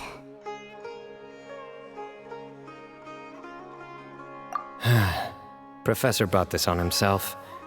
Don't pay any attention to him. Wow, I haven't seen Master get this riled up in a long time. The last time he chewed someone out like this must have been back when I was still a student. I think I'll go around and update everyone, tell them the situation's resolved. Want to come with me? We can go for dinner afterwards. My treat. You in? Makes sense. I'm in. Paimon's coming too! Let's go!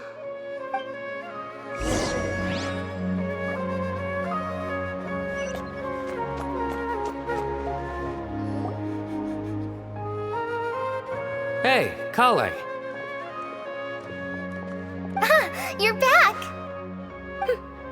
Well, look who we have here. Would you mind explaining to me what has been going on this past few days? I heard you all ran off into the desert and got embroiled in a major catastrophe.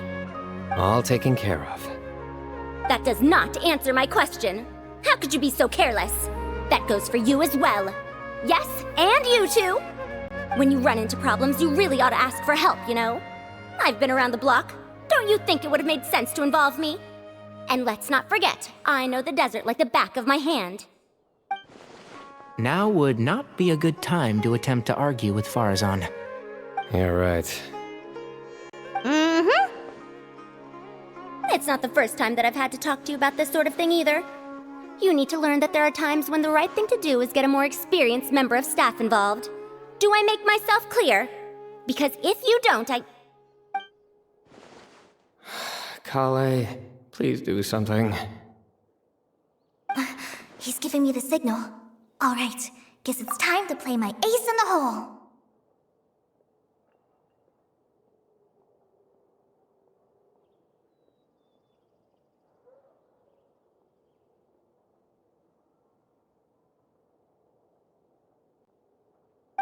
Say, Madame Farazan, I can see you're pretty upset, but, I was just wondering, remember that time you offered to give me a tour of the academia? Does that offer still stand?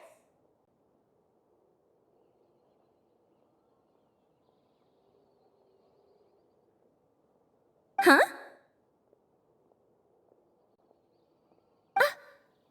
Wait, did I hear that right? Kale, you remember? Wonderful. Well, of course the offer still stands. Come on. Madame Farazan will show you around the old classrooms.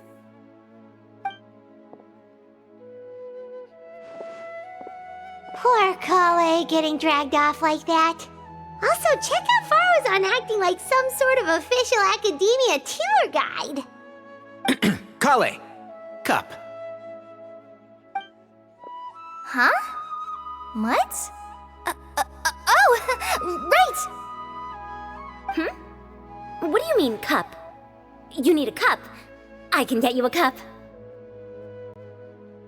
Oh, it's nothing. Just Master's way of reminding me to stay hydrated while I'm out and about.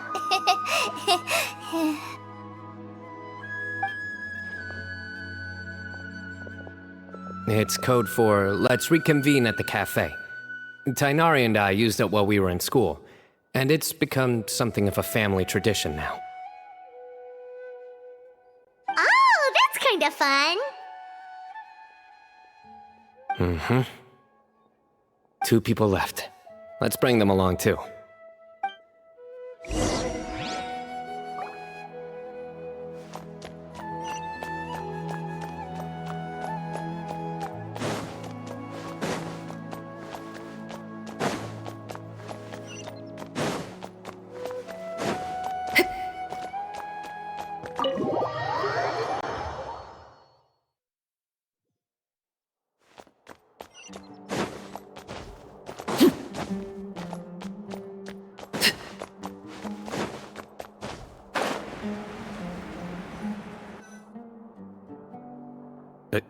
Am I hallucinating? Or do I see Kaveh and Alhaitham engaged in diligent studying? We're just reorganizing all the books we used. Look, there's a whole mountain of them. There's no rush. Nobody reads these books anyway. My sincere thanks to you both.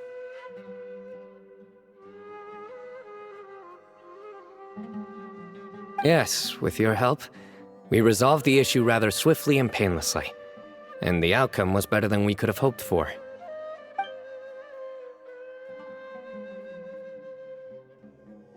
I see. The Temple of Silence resorted to rather unique means of self-preservation. It explains how they managed to remain hidden for so many years.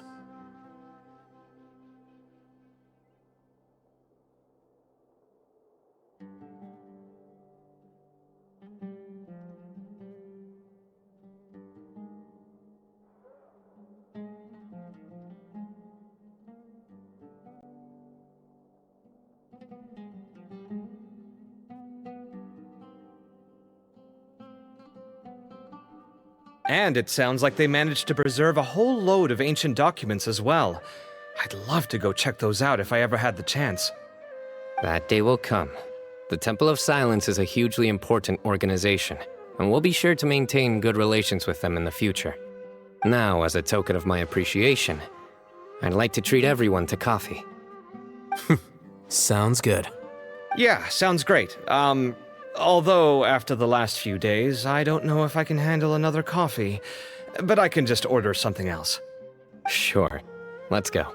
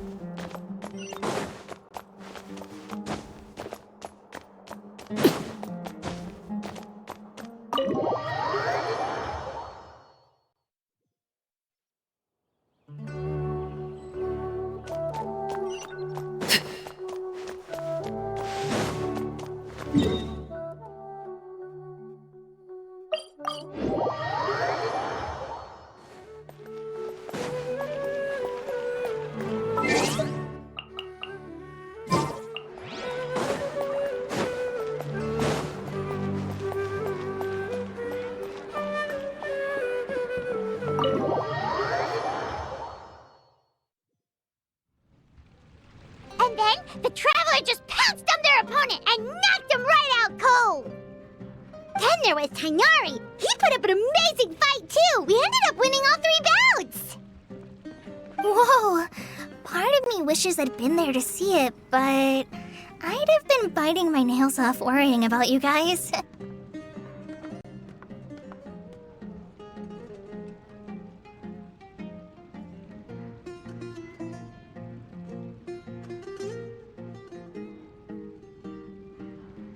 A truly edifying account of the events. Bereft of detail, but it has livened up the room all the same.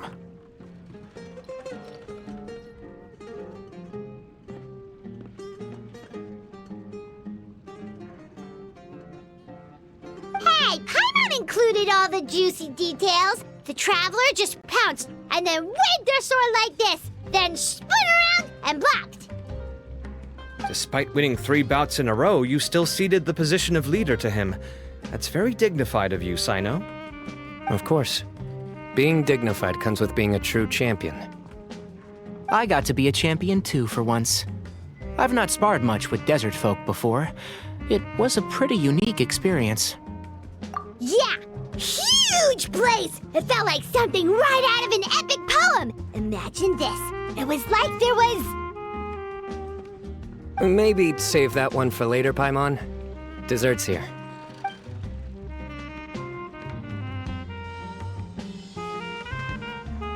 I think that'll do me for today. Shall we stop off at the House of Dana again before heading home? We should probably finish putting all those books back. My thoughts exactly. See you around. I should get going as well. See you all later. Make sure you get some good rest tonight. I need to go say thanks to the Core 30 for their help. Also, Sir Nephis says he wanted to introduce me to some of the Academia's work processes. So, I gotta dash too. Kale's come a long way. She's much more confident at dealing with other people these days. Everyone's a work in progress. You never stop learning. Yeah, true.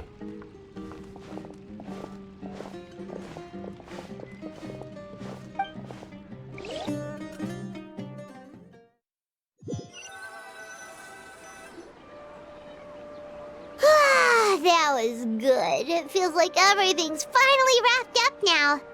Life is all about these moments when you can finally relax and hang out with good friends after a job well done. And also, those desserts Sino got, they were really good. Paimon definitely needs more of those in the future. Do you 3 have anything planned for the rest of the day? If not, would you come somewhere with me? That's a secret for now. Wouldn't want to spoil the surprise. Okay, I think I can guess what you're talking about. It'll definitely be a nice surprise. Well, now Paimon's curious. Come on, let's go.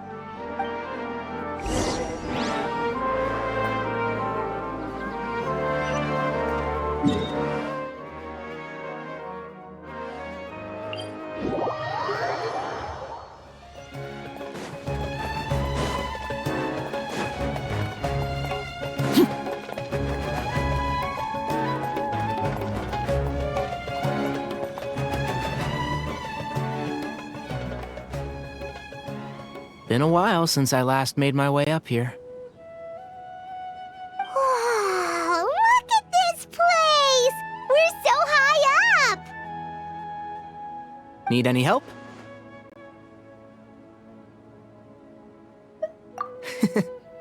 As you wish. That's a nice spot, isn't it?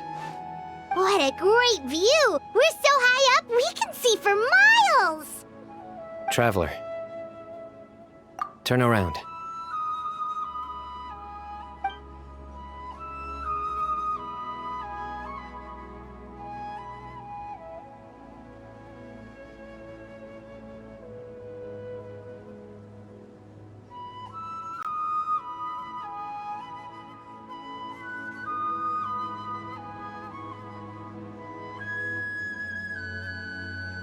This is my secret base. Somewhere I only bring my best friends.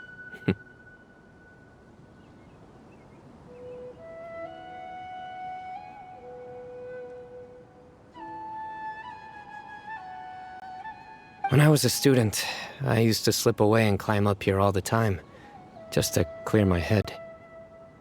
I was quite young then, and hadn't made too many friends yet. Back then, I had a lot of the same questions that Sethos was asking. Who am I? Why do I have this power? And what should I be fighting for? Our gifts help us to find our rightful place in the world. That was my experience. And I'm sure Sethos will figure things out in his own time, too.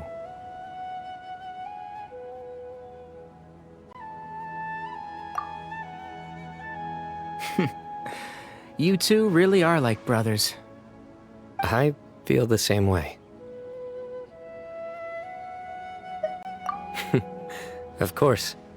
I see no need to be humble when it comes to the facts. I still remember one time when we came up here to chat and do our homework. Sino accidentally dropped a fruit. Luckily, he has fast reflexes, so he caught it just in time. That was the one and only time. Nothing will ever slip through my fingers again.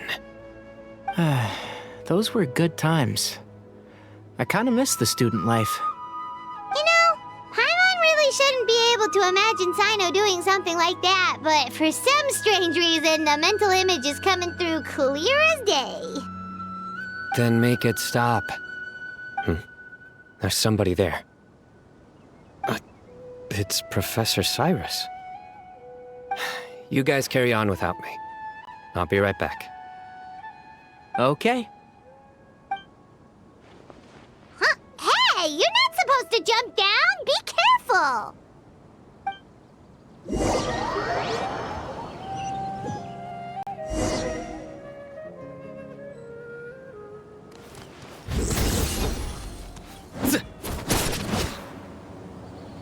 Oh my days.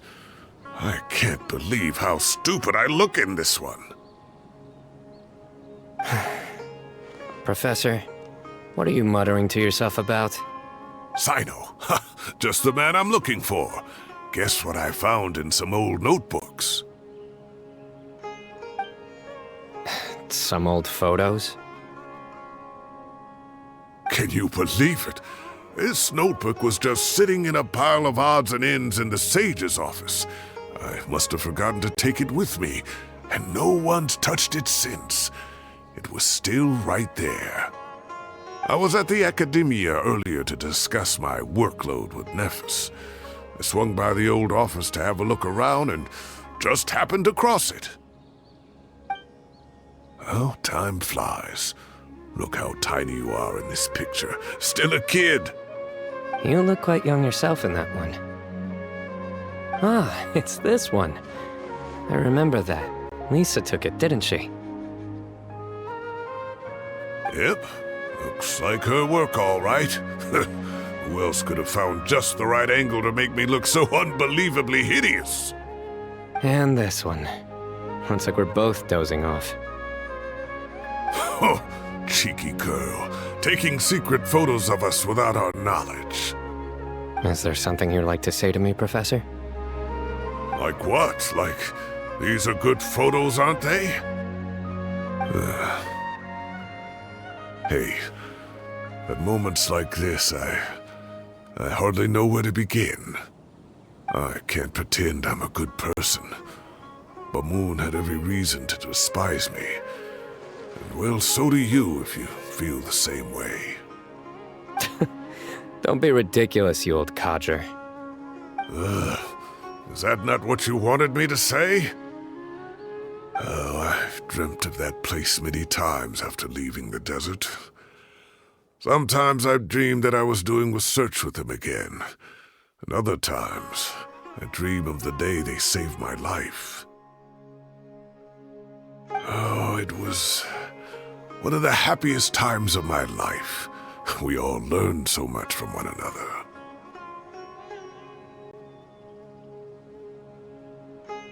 You've matured so much over the years, I know.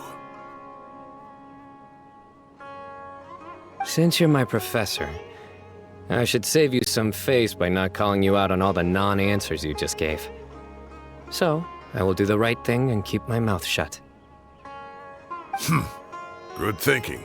Take your own advice next time. Seriously, why bully an old man like me? I thought heroes were supposed to be gracious. Hey, wait, how did I not notice this one earlier? Lisa strikes again. Just how many did she take? Look how cute you were when you were little. I remember how well-mannered you were back then, too.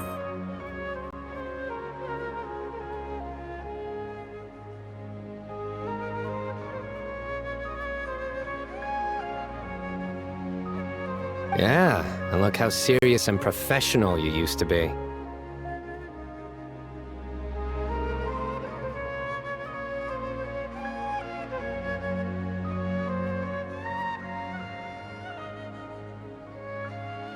Oh, I can't compete with you anymore. First you get better than me at the deadpan jokes, and now you're besting me at those little quips too. Don't say that. I still have a lot of respect for you. That's more like it. Hey, what would you say to meeting up with Lisa again sometime? I'd like that.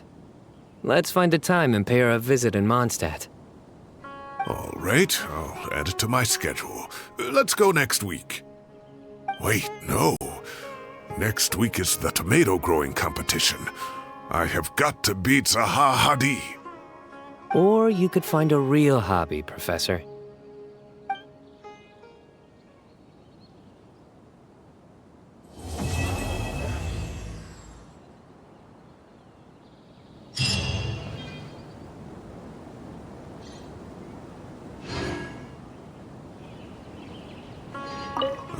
Time has passed too quickly.